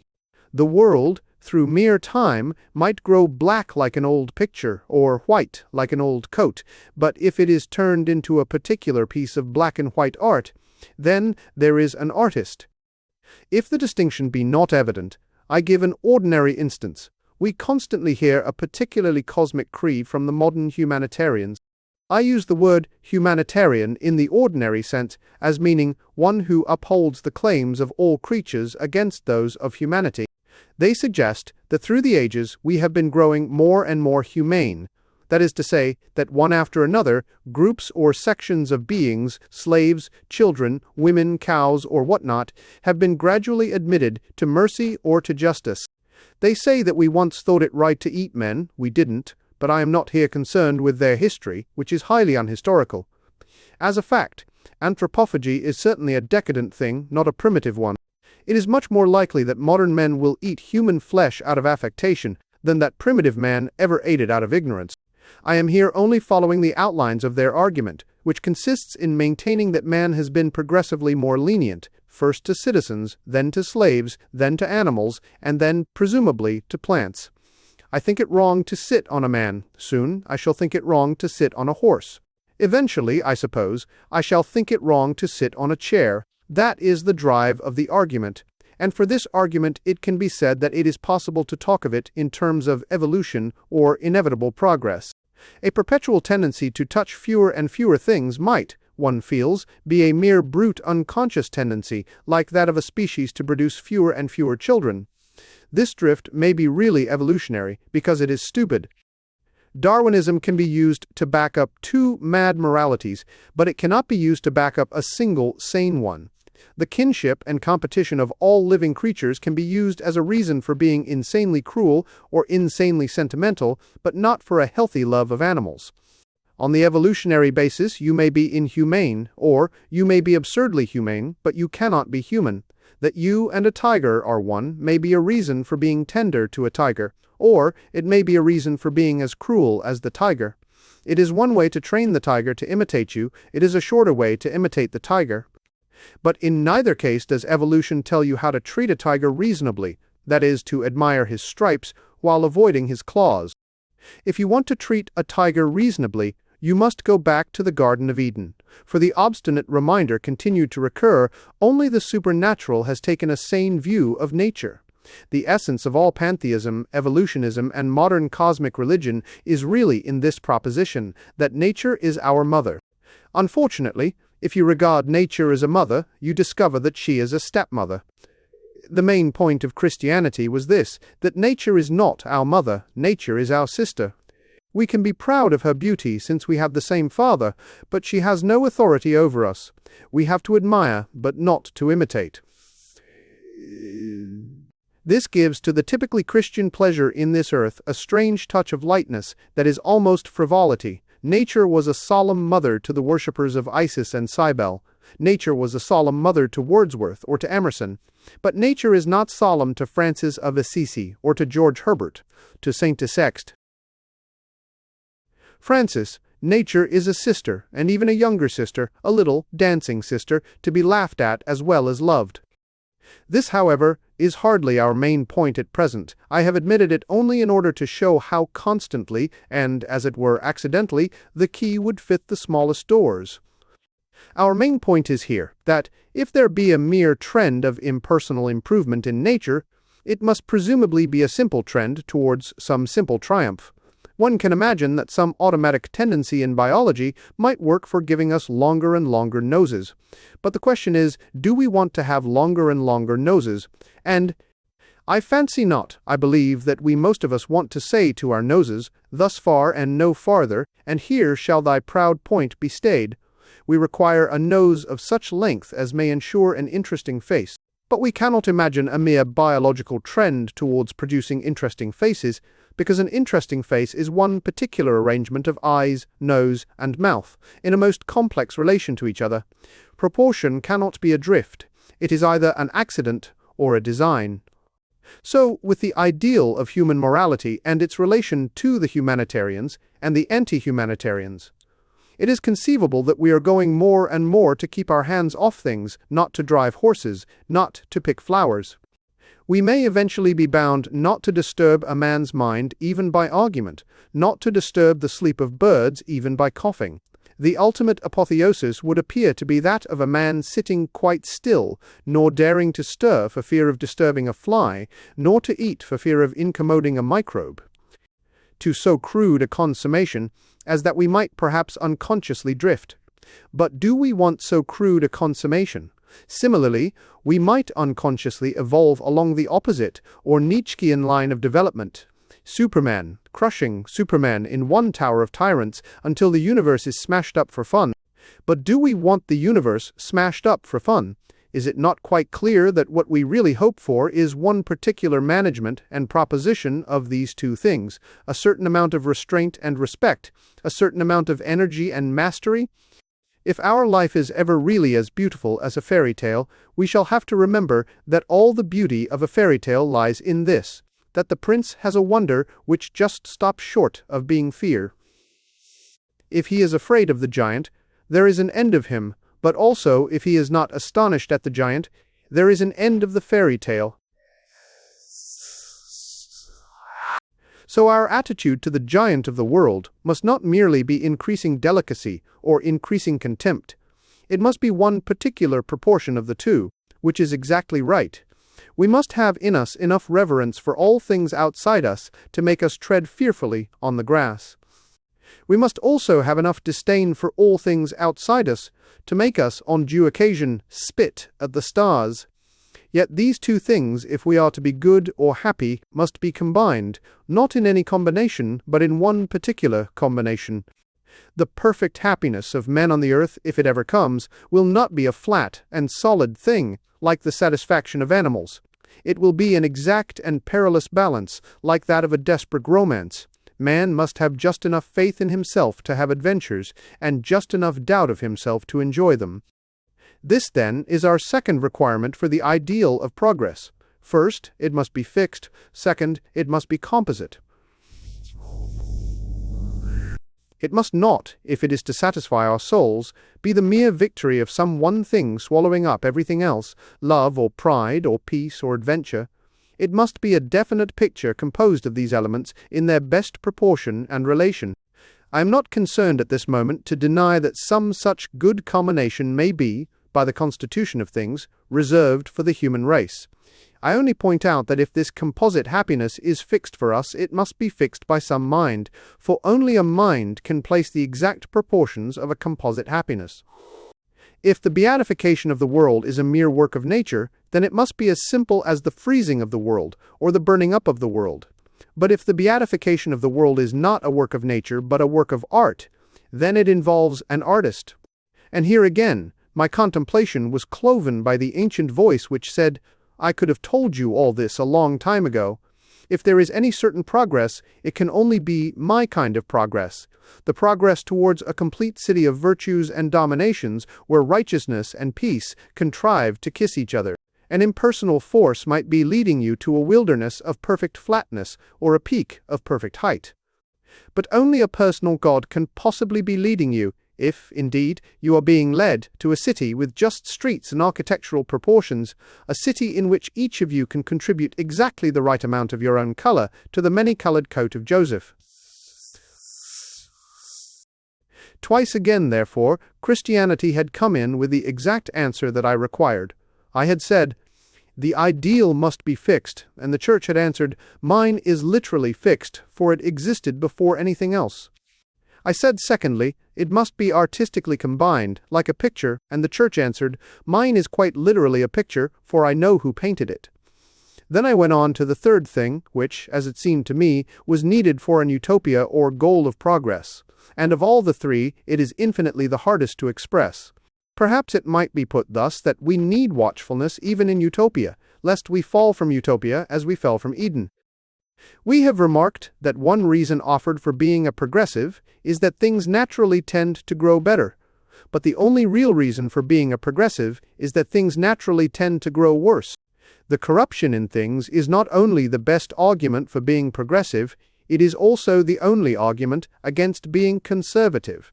The conservative theory would really be quite sweeping and unanswerable if it were not for this one fact. But all conservatism is based upon the idea that if you leave things alone, you leave them as they are. But you do not. If you leave a thing alone, you leave it to a torrent of change. If you leave a white post alone, it will soon be a black post. If you particularly want it to be white, you must be always painting it again. That is, you must be always having a revolution. Briefly, if you want the old white post, you must have a new white post. But this which is true even of inanimate things is in a quite special and terrible sense true of all human things. An almost unnatural vigilance is really required of the citizen because of the horrible rapidity with which human institutions grow old. It is the custom in passing romance and journalism to talk of men suffering under old tyrannies. But, as a fact, men have almost always suffered under new tyrannies, under tyrannies that had been public liberties hardly 20 years before. Thus England went mad with joy over the patriotic monarchy of Elizabeth, and then almost immediately afterwards went mad with rage in the trap of the tyranny of Charles I. So, again, in France, the monarchy became intolerable, not just after it had been tolerated, but just after it had been adored. The son of Louis the Well-Beloved was Louis the Guillotined. So, in the same way in England, in the 19th century, the radical manufacturer was entirely trusted as a mere tribune of the people, until suddenly we heard the cry of the socialist that he was a tyrant eating the people like bread.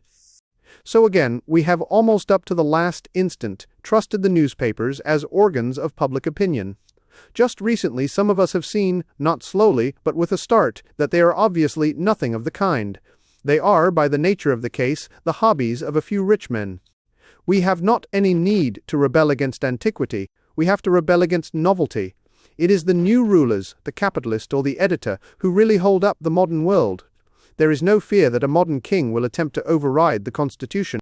It is more likely that he will ignore the Constitution and work behind its back. He will take no advantage of his kingly power.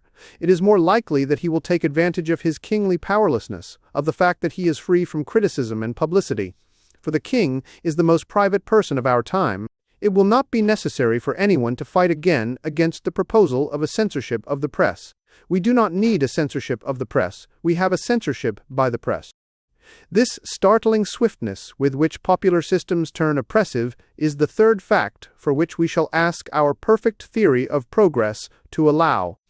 It must always be on the lookout for every privilege being abused, for every working right becoming a wrong. In this matter, I am entirely on the side of the revolutionists. They are really right to be always suspecting human institutions. They are right not to put their trust in princes nor in any child of man. The chieftain, chosen to be the friend of the people, becomes the enemy of the people. The newspaper started to tell the truth, now exists to prevent the truth being told. Here, I say, I felt that I was really at last on the side of the revolutionary, and then I caught my breath again, for I remembered that I was once again on the side of the Orthodox. Christianity spoke again and said, I have always maintained that men were naturally backsliders, that human virtue tended of its own nature to rust or to rot. I have always said that human beings as such go wrong, especially happy human beings, especially proud and prosperous human beings. This eternal revolution, this suspicion sustained through centuries, you, being a vague modern, call the doctrine of progress. If you were a philosopher, you would call it, as I do, the doctrine of original sin. You may call it the cosmic advance as much as you like. I call it what it is, the fall. I have spoken of orthodoxy coming in like a sword. Here, I confess, it came in like a battle-axe. For really, when I came to think of it, Christianity is the only thing left that has any real right to question the power of the well-nurtured or the well-bred. I have listened often enough to socialists, or even to Democrats, saying that the physical conditions of the poor must of necessity make them mentally and morally degraded. I have listened to scientific men, and there are still scientific men not opposed to democracy, saying that if we give the poor healthier conditions, vice and wrong will disappear. I have listened to them with a horrible attention, with a hideous fascination. For it was like watching a man energetically sawing from the tree the branch he is sitting on. If these happy Democrats could prove their case, they would strike democracy dead. If the poor are thus utterly demoralized, it may or may not be practical to raise them. But it is certainly quite practical to disfranchise them. If the man with a bad bedroom cannot give a good vote, then the first and swiftest deduction is that he shall give no vote. The governing class may not unreasonably say, it may take us some time to reform his bedroom. But if he is the brute you say, it will take him very little time to ruin our country. Therefore we will take your hint and not give him the chance. It fills me with horrible amusement to observe the way in which the earnest socialist industriously lays the foundation of all aristocracy, expatiating blandly upon the evident unfitness of the poor to rule. It is like listening to somebody at an evening party apologizing for entering without evening dress, and explaining that he had recently been intoxicated, had a personal habit of taking off his clothes in the street, and had, moreover, only just changed from prison uniform. At any moment, one feels, the host might say that really, if it was as bad as that, he need not come in at all. So it is when the ordinary socialist, with a beaming face, proves that the poor, after their smashing experiences, cannot be really trustworthy. At any moment the rich may say, very well then, we won't trust them, and bang the door in his face. On the basis of Mr. Blatchford's view of heredity and environment, the case for the aristocracy is quite overwhelming. If clean homes and clean air make clean souls, why not give the power for the present, at any rate, to those who undoubtedly have the clean air? If better conditions will make the poor more fit to govern themselves, why should not better conditions already make the rich more fit to govern them? On the ordinary environment argument, the matter is fairly manifest. The comfortable class must be merely our vanguard in utopia. Is there any answer to the proposition that those who have had the best opportunities will probably be our best guides? Is there any answer to the argument that those who have breathed clean air had better decide for those who have breathed foul? As far as I know, there is only one answer, and that answer is Christianity. Only the Christian Church can offer any rational objection to a complete confidence in the rich. for she has maintained from the beginning that the danger was not in man's environment, but in man. Further, she has maintained that if we come to talk of a dangerous environment, the most dangerous environment of all is the commodious environment. I know that the most modern manufacture has been really occupied in trying to produce an abnormally large needle. I know that the most recent biologists have been chiefly anxious to discover a very small camel. But if we diminish the camel to his smallest, or open the eye of the needle to its largest, if, in short, we assume the words of Christ to have meant the very least that they could mean, his words must at the very least mean this: Christianity, even when watered down, is hot enough to boil all modern society to rags. The mere minimum of the Church would be a deadly ultimatum to the world. For the whole modern world is absolutely based on the assumption not that the rich are necessary, which is tenable, but that the rich are trustworthy, which, for a Christian, is not tenable. You will hear everlastingly, in all discussions about newspapers, companies, aristocracies, or party politics, this argument that the rich man cannot be bribed. The fact is, of course, that the rich man is bribed. He has been bribed already. That is why he is a rich man. The whole case for Christianity is that a man who is dependent upon the luxuries of this life is a corrupt man, spiritually corrupt, politically corrupt, financially corrupt. There is one thing that Christ and all the Christian saints have said with a sort of savage monotony. They have said simply that to be rich is to be in peculiar danger of moral wreck. It is not demonstrably un-Christian to kill the rich as violators of definable justice. It is not demonstrably un-Christian to crown the rich as convenient rulers of society. It is not certainly un-Christian to rebel against the rich or to submit to the rich. But it is quite certainly un-Christian to trust the rich, to regard the rich as more morally safe than the poor. A Christian may consistently say, "I respect that man's rank, although he takes bribes." But a Christian cannot say, as all modern men are saying at lunch and breakfast, "A man of that rank would not take bribes." For it is a part of Christian dogma that any man in any rank may take bribes. It is a part of Christian dogma. It also happens by a curious coincidence that it is a part of obvious human history. When people say that a man in that position would be incorruptible, there is no need to bring Christianity into the discussion. Was Lord Bacon a bootblack? Was the Duke of Marlborough a crossing sweeper? In the best utopia, I must be prepared for the moral fall of any man in any position, at any moment, especially for my fall from my position at this moment. Much vague and sentimental journalism has been poured out to the effect that Christianity is akin to democracy, and most of it is scarcely strong or clear enough to refute the fact that the two things have often quarreled. The real ground upon which Christianity and democracy are one is very much deeper.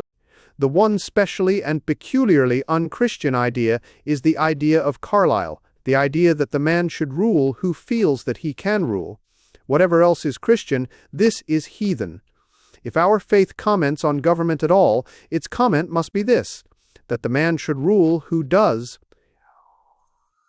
Carlyle's hero may say, "I will be king," but the Christian saint must say, "Nolo episcopari." If the great paradox of Christianity means anything, it means this: that we must take the crown in our hands and go hunting in dry places and dark corners of the earth until we find the one man who feels himself unfit to wear it. Carlyle was quite wrong. We have not got to crown the exceptional man who knows he can rule. Rather, we must crown the much more exceptional man who knows he can't. Now, this is one of the 2 or 3 vital defenses of working democracy. The mere machinery of voting is not democracy, though at present it is not easy to effect any simpler democratic method. But even the machinery of voting is profoundly Christian in this practical sense, that it is an attempt to get at the opinion of those who would be too modest to offer it. It is a mystical adventure. It is specially trusting those who do not trust themselves. That enigma is strictly peculiar to Christendom. There is nothing really humble about the abnegation of the Buddhist. The mild Hindu is mild, but he is not meek. But there is something psychologically Christian about the idea of seeking for the opinion of the obscure, rather than taking the obvious course of accepting the opinion of the prominent. To say that voting is particularly Christian may seem somewhat curious. To say that canvassing is Christian may seem quite crazy, but canvassing is very Christian in its primary idea. It is encouraging the humble. It is saying to the modest man, "Friend, go up higher." Or if there is some slight defect in canvassing, that is, in its perfect and rounded piety, it is only because it may possibly neglect to encourage the modesty of the canvasser. Aristocracy is not an institution. Aristocracy is a sin, generally a very venial one. It is merely the drift or slide of men into a sort of natural pomposity and praise of the powerful, which is the most easy and obvious affair in the world. It is one of the 100 answers to the fugitive perversion of modern force that the promptest and boldest agencies are also the most fragile or full of sensibility. The swiftest things are the softest things. A bird is active because a bird is soft. A stone is helpless because a stone is hard. The stone must by its own nature go downwards because hardness is weakness. The bird can of its nature go upwards because fragility is force. In perfect force there is a kind of frivolity, an airiness that can maintain itself in the air. Modern investigators of miraculous history have solemnly admitted that a characteristic of the great saints is their power of levitation. They might go further. A characteristic of the great saints is their power of levity. Angels can fly because they can take themselves lightly. This has been always the instinct of Christendom, and especially the instinct of Christian art. Remember how Fra Angelico represented all his angels, not only as birds, but almost as butterflies. Remember how the most earnest medieval art was full of light and fluttering draperies, of quick and capering feet. It was the one thing that the modern Pre-Raphaelites could not imitate in the real Pre-Raphaelites. Burne Jones could never recover the deep levity of the Middle Ages. In the old Christian pictures, the sky over every figure is like a blue or gold parachute. Every figure seems ready to fly up and float about in the heavens. The tattered cloak of the beggar will bear him up like the rayed plumes of the angels. But the kings in their heavy gold and the proud in their robes of purple will all of their nature sink downwards, for pride cannot rise to levity or levitation. Pride is the downward drag of all things into an easy solemnity. One settles down into a sort of selfish seriousness, but one has to rise to a gay self-forgetfulness. A man falls into a brown study, he reaches up at a blue sky. Seriousness is not a virtue. It would be a heresy, but a much more sensible heresy, to say that seriousness is a vice. It is really a natural trend or lapse into taking one's self gravely, because it is the easiest thing to do. It is much easier to write a good Times-leading article than a good joke in Punch. For solemnity flows out of men naturally, but laughter is a leap. It is easy to be heavy, hard to be light. Satan fell by the force of gravity. Now, it is the peculiar honor of Europe, since it has been Christian, that while it has had aristocracy, it has always at the back of its heart treated aristocracy as a weakness, generally as a weakness that must be allowed for. If anyone wishes to appreciate this point, let him go outside Christianity into some other philosophical atmosphere. Let him, for instance, compare the classes of Europe with the castes of India. Their aristocracy is far more awful because it is far more intellectual. It is seriously felt that the scale of classes is a scale of spiritual values, that the baker is better than the butcher in an invisible and sacred sense. But no Christianity, not even the most ignorant or perverse, ever suggested that a baronet was better than a butcher in that sacred sense. No Christianity, however ignorant or extravagant, ever suggested that a duke would not be damned. In pagan society there may have been, I do not know, some such serious division between the free man and the slave. But in Christian society we have always thought the gentleman a sort of joke, though I admit that in some great crusades and councils he earned the right to be called a practical joke. But we in Europe never really, and at the root of our souls, took aristocracy seriously. It is only an occasional, non-European alien, such as Dr. Oscar Levy, the only intelligent Nietzscheite, who can even manage for a moment to take aristocracy seriously. It may be a mere patriotic bias, though I do not think so, but it seems to me that the English aristocracy is not only the type, but is the crown and flower of all actual aristocracies. It has all the oligarchical virtues, as well as all the defects. It is casual, it is kind, it is courageous in obvious matters, but it has one great merit that overlaps even these.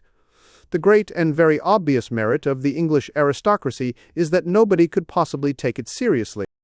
In short, I had spelled out slowly, as usual, the need for an equal law in Utopia, and, as usual, I found that Christianity had been there before me. The whole history of my Utopia has the same amusing sadness.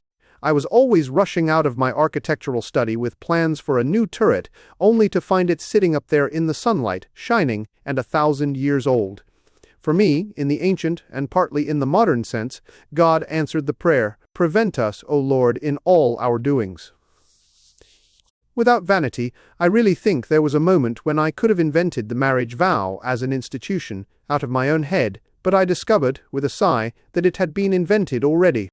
But, since it would be too long a business to show how, fact by fact and inch by inch, my own conception of Utopia was only answered in the New Jerusalem, I will take this one case of the matter of marriage as indicating the converging drift, I may say the converging crash, of all the rest. When the ordinary opponents of socialism talk about impossibilities and alterations in human nature, they always miss an important distinction. In modern ideal conceptions of society, there are some desires that are possibly not attainable, but there are some desires that are not desirable. That all men should live in equally beautiful houses is a dream that may or may not be attained. But that all men should live in the same beautiful house is not a dream at all, it is a nightmare. That a man should love all old women is an ideal that may not be attainable. But that a man should regard all old women exactly as he regards his mother is not only an unattainable ideal, but an ideal which ought not to be attained. I do not know if the reader agrees with me in these examples, but I will add the example which has always affected me most. I could never conceive or tolerate any utopia which did not leave to me the liberty for which I chiefly care, the liberty to bind myself. Complete anarchy would not merely make it impossible to have any discipline or fidelity, it would also make it impossible to have any fun. To take an obvious instance, it would not be worthwhile to bet if a bet were not binding. The dissolution of all contracts would not only ruin morality, but spoil sport. Now betting and such sports are only the stunted and twisted shapes of the original instinct of man for adventure and romance, of which much has been said in these pages. And the perils, rewards, punishments, and fulfillments of an adventure must be real, or the adventure is only a shifting and heartless nightmare. If I bet, I must be made to pay, or there is no poetry in betting. If I challenge, I must be made to fight, or there is no poetry in challenging. If I vow to be faithful, I must be cursed when I am unfaithful, or there is no fun in vowing. You could not even make a fairy tale from the experiences of a man who, when he was swallowed by a whale, might find himself at the top of the Eiffel Tower, or when he was turned into a frog, might begin to behave like a flamingo. For the purpose even of the wildest romance, results must be real. Results must be irrevocable.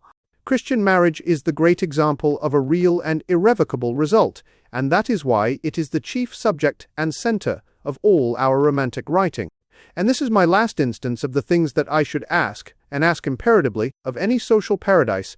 I should ask to be kept to my bargain, to have my oaths and engagements taken seriously. I should ask Utopia to avenge my honor on myself. All my modern utopian friends look at each other rather doubtfully, for their ultimate hope is the dissolution of all special ties. But again, I seem to hear, like a kind of echo, an answer from beyond the world. You will have real obligations, and therefore real adventures, when you get to my Utopia. But the hardest obligation and the steepest adventure is to get there. VEI, the Romance of Orthodoxy. It is customary to complain of the bustle and strenuousness of our epoch, but in truth, the chief mark of our epoch is a profound laziness and fatigue, and the fact is that the real laziness is the cause of the apparent bustle. Take one quite external case. The streets are noisy with taxicabs and motor cars, but this is not due to human activity but to human repose. There would be less bustle if there were more activity, if people were simply walking about. Our world would be more silent if it were more strenuous. And this which is true of the apparent physical bustle is true also of the apparent bustle of the intellect. Most of the machinery of modern language is labor-saving machinery, and it saves mental labor very much more than it ought. Scientific phrases are used like scientific wheels and piston rods to make swifter and smoother yet the path of the comfortable. Long words go rattling by us like long railway trains. We know they are carrying thousands who are too tired or too indolent to walk and think for themselves. It is a good exercise to try for once in a way to express any opinion one holds in words of one syllable. If you say, "The social utility of the indeterminate sentence is recognized by all criminologists as a part of our sociological evolution towards a more humane and scientific view of punishment," you can go on talking like that for hours with hardly a movement of the gray matter inside your skull. But if you begin, "I wish Jones to go to Gowell and Brown to say when Jones shall come out," you will discover, with a thrill of horror, that you are obliged to think. The long words are not the hard words, it is the short words that are hard. There is much more metaphysical subtlety in the word damn than in the word degeneration.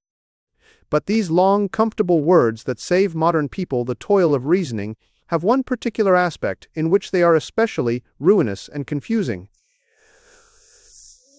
This difficulty occurs when the same long word is used in different connections to mean quite different things.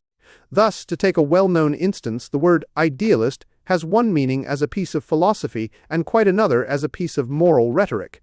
In the same way, the scientific materialists have had just reason to complain of people mixing up materialist as a term of cosmology with materialist as a moral taunt.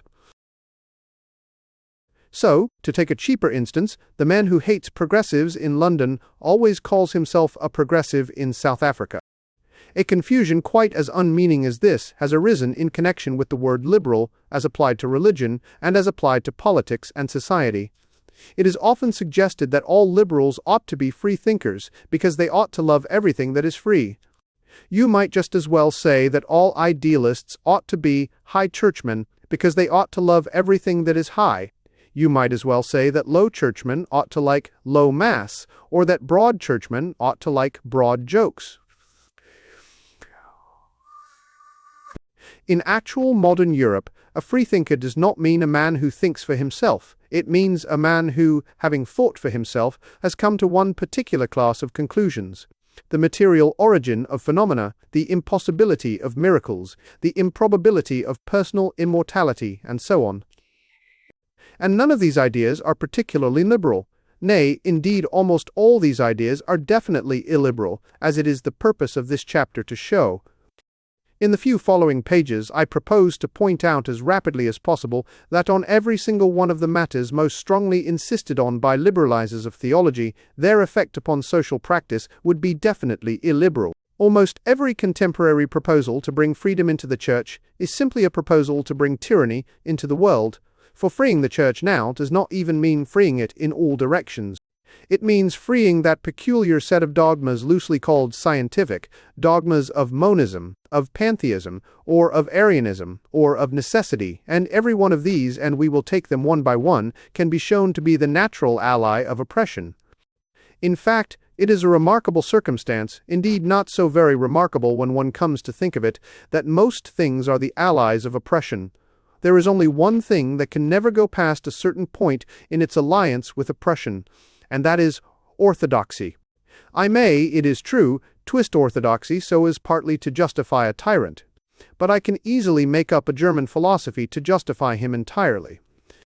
Now let us take in order the innovations that are the notes of the new theology, or the modernist church. We concluded the last chapter with the discovery of one of them.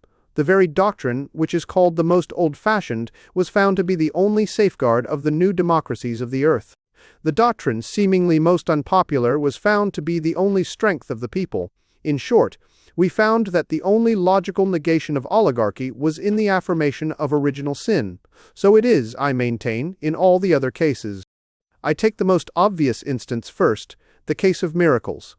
For some extraordinary reason, there is a fixed notion that it is more liberal to disbelieve in miracles than to believe in them. Why, I cannot imagine, nor can anybody tell me. For some inconceivable cause, a broad or liberal clergyman always means a man who wishes at least to diminish the number of miracles. It never means a man who wishes to increase that number. It always means a man who is free to disbelieve that Christ came out of his grave. It never means a man who is free to believe that his own aunt came out of her grave.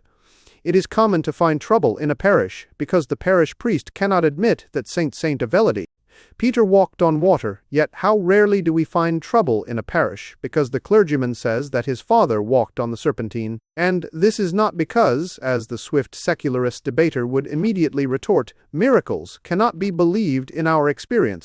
It is not because miracles do not happen, as in the dogma which Matthew Arnold recited with simple faith. More supernatural things are alleged to have happened in our time than would have been possible 80 years ago. Men of science believe in such marvels much more than they did. The most perplexing and even horrible prodigies of mind and spirit are always being unveiled in modern psychology. Things that the old science at least would frankly have rejected as miracles are hourly being asserted by the new science. The only thing which is still old-fashioned enough to reject miracles is the new theology. But in truth, this notion that it is free to deny miracles has nothing to do with the evidence for or against them. It is a lifeless verbal prejudice of which the original life and beginning was not in the freedom of thought, but simply in the dogma of materialism. The man of the 19th century did not disbelieve in the resurrection because his liberal Christianity allowed him to doubt it. He disbelieved in it because his very strict materialism did not allow him to believe it. Tennyson, a very typical 19th century man, uttered one of the instinctive truisms of his contemporaries when he said that there was faith in their honest doubt. Those words have a profound and even a horrible truth. In their doubt of miracles, there was a faith in a fixed and godless fate, a deep and sincere faith in the incurable routine of the cosmos. The doubts of the agnostic were only the dogmas of the monist. Of the fact and evidence of the supernatural, I will speak afterwards. Here we are only concerned with this clear point, that insofar as the liberal idea of freedom can be said to be on either side in the discussion about miracles, it is obviously on the side of miracles. Reform, or in the only tolerable sense progress, means simply the gradual control of matter by mind. A miracle simply means the swift control of matter by mind. If you wish to feed the people, you may think that feeding them miraculously in the wilderness is impossible, but you cannot think it illiberal. If you really want poor children to go to the seaside, you cannot think it illiberal that they should go there on flying dragons. You can only think it unlikely. A holiday, like liberalism, only means the liberty of man. A miracle only means the liberty of God. You may conscientiously deny either of them, but you cannot call your denial a triumph of the liberal idea. The Catholic Church believed that man and God both had a sort of spiritual freedom. Scientific materialism binds the Creator himself. It chains up God as the Apocalypse chained the devil. It leaves nothing free in the universe. And those who assist this process are called the liberal theologians. This, as I say, is the lightest and most evident case. The assumption that there is something in the doubt of miracles akin to liberality or reform is literally the opposite of the truth. If a man cannot believe in miracles, there is an end of the matter. He is not particularly liberal, but he is perfectly honorable and logical, which are much better things. But if he can believe in miracles, he is certainly the more liberal for doing so, because they mean first, the freedom of the soul, and secondly, its control over the tyranny of circumstance. Sometimes this truth is ignored in a singularly naive way, even by the ablest men.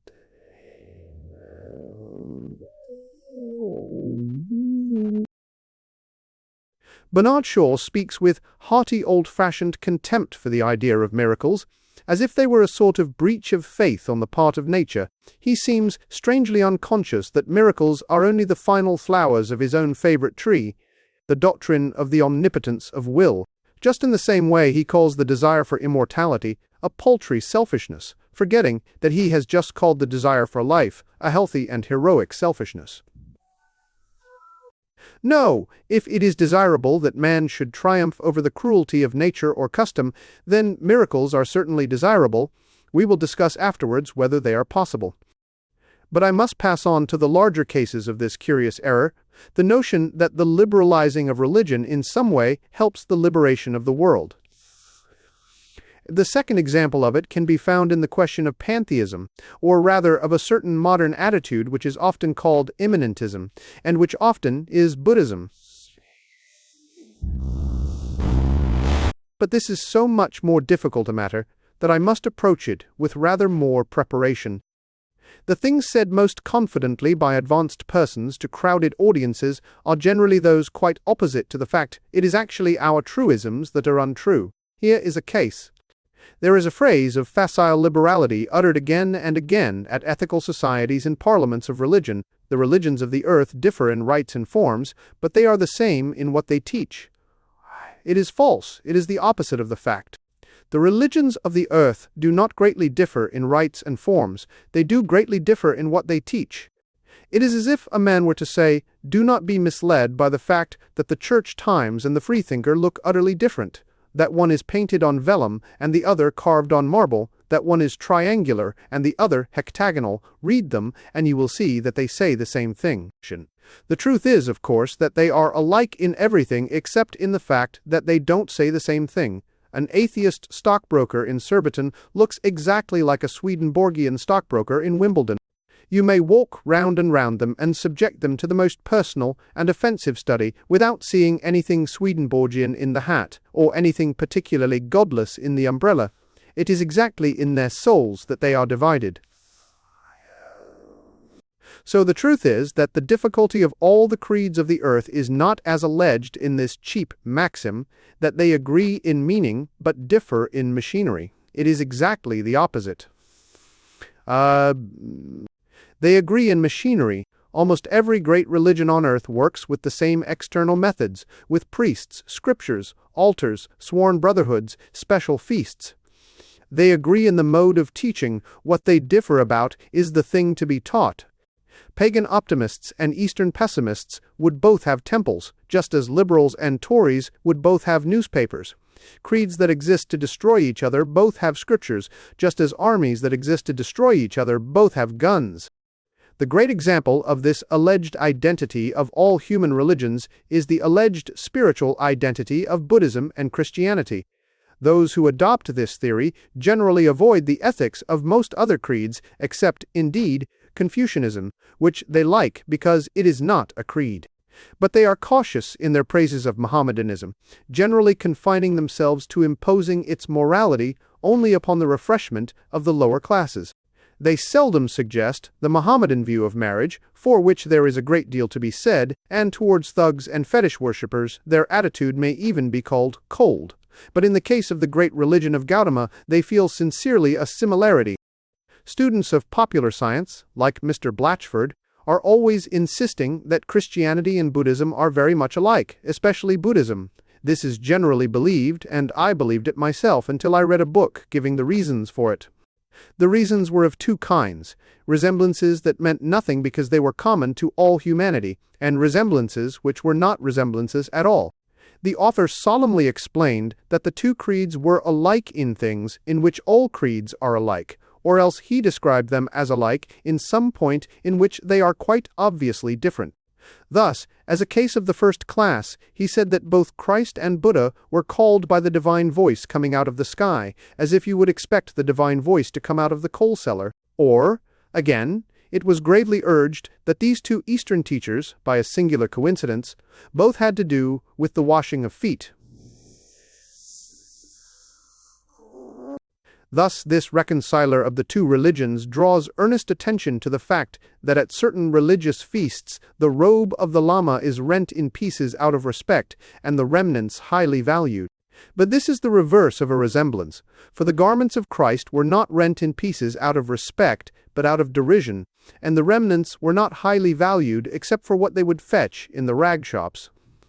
It is rather like alluding to the obvious connection between the two ceremonies of the sword, when it taps a man's shoulder and when it cuts off his head. It is not at all similar for the man. These scraps of puerile pedantry would indeed matter little if it were not also true that the alleged philosophical resemblances are also of these two kinds, either proving too much or not proving anything. That Buddhism approves of mercy or of self-restraint is not to say that it is specially like Christianity. It is only to say that it is not utterly unlike all human existence. Buddhists disapprove in theory of cruelty or excess because all sane human beings disapprove in theory of cruelty or excess. But to say that Buddhism and Christianity give the same philosophy of these things is simply false. All humanity does agree that we are in a net of sin. Most of humanity agrees that there is some way out. But as to what is the way out, I do not think that there are two institutions in the universe which contradict each other so flatly as Buddhism and Christianity. Even when I thought, with most other well-informed, though unscholarly, people, that Buddhism and Christianity were alike, there was one thing about them that always perplexed me. I mean the startling difference in their type of religious art. I do not mean in its technical style of representation, but in the things that it was manifestly meant to represent. No two ideals could be more opposite than a Christian saint in a Gothic cathedral and a Buddhist saint in a Chinese temple. The opposition exists at every point, but perhaps the shortest statement of it is that the Buddhist saint always has his eyes shut, while the Christian saint always has them very wide open. The Buddhist saint has a sleek and harmonious body, but his eyes are heavy and sealed with sleep. The medieval saint's body is wasted to its crazy bones, but his eyes are frightfully alive. There cannot be any real community of spirit between forces that produced symbols so different as that. Granted that both images are extravagances, are perversions of the pure creed, it must be a real divergence which could produce such opposite extravagances. The Buddhist is looking with a peculiar intentness inwards, the Christian is staring with a frantic intentness outwards. If we follow that clue steadily, we shall find some interesting things. A short time ago, Mrs. Besant, in an interesting essay, announced that there was only one religion in the world, that all faiths were only versions or perversions of it, and that she was quite prepared to say what it was. According to Mrs. Besant, this universal church is simply the universal self. It is the doctrine that we are really all one person, that there are no real walls of individuality between man and man. I may put it so, she does not tell us to love our neighbors, she tells us to be our neighbors, that is, Mrs. Besant's thoughtful and suggestive description of the religion in which all men must find themselves in agreement. And I never heard of any suggestion in my life with which I more violently disagree. I want to love my neighbor not because he is I, but precisely because he is not I. I want to adore the world, not as one likes a looking-glass because it is oneself, but as one loves a woman because she is entirely different. If souls are separate, love is possible. If souls are united, love is obviously impossible. A man may be said loosely to love himself, but he can hardly fall in love with himself, or, if he does, it must be a monotonous courtship. If the world is full of real selves, they can be really unselfish selves. But upon Mrs. Besant's principle, the whole cosmos is only one enormously selfish person. It is just here that Buddhism is on the side of modern pantheism and immanence, and it is just here that Christianity is on the side of humanity and liberty and love. Love desires personality, therefore love desires division. It is the instinct of Christianity to be glad that God has broken the universe into little pieces because they are living pieces. It is her instinct to say, little children love one another, rather than to tell one large person to love himself. This is the intellectual abyss between Buddhism and Christianity, that for the Buddhist or Theosophist personality is the fall of man, for the Christian it is the purpose of God, the whole point of his cosmic idea. The world soul of the Theosophists asks man to love it only in order that man may throw himself into it. But the divine center of Christianity actually threw man out of it in order that he might love it. The Oriental deity is like a giant who should have lost his leg or hand and be always seeking to find it. But the Christian power is like some giant who, in a strange generosity, should cut off his right hand so that it might of its own accord shake hands with him. We come back to the same tireless note, touching the nature of Christianity. All modern philosophies are chains which connect and fetter. Christianity is a sword which separates and sets free. No other philosophy makes God actually rejoice in the separation of the universe into living souls. But according to Orthodox Christianity, this separation between God and man is sacred because this is eternal. That a man may love God, it is necessary that there should be not only a God to be loved, but a man to love him. All those vague theosophical minds for whom the universe is an immense melting pot are exactly the minds which shrink instinctively from that earthquake saying of our Gospels, which declare that the Son of God came not with peace, but with a sundering sword. The saying rings entirely true, even considered as what it obviously is, the statement that any man who preaches real love is bound to beget hate. It is as true of democratic fraternity as a divine love.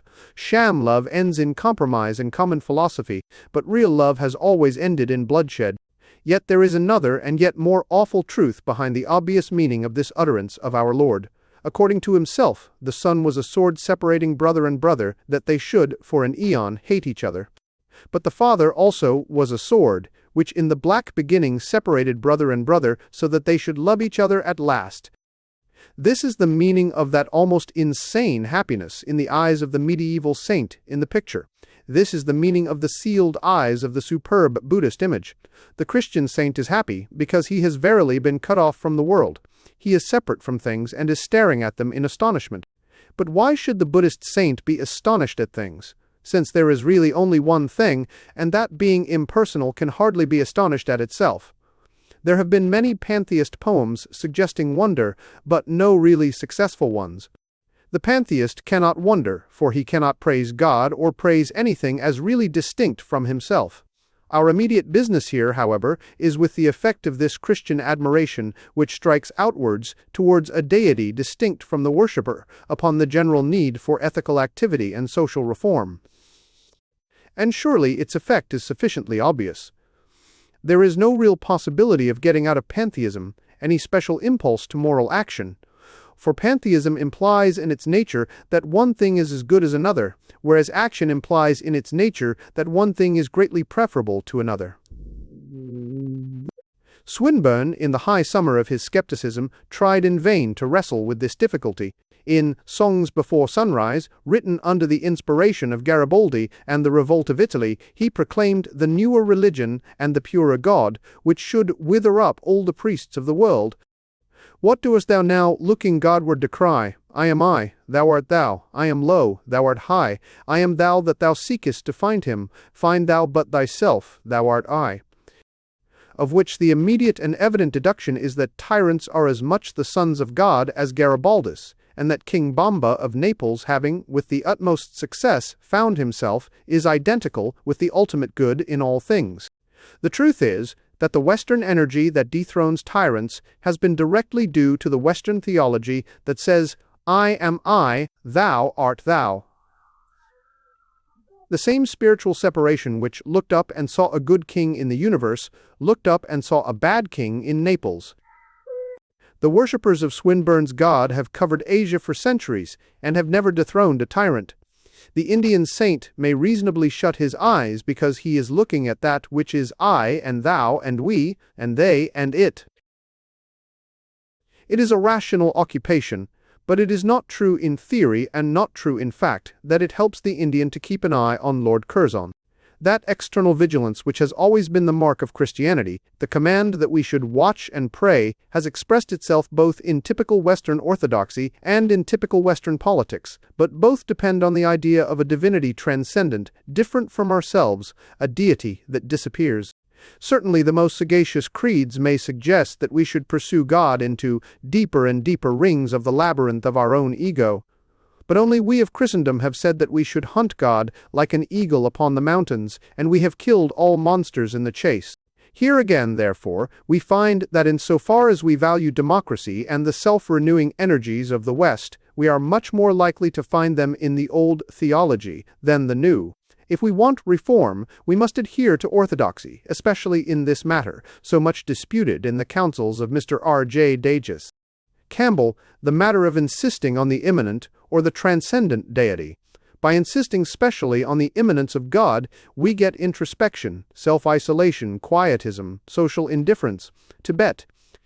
By insisting specially on the transcendence of God, we get wonder, curiosity, moral and political adventure, righteous indignation, Christendom.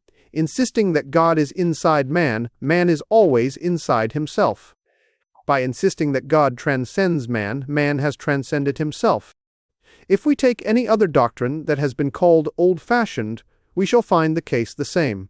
It is the same, for instance, in the deep matter of the Trinity. Unitarians, a sect never to be mentioned without a special respect for their distinguished intellectual dignity and high intellectual honor, are often reformers by the accident that throws so many small sects into such an attitude. But there is nothing in the least liberal or akin to reform in the substitution of pure monotheism for the Trinity. The complex God of the Athanasian Creed may be an enigma for the intellect, but he is far less likely to gather the mystery and cruelty of a sultan than the lonely God of Omar or Muhammad. The God who is a mere awful unity is not only a king, but an Eastern king.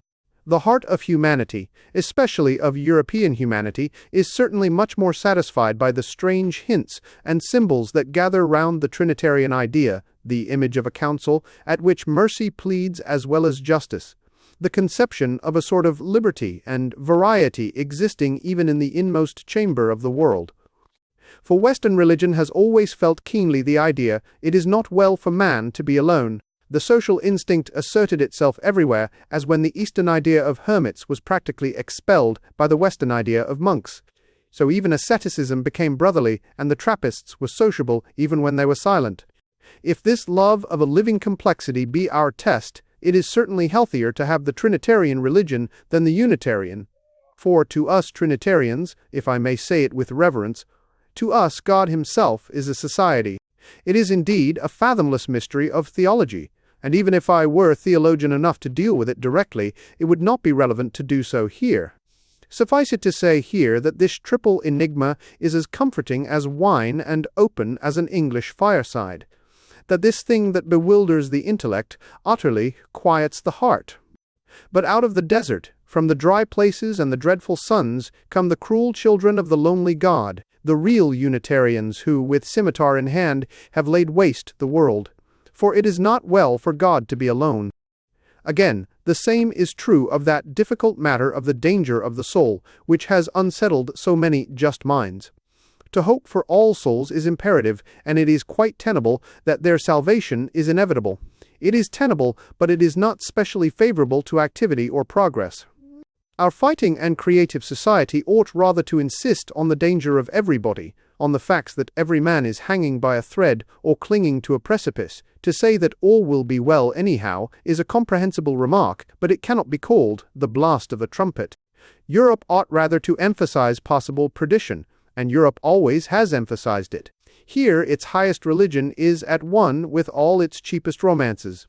To the Buddhist or the Eastern fatalist existence is a science or a plan, which must end up in a certain way. But to a Christian existence is a story, which may end up in any way. In a thrilling novel, that purely Christian product, the hero is not eaten by cannibals, but it is essential to the existence of the thrill that he might be eaten by cannibals. So Christian morals have always said to the man, not that he would lose his soul, but that he must take care that he didn't. In Christian morals, in short, it is wicked to call a man damned, but it is strictly religious and philosophic to call him damnable. All Christianity concentrates on the man at the crossroads. The vast and shallow philosophies, the huge syntheses of humbug, all talk about ages and evolution and ultimate developments. The true philosophy is concerned with the instant. Will a man take this road or that? That is the only thing to think about, if you enjoy thinking. The eons are easy enough to think about, anyone can think about them. The instant is really awful, and it is because our religion has intensely felt the instant that it has in literature dealt much with battle, and in theology dealt much with hell. It is full of danger, like a boy's book. It is at an immortal crisis. There is a great deal of real similarity between popular fiction and the religion of the Western people. If you say that popular fiction is vulgar and tawdry, you only say what the dreary and well-informed say also about the images in the Catholic churches. Life according to the faith is very like a serial story in a magazine. Life ends with the promise or menace to be continued in our next. Also, with a noble vulgarity, life imitates the serial and leaves off at the exciting moment. For death is distinctly an exciting moment. But the point is that a story is exciting because it has in it so strong an element of will, of what theology calls free will. You cannot finish a sum how you like, but you can finish a story how you like. When somebody discovered the differential calculus, there was only one differential calculus he could discover. But when Shakespeare killed Romeo, he might have married him to Juliet's old nurse, if he had felt inclined. And Christendom has excelled in the narrative romance exactly because it has insisted on the theological free will. It is a large matter, and too much to one side of the road to be discussed adequately here, but this is the real objection to that torrent of modern talk about treating crime as disease, about making a prison merely a hygienic environment, like a hospital, of healing sin by slow scientific methods. The fallacy of the whole thing is that evil is a matter of active choice, whereas disease is not. If you say that you are going to cure a profligate as you cure an asthmatic, my cheap and obvious answer is, produce the people who want to be asthmatics as many people want to be profligates. A man may lie still and be cured of a malady, but he must not lie still if he wants to be cured of a sin. On the contrary, he must get up and jump about violently. The whole point indeed is perfectly expressed in the very word which we use for a man in hospital. Patient is in the passive mood, sinner is in the active. If a man is to be saved from influenza, he may be a patient, but if he is to be saved from forging, he must be not a patient, but an impatient. He must be personally impatient with forgery. All moral reform must start in the active, not the passive will. Here again we reach the same substantial conclusion. Insofar as we desire the definite reconstructions and the dangerous revolutions which have distinguished European civilization, we shall not discourage the thought of possible ruin. We shall rather encourage it. If we want, like the Eastern saints, merely to contemplate how right things are, of course we shall only say that they must go right. But if we particularly want to make them go right, we must insist that they may go wrong. Lastly, this truth is yet again true in the case of the common modern attempts to diminish or to explain away the divinity of Christ. The thing may be true or not that I shall deal with before I end. But if the divinity is true, it is certainly terribly revolutionary. That a good man may have his back to the wall is no more than we knew already, but that God could have his back to the wall is a boast for all insurgents forever. Christianity is the only religion on earth that has felt that omnipotence made God incomplete. Christianity alone has felt that God, to be holy God, must have been a rebel as well as a king. Alone of all creeds, Christianity has added courage to the virtues of the Creator. For the only courage worth calling, courage must necessarily mean that the soul passes a breaking point and does not break. In R.E. In this indeed, I approach a matter more dark and awful than it is easy to discuss, and I apologize in advance if any of my phrases fall wrong or seem irreverent, touching a matter which the greatest saints and thinkers have justly feared to approach. But in that terrific tale of the Passion, there is a distinct emotional suggestion that the author of all things, in some unthinkable way, went not only through agony, but through doubt. It is written, "Thou shalt not tempt the Lord thy God." No, but the Lord thy God may tempt himself, and it seems as if this was what happened in Gethsemane. In a garden Satan tempted man, and in a garden God tempted God. He passed in some superhuman manner through our human horror of pessimism. When the world shook and the sun was wiped out of heaven, it was not at the crucifixion, but at the cry from the cross, the cry which confessed that God was forsaken of God. And now let the revolutionists choose a creed from all the creeds, and a God from all the gods of the world, carefully weighing all the gods of inevitable recurrence and of unalterable power. They will not find another God who has himself been in revolt.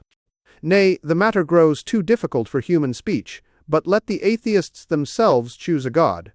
They will find only one divinity who ever uttered their isolation, only one religion in which God seemed for an instant to be an atheist. These can be called the essentials of the old Orthodoxy, of which the chief merit is that it is the natural fountain of revolution and reform, and of which the chief defect is that it is obviously only an abstract assertion. Its main advantage is that it is the most adventurous and manly of all theologies. Its chief disadvantage is simply that it is a theology. it can always be urged against it that it is in its nature arbitrary and in the air. But it is not so high in the air, but that great archers spend their whole lives in shooting arrows at it, yes, and their last arrows, there are men who will ruin themselves, and ruin their civilization, if they may ruin also this old, fantastic tale. This is the last and most astounding fact about this faith, that its enemies will use any weapon against it, the swords that cut their own fingers, and the firebrands that burn their own homes. Men who begin to fight the Church for the sake of freedom and humanity, end by flinging away freedom and humanity, if only they may fight the Church. This is no exaggeration. I could fill a book with the instances of it. Mr. Stubblian Blatchford set out, as an ordinary Bible smasher, to prove that Adam was guiltless of sin against God. In maneuvering so as to maintain this, he admitted, as a mere side issue, that all the tyrants from Nero to King Leopold were guiltless of any sin against humanity. I know a man who has such a passion for proving that he will have no personal existence after death that he falls back on the position that he has no personal existence now. He invokes Buddhism and says that all souls fade into each other. In order to prove that he cannot go to heaven, he proves that he cannot go to Hartlepool. I have known people who protested against religious education with arguments against any education, saying that the child's mind must grow freely, or that the old must not teach the young.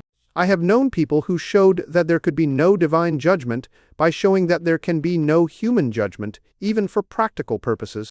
They burned their own corn to set fire to the church. They smashed their own tools to smash it. Any stick was good enough to beat it with, though it were the last stick of their own dismembered furniture.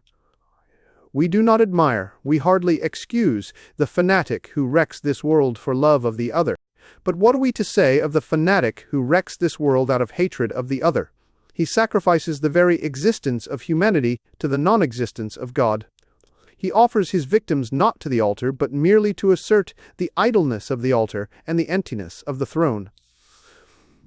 He is ready to ruin even that primary ethic by which all things live, for his strange and eternal vengeance upon someone who never lived at all.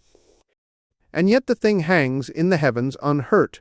Its opponents only succeed in destroying all that they themselves justly hold dear. They do not destroy orthodoxy, they only destroy political and common courage sense. They do not prove that Adam was not responsible to God. How could they prove it? They only prove from their premises that the Tsar is not responsible to Russia. They do not prove that Adam should not have been punished by God. They only prove that the nearest sweater should not be punished by men. With their oriental doubts about personality, they do not make certain that we shall have no personal life hereafter. They only make certain that we shall not have a very jolly or complete one here. With their paralyzing hints of all conclusions coming out wrong, they do not tear the book of the recording angel, they only make it a little harder to keep the books of Marshall and Snellgrove. Not only is the faith the mother of all worldly energies, but its foes are the fathers of all worldly confusion. The secularists have not wrecked divine things, but the secularists have wrecked secular things, if that is any comfort to them. The Titans did not scale heaven, but they laid waste the world. Ix Authority and the Adventurer. The last chapter has been concerned with the contention that orthodoxy is not only, as is often urged, the only safe guardian of morality or order, but is also the only logical guardian of liberty, innovation, and advance. If we wish to pull down the prosperous oppressor, we cannot do it with the new doctrine of human perfectibility, we can do it with the old doctrine of original sin. If we want to uproot inherent cruelties or lift up lost populations, we cannot do it with the scientific theory that matter precedes mind, we can do it with the supernatural theory that mind precedes matter. If we wish specially to awaken people to social vigilance and tireless pursuit of practice, we cannot help it much by insisting on the immanent God and the inner light, for these are at best reasons for contentment. We can help it much by insisting on the transcendent God and the flying and escaping gleam, for that means divine discontent. If we wish particularly to assert the idea of a generous balance against that of a dreadful autocracy, we shall instinctively be Trinitarian rather than Unitarian. If we desire European civilization to be a raid and a rescue, we shall insist rather that souls are in real peril than that their peril is ultimately unreal. And if we wish to exalt the outcast and the crucified, we shall rather wish to think that a veritable God was crucified, rather than a mere sage or hero. Above all, if we wish to protect the poor, we shall be in favor of fixed rules and clear dogmas. The rules of a club are occasionally in favor of the poor member. The drift of a club is always in favor of the rich one. And now we come to the crucial question which truly concludes the whole matter. A reasonable agnostic, if he has happened to agree with me so far, may justly turn round and say, "You have found a practical philosophy in the doctrine of the fall. Very well. You have found a side of democracy now dangerously neglected, wisely asserted in original sin. All right. You have found a truth in the doctrine of hell. I congratulate you. You are convinced that worshippers of a personal God look outwards and are progressive. I congratulate them. But even supposing that those doctrines do include those truths, why cannot you take the truths and leave the doctrines? Granted that all modern society is trusting the rich too much because it does not allow for human weakness, granted that Orthodox ages have had a great advantage because, believing in the fall, they did allow for human weakness, why cannot you simply allow for human weakness without believing in the fall? If you have discovered that the idea of damnation represents a healthy idea of danger, why can you not simply take the idea of danger and leave the idea of damnation? If you see clearly the kernel of common sense in the nut of Christian orthodoxy, why cannot you simply take the kernel and leave the nut? Why cannot you, to use that cant phrase of the newspapers, which I, as a highly scholarly agnostic, am a little ashamed of using, why cannot you simply take what is good in Christianity, what you can define as valuable, what you can comprehend, and leave all the rest? All the absolute dogmas that are in their nature incomprehensible? This is the real question, this is the last question, and it is a pleasure to try to answer it. The first answer is simply to say that I am a rationalist. I like to have some intellectual justification for my intuitions. If I am treating man as a fallen being, it is an intellectual convenience to me to believe that he fell, and I find, for some odd psychological reason, that I can deal better with a man's exercise of free will if I believe that he has got it. But I am in this matter yet more definitely a rationalist. I do not propose to turn this book into one of ordinary Christian apologetics. I should be glad to meet at any other time the enemies of Christianity in that more obvious arena. Here, I am only giving an account of my own growth in spiritual certainty.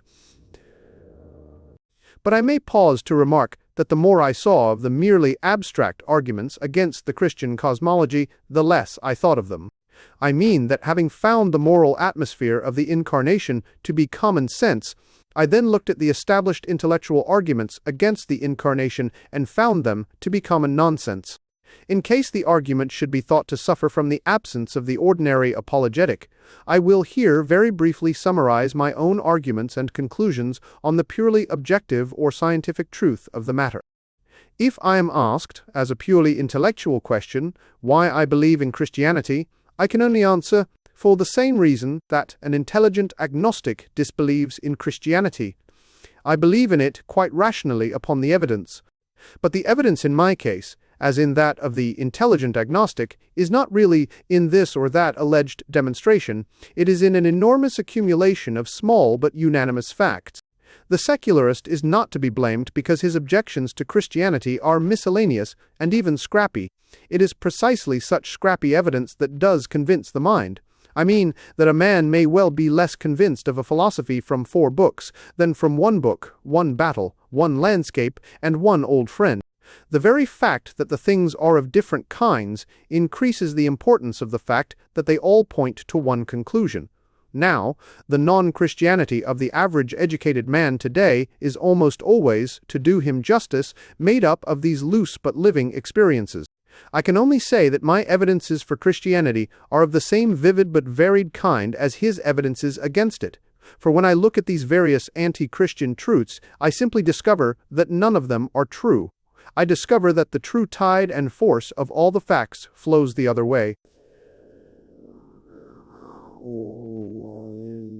Many a sensible modern man must have abandoned Christianity under the pressure of 3 such converging convictions as these. First, that men, with their shape, structure, and sexuality, are, after all, very much like beasts, a mere variety of the animal kingdom.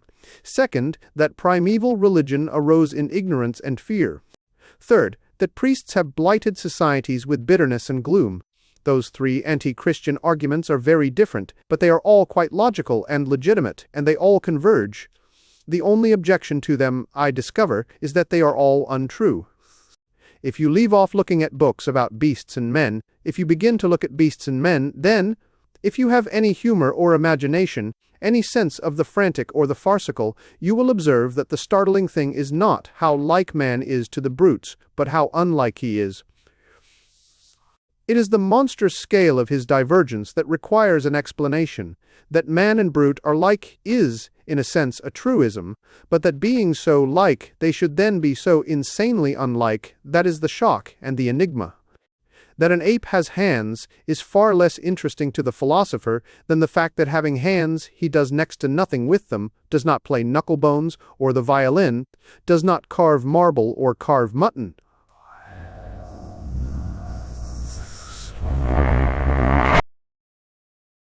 But elephants do not build colossal temples of ivory even in a Rococo style. Camels do not paint even bad pictures, though equipped with the material of many camel's hair brushes. Certain modern dreamers say that ants and bees have a society superior to ours.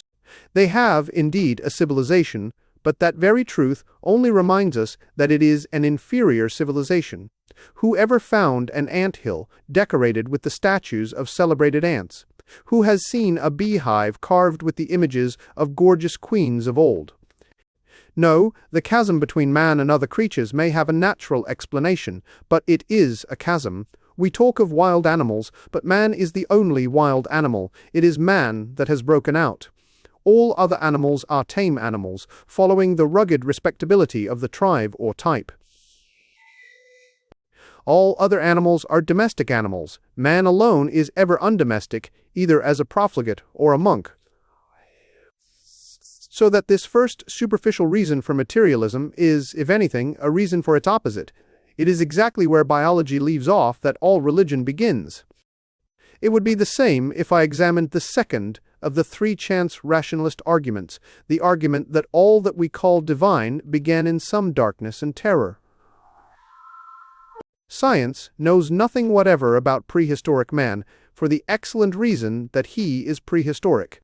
A few professors choose to conjecture that such things as human sacrifice were once innocent and general, and that they gradually dwindled, but there is no direct evidence of it, and the small amount of indirect evidence is very much the other way. In the earliest legends we have, such as the tales of Isaac and of Iphigenia, human sacrifice is not introduced as something old, but rather as something new, as a strange and frightful exception darkly demanded by the gods. History says nothing, and legends all say that the earth was kinder in its earliest time.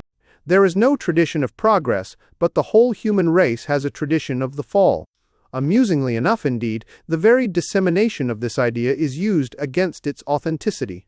Learned men literally say that this prehistoric calamity cannot be true because every race of mankind remembers it. I cannot keep pace with these paradoxes.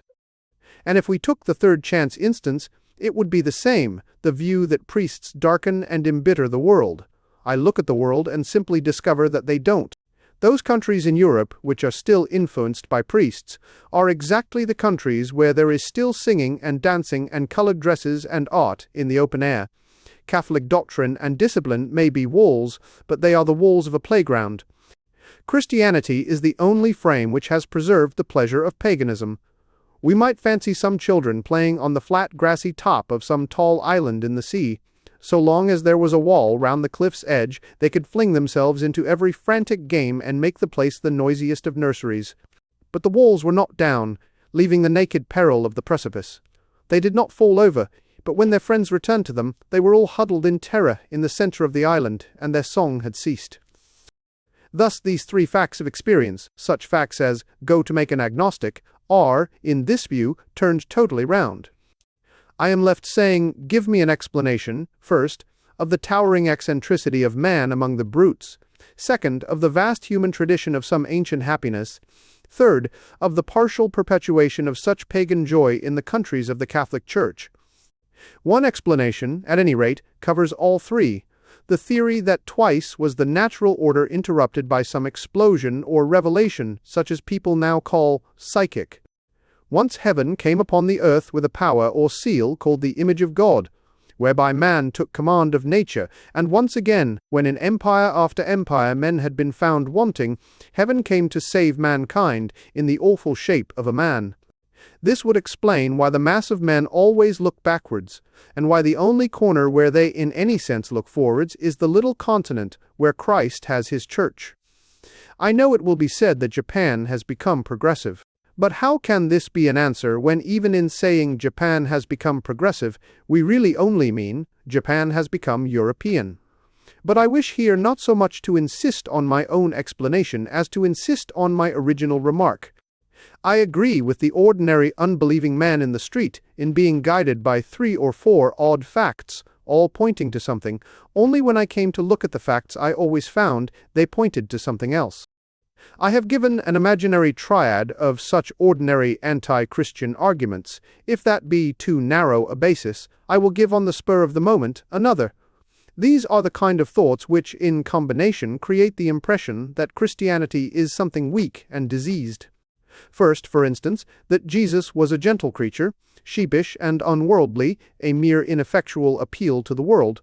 Second, that Christianity arose and flourished in the dark ages of ignorance, and that to these the Church would drag us back. Third, that the people still strongly religious, or, if you will, superstitious, such people as the Irish, are weak, unpractical, and behind the times. I only mention these ideas to affirm the same thing, that when I looked into them independently I found not that the conclusions were unphilosophical, but simply that the facts were not facts. Instead of looking at books and pictures about the New Testament, I looked at the New Testament. There I found an account, not in the least of a person with his hair parted in the middle, or his hands clasped in appeal, but of an extraordinary being with lips of thunder, and acts of lurid decision, flinging down tables, casting out devils, passing with the wild secrecy of the wind from mountain isolation to a sort of dreadful demagogy, a being who often acted like an angry god, and always like a god.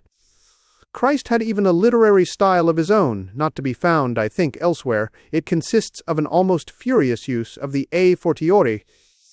His how much more is piled one upon another like castle upon castle in the clouds. The diction used about Christ has been, and perhaps wisely, sweet and submissive. But the diction used by Christ is quite curiously gigantesque. It is full of camels leaping through needles and mountains hurled into the sea.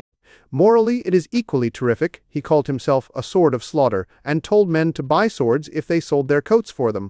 That he used other even wilder words on the side of non-resistance greatly increases the mystery, but it also, if anything, rather increases the violence. We cannot even explain it by calling such a being insane, for insanity is usually along one consistent channel. The maniac is generally a monomaniac.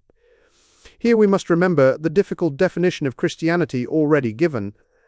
Christianity is a superhuman paradox, whereby 2 opposite passions may blaze beside each other.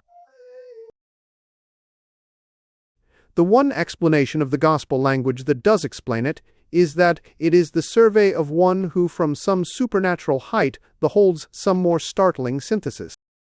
I take in order the next instance offered, the idea that Christianity belongs to the Dark Ages. Here I did not satisfy myself with reading modern generalizations. I read a little history, and in history I found that Christianity, so far from belonging to the Dark Ages, was the one path across the Dark Ages that was not dark. It was a shining bridge connecting 2 shining civilizations. If anyone says that the faith arose in ignorance and savagery, the answer is simple: it didn't. It arose in the Mediterranean civilization in the full summer of the Roman Empire. The world was swarming with skeptics, and pantheism was as plain as the sun when Constantine nailed the cross to the mast. It is perfectly true that afterwards the ship sank, but it is far more extraordinary that the ship came up again, repainted and glittering, with the cross still at the top. This is the amazing thing the religion did. It turned a sunken ship into a submarine. The ark lived under the load of waters. After being buried under the debris of dynasties and clans, we arose and remembered Rome. If our faith had been a mere fad of the fading empire, fad would have followed fad in the twilight, and if the civilization ever re-emerged, and many such have never re-emerged, it would have been under some new barbaric flag. But the Christian Church was the last life of the old society and was also the first life of the new. She took the people who were forgetting how to make an arch, and she taught them to invent the Gothic arch. In a word, the most absurd thing that could be said of the Church is the thing we have all heard said of it. How can we say that the Church wishes to bring us back into the Dark Ages? The Church was the only thing that ever brought us out of them. I added in this second trinity of objections an idle instance taken from those who feel such people as the Irish to be weakened or made stagnant by superstition. I only added it because this is a peculiar case of a statement of fact that turns out to be a statement of falsehood. It is constantly said of the Irish that they are impractical, but if we refrain for a moment from looking at what is said about them and look at what is done about them, we shall see that the Irish are not only practical, but quite painfully successful. The poverty of their country, the minority of their members, are simply the conditions under which they were asked to work, but no other group in the British Empire has done so much with such conditions. The Nationalists were the only minority that ever succeeded in twisting the whole British Parliament sharply out of its path. The Irish peasants are the only poor men in these islands who have forced their masters to disgorge. These people, whom we call priest-ridden, are the only Britons who will not be squire-ridden. And when I came to look at the actual Irish character, the case was the same. Irishmen are best at the specially hard professions, the trades of iron, the lawyer, and the soldier. In all these cases, therefore, I came back to the same conclusion. The skeptic was quite right to go by the facts, only he had not looked at the facts. The skeptic is too credulous. He believes in newspapers, or even in encyclopedias. Again, the three questions left me with three very antagonistic questions. The average skeptic wanted to know how I explained the namby-pamby note in the Gospel, the connection of the creed with medieval darkness, and the political impracticability of the Celtic Christians. But I wanted to ask, and to ask with an earnestness amounting to urgency, what is this incomparable energy which appears first in one walking the earth like a living judgment, and this energy which can die with a dying civilization and yet force it to a resurrection from the dead? This energy which last of all can inflame a bankrupt peasantry with so fixed a faith in justice that they get what they ask, while others go empty away, so that the most helpless island of the empire can actually help itself. Oh, there is an answer. It is an answer to say that the energy is truly from outside the world, that it is psychic, or at least one of the results of a real psychical disturbance. The highest gratitude and respect are due to the great human civilizations such as the old Egyptian or the existing Chinese.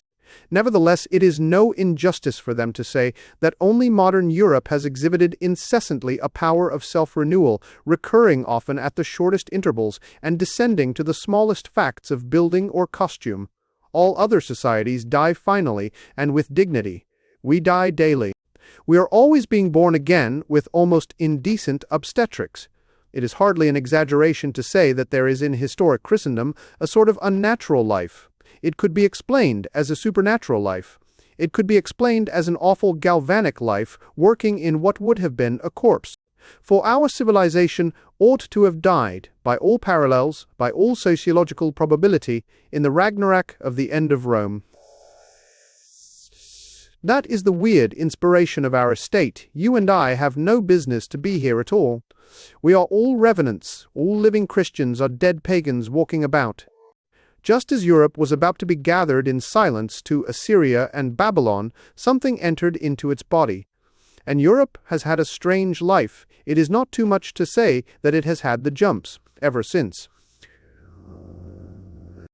I have dealt at length with such typical triads of doubt in order to convey the main contention, that my own case for Christianity is rational, but it is not simple. It is an accumulation of varied facts, like the attitude of the ordinary agnostic. But the ordinary agnostic has got his facts all wrong. He is a non-believer for a multitude of reasons, but they are untrue reasons. He doubts because the Middle Ages were barbaric, but they weren't, because Darwinism is demonstrated, but it isn't, because miracles do not happen, but they do, because monks were lazy, but they were very industrious. Because nuns are unhappy, but they are particularly cheerful, because Christian art was sad and pale, but it was picked out in peculiarly bright colors and gay with gold, Because modern science is moving away from the supernatural, but it isn't. It is moving towards the supernatural with the rapidity of a railway train. But among these million facts, all flowing one way, there is, of course, one question sufficiently solid and separate to be treated briefly, but by itself, I mean the objective occurrence of the supernatural. In another chapter, one have indicated the fallacy of the ordinary supposition that the world must be impersonal because it is orderly. A person is just as likely to desire an orderly thing as a disorderly thing. But my own positive conviction that personal creation is more conceivable than material fate is, I admit, in a sense, undiscussable. I will not call it a faith or an intuition, for those words are mixed up with mere emotion. It is strictly an intellectual conviction, but it is a primary intellectual conviction, like the certainty of self, of the good of living. Anyone who likes, therefore, may call my belief in God merely mystical. The phrase is not worth fighting about. But my belief that miracles have happened in human history is not a mystical belief at all. I believe in them upon human evidences as I do in the discovery of America. Upon this point there is a simple logical fact that only requires to be stated and cleared up. Somehow or other an extraordinary idea has arisen that the disbelievers in miracles consider them coldly and fairly, while believers in miracles accept them only in connection with some dogma. The fact is quite the other way. The believers in miracles accept them, rightly or wrongly, because they have evidence for them. The disbelievers in miracles deny them, rightly or wrongly, because they have a doctrine against them. The open, obvious, democratic thing is to believe an old apple woman when she bears testimony to a miracle, just as you believe an old apple woman when she bears testimony to a murder. The plain popular course is to trust the peasant's word about the ghost exactly as far as you trust the peasant's word about the landlord. Being a peasant, he will probably have a great deal of healthy agnosticism about both. Still, you could fill the British Museum with evidence uttered by the peasant and given in favor of the ghost. If it comes to human testimony, there is a choking cataract of human testimony in favor of the supernatural. If you reject it, you can only mean one of two things. You reject the peasant's story about the ghost either because the man is a peasant or because the story is a ghost story. That is, you either deny the main principle of democracy or you affirm the main principle of materialism, the abstract impossibility of miracle. You have a perfect right to do so, but in that case, you are the dogmatist. It is we Christians who accept all actual evidence. It is you rationalists who refuse actual evidence, being constrained to do so by your creed. But I am not constrained by any creed in the matter, and looking impartially into certain miracles of medieval and modern times, I have come to the conclusion that they occurred. All argument against these plain facts is always argument in a circle. If I say, medieval documents attest certain miracles as much as they attest certain battles, they answer, but medievals were superstitious. If I want to know in what they were superstitious, the only ultimate answer is that they believed in the miracles. If I say a peasant saw a ghost, I am told, but peasants are so credulous. If I ask, why credulous, the only answer is that they see ghosts. Iceland is impossible because only stupid sailors have seen it, and the sailors are only stupid because they say they have seen Iceland. It is only fair to add that there is another argument that the unbeliever may rationally use against miracles, though he himself generally forgets to use it. He may say that there has been in many miraculous stories a notion of spiritual preparation and acceptance, in short, that the miracle could only come to him who believed in it. It may be so, and if it is so, how are we to test it? If we are inquiring whether certain results follow faith, it is useless to repeat wearily that, if they happen, they do follow faith. If faith is one of the conditions, those without faith have a most healthy right to laugh. But they have no right to judge. Being a believer may be, if you like, as bad as being drunk. Still, if we were extracting psychological facts from drunkards, it would be absurd to be always taunting them with having been drunk. Suppose we were investigating whether angry men really saw a red mist before their eyes. Suppose 60 excellent householders swore that when angry they had seen this crimson cloud, surely it would be absurd to answer, "Oh, but you admit you were angry at the time." They might reasonably rejoin in a stentorian chorus, "How the blazes could we discover, without being angry, whether angry people see red?" So the saints and ascetics might rationally reply, "Suppose that the question is whether believers can see visions. Even then, if you are interested in visions, it is no point to object to believers. You are still arguing in a circle, in that old mad circle with which this book began." The question of whether miracles ever occur is a question of common sense and of ordinary historical imagination, not of any final physical experiment.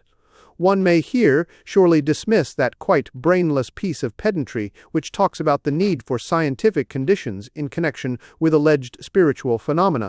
If we are asking whether a dead soul can communicate with a living, it is ludicrous to insist that it shall be under conditions in which no two living souls in their senses would seriously communicate with each other. The fact that ghosts prefer darkness no more disproves the existence of ghosts than the fact that lovers prefer darkness disproves the existence of love. If you choose to say, "I will believe that Miss Brown called her fiancé a periwinkle," or any other endearing term, if she will repeat the word before 17 psychologists, then I shall reply, "Very well. If those are your conditions, you will never get the truth, for she certainly will not say it." It is just as unscientific as it is unphilosophical to be surprised that in an unsympathetic atmosphere certain extraordinary sympathies do not arise. It is as if I said that I could not tell if there was a fog because the air was not clear enough, or as if I insisted on perfect sunlight in order to see a solar eclipse. As a common-sense conclusion, such as those to which we come about sex or about midnight, well knowing that many details must in their own nature be concealed, I conclude that miracles do happen. I am forced to it by a conspiracy of facts. The fact that the men who encounter elves or angels are not the mystics and the morbid dreamers, but fishermen, farmers, and all men at once coarse and cautious. The fact that we all know men who testify to spiritualistic incidents but are not spiritualists. The fact that science itself admits such things more and more every day. Science will even admit the ascension, if you call it levitation, and will very likely admit the resurrection when it has thought of another word for it. I suggest the regalvanization, but the strongest of all is the dilemma above mentioned, that these supernatural things are never denied except on the basis either of anti-democracy or of materialist dogmatism. I may say materialist mysticism. The skeptic always takes one of the two positions. Either an ordinary man need not be believed, or an extraordinary event must not be believed. For I hope we may dismiss the argument against wonders attempted in the mere recapitulation of frauds, of swindling mediums or trick miracles. That is not an argument at all, good or bad. A false ghost disproves the reality of ghosts exactly as much as a forged banknote disproves the existence of the Bank of England. If anything, it proves its existence. Given this conviction that the spiritual phenomena do occur, my evidence for which is complex but rational, we then collide with one of the worst mental evils of the age.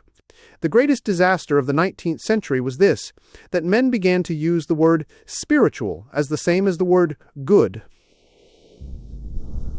They thought that to grow in refinement and uncorporeality was to grow in virtue. When scientific evolution was announced, some feared that it would encourage mere animality. It did worse, it encouraged mere spirituality. It taught men to think that so long as they were passing from the ape, they were going to the angel. But you can pass from the ape and go to the devil. A man of genius, very typical of that time of bewilderment, expressed it perfectly. Benjamin Disraeli was right when he said he was on the side of the angels. He was indeed, he was on the side of the fallen angels. He was not on the side of any mere appetite or animal brutality, but he was on the side of all the imperialism of the princes of the abyss. He was on the side of arrogance and mystery and contempt of all obvious good. Between this sunken pride and the towering humilities of heaven, there are, one must suppose, spirits of shapes and sizes. Man, in encountering them, must make much the same mistakes that he makes in encountering any other varied types in any other distant continent. It must be hard at first to know who is supreme and who is subordinate. If a shade arose from the underworld and stared at Piccadilly, that shade would not quite understand the idea of an ordinary closed carriage. He would suppose that the coachman on the box was a triumphant conqueror, dragging behind him a kicking and imprisoned captive. So, if we see spiritual facts for the first time, we may mistake who is uppermost. It is not enough to find the gods, they are obvious, we must find God, the real chief of the gods. We must have a long, historic experience in supernatural phenomena in order to discover which are really natural. In this light, I find the history of Christianity, and even of its Hebrew origins, quite practical and clear. It does not trouble me to be told that the Hebrew God was one among many. I know he was, without any research to tell me so. Jehovah and Baal looked equally important, just as the sun and the moon looked the same size. It is only slowly that we learn that the sun is immeasurably our master and the small moon only our satellite. Believing that there is a world of spirits, I shall walk in it as I do in the world of men, looking for the thing that I like and think good. Just as I should seek in a desert for clean water, or toil at the North Pole to make a comfortable fire, so I shall search the land of void and vision until I find something fresh like water, and comforting like fire, until I find some place in eternity where I am literally at home, and there is only one such place to be found. I have now said enough to show, to anyone to whom such an explanation is essential, that I have in the ordinary arena of apologetics a ground of belief. In pure records of experiment, if these be taken democratically without contempt or favor, there is evidence first that miracles happen, and second that the nobler miracles belong to our tradition. But I will not pretend that this curt discussion is my real reason for accepting Christianity, instead of taking the moral good of Christianity as I should take it out of Confucianism. I have another, far more solid and central ground for submitting to it as a faith, instead of merely picking up hints from it as a scheme. And that is this, that the Christian Church in its practical relation to my soul is a living teacher, not a dead one. It not only certainly taught me yesterday, but will almost certainly teach me tomorrow. Once I saw suddenly the meaning of the shape of the cross, some day I may see suddenly the meaning of the shape of the mitre. One fine morning I saw why windows were pointed. Some fine morning I may see why priests were shaven. Plato has told you a truth, but Plato is dead. Shakespeare has startled you with an image, but Shakespeare will not startle you with any more. But imagine what it would be to live with such men still living, to know that Plato might break out with an original lecture tomorrow, or that, at any moment, Shakespeare might shatter everything with a single song. The man who lives in contact with what he believes to be a living church is a man always expecting to meet Plato and Shakespeare tomorrow at breakfast. He is always expecting to see some truth that he has never seen before. There is one only other parallel to this position, and that is the parallel of the life in which we all began. When your father told you, walking about the garden, that bees stung or that roses smelt sweet, you did not talk of taking the best out of his philosophy. When the bees stung you, you did not call it an entertaining coincidence. When the rose smelt sweet, you did not say, "My father is a rude, barbaric symbol," enshrining, perhaps unconsciously, the deep, delicate truths that flowers smell. No, you believed your father because you had found him to be a living fountain of facts, a thing that really knew more than you, a thing that would tell you truth tomorrow as well as today. And if this was true of your father, it was even truer of your mother, at least it was true of mine, to whom this book is dedicated. Now, when society is in a rather futile fuss about the subjection of women, will no one say how much every man owes to the tyranny and privilege of women, to the fact that they alone rule education until education becomes futile, for a boy is only sent to be taught at school when it is too late to teach him anything. The real thing has been done already, and thank God it is nearly always done by women. Every man is womanized, merely by being born. They talk of the masculine woman, but every man is a feminized man. And if ever men walk to Westminster to protest against this female privilege, I shall not join their procession. For I remember with certainty this fixed psychological fact, that the very time when I was most under a woman's authority, I was most full of flame and adventure. Exactly because when my mother said that ants bit they did bite, and because snow did come in winter as she said, therefore the whole world was to me a fairyland of wonderful fulfillments, and it was like living in some Hebraic age, when prophecy after prophecy came true. I went out as a child into the garden, and it was a terrible place to me, precisely because I had a clue to it. If I had held no clue, it would not have been terrible, but tame. A mere unmeaning wilderness is not even impressive. But the garden of childhood was fascinating, exactly because everything had a fixed meaning which could be found out in its turn. Inch by inch, I might discover what was the object of the ugly shape called a rake, or form some shadowy conjecture as to why my parents kept a cat. So, since I have accepted Christendom as a mother and not merely as a chance example, I have found Europe and the world once more like the little garden where I stared at the symbolic shapes of cat and rake. I look at everything with the old elvish ignorance and expectancy. This or that rite or doctrine may look as ugly and extraordinary as a rake, but I have found by experience that such things end somehow in grass and flowers. A clergyman may be apparently as useless as a cat, but he is also as fascinating, for there must be some strange reason for his existence. I give one instance out of 100. I have not myself any instinctive kinship with that enthusiasm for physical virginity, which has certainly been a note of historic Christianity. But when I look not at myself, but at the world, I perceive that this enthusiasm is not only a note of Christianity, but a note of paganism, a note of high human nature in many spheres. The Greeks felt virginity when they carved Artemis, the Romans when they robed the Vestals. The worst and wildest of the great Elizabethan playwrights clung to the literal purity of a woman as to the central pillar of the world. Above all, the modern world, even while mocking sexual innocence, has flung itself into a generous idolatry of sexual innocence. The great modern worship of children. For any man who loves children will agree that their peculiar beauty is hurt by a hint of physical sex. With all this human experience, allied with the Christian authority, I simply conclude that I am wrong and the Church right, or rather that I am defective while the Church is universal. It takes all sorts to make a church. She does not ask me to be celibate. But the fact that I have no appreciation of the celibates, I accept like the fact that I have no ear for music. The best human experience is against me, as it is on the subject of Bach. Celibacy is one flower in my father's garden, of which I have not been told the sweet or terrible name, but I may be told it any day. This, therefore, is, in conclusion, my reason for accepting the religion, and not merely the scattered and secular truths out of the religion. I do it because the thing has not merely told this truth or that truth, but has revealed itself as a truth-telling thing. All other philosophies say the things that plainly seem to be true, only this philosophy has again and again said the thing that does not seem to be true, but is true. Alone of all creeds, it is convincing where it is not attractive. It turns out to be right, like my father in the garden. Theosophists, for instance, will preach an obviously attractive idea like reincarnation, but if we wait for its logical results, they are spiritual superciliousness and the cruelty of caste. For if a man is a beggar by his own prenatal sins, people will tend to despise the beggar.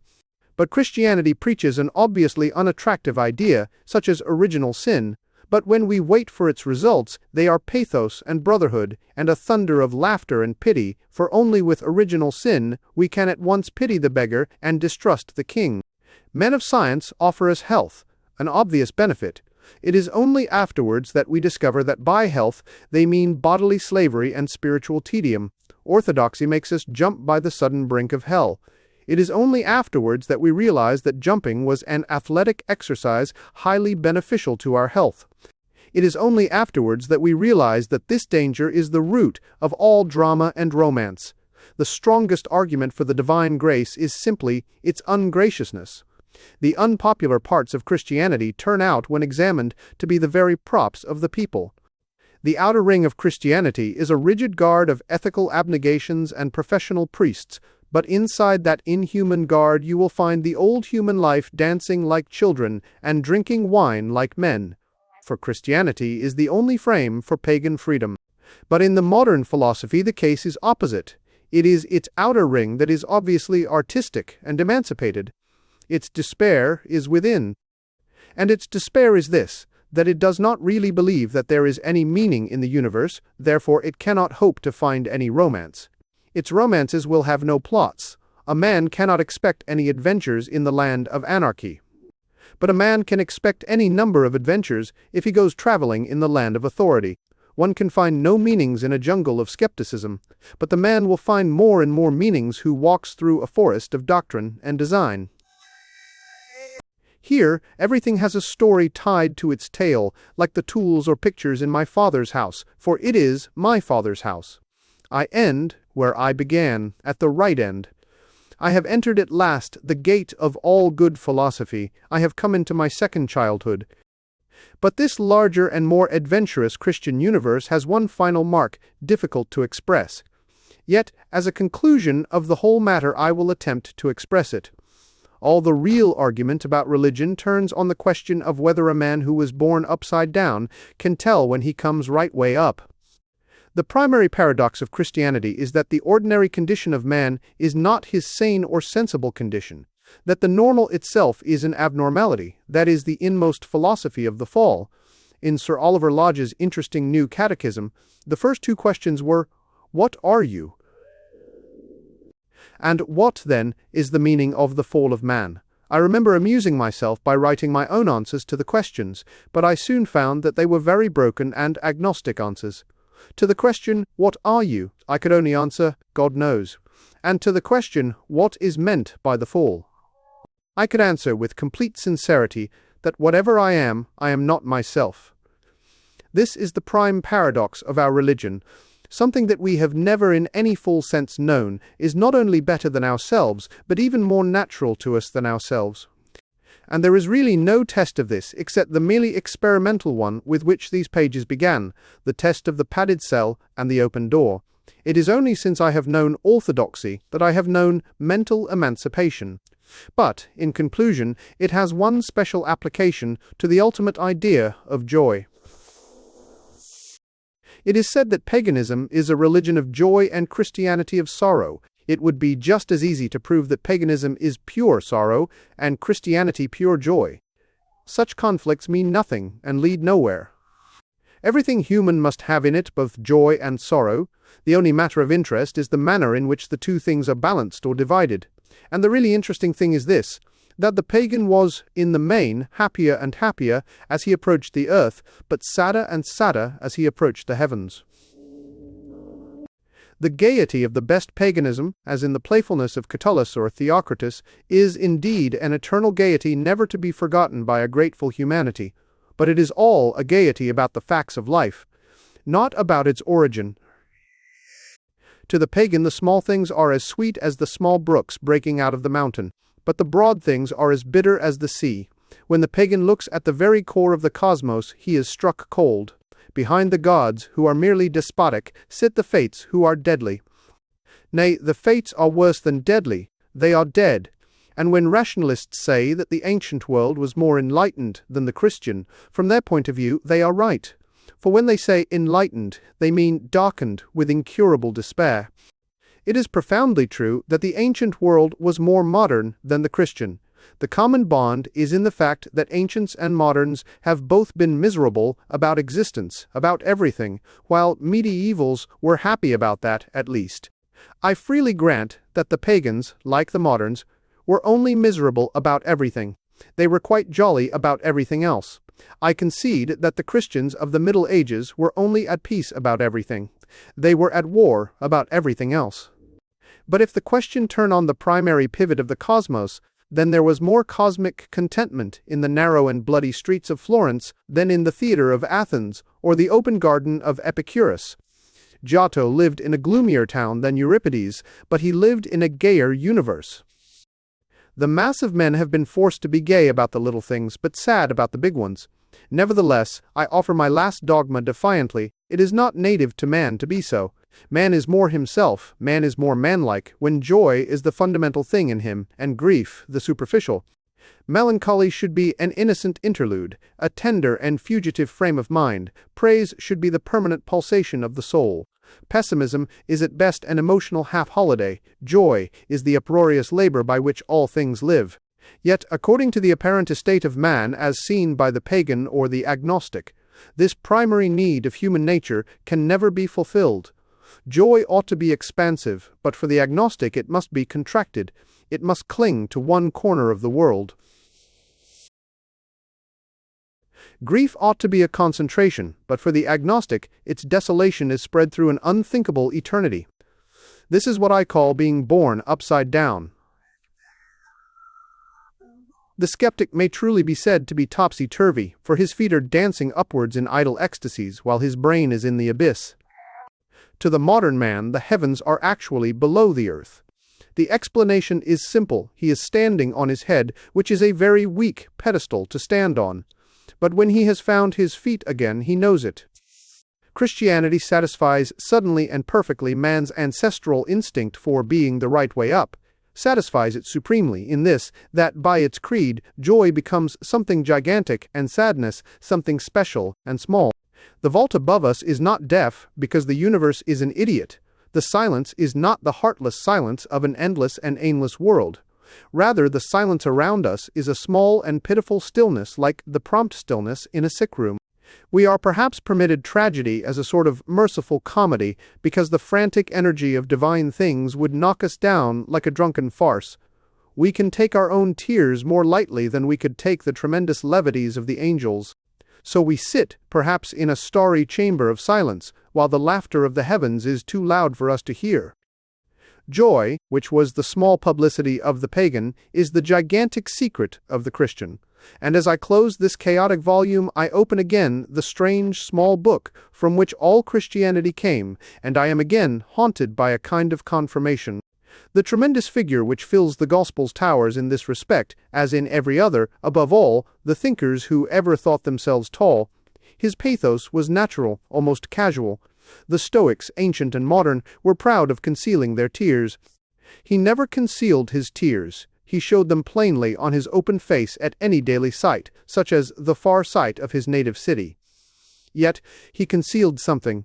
Solemn supermen and imperial diplomatists are proud of restraining their anger. He never restrained his anger. He flung furniture down the front steps of the temple and asked men how they expected to escape the damnation of hell.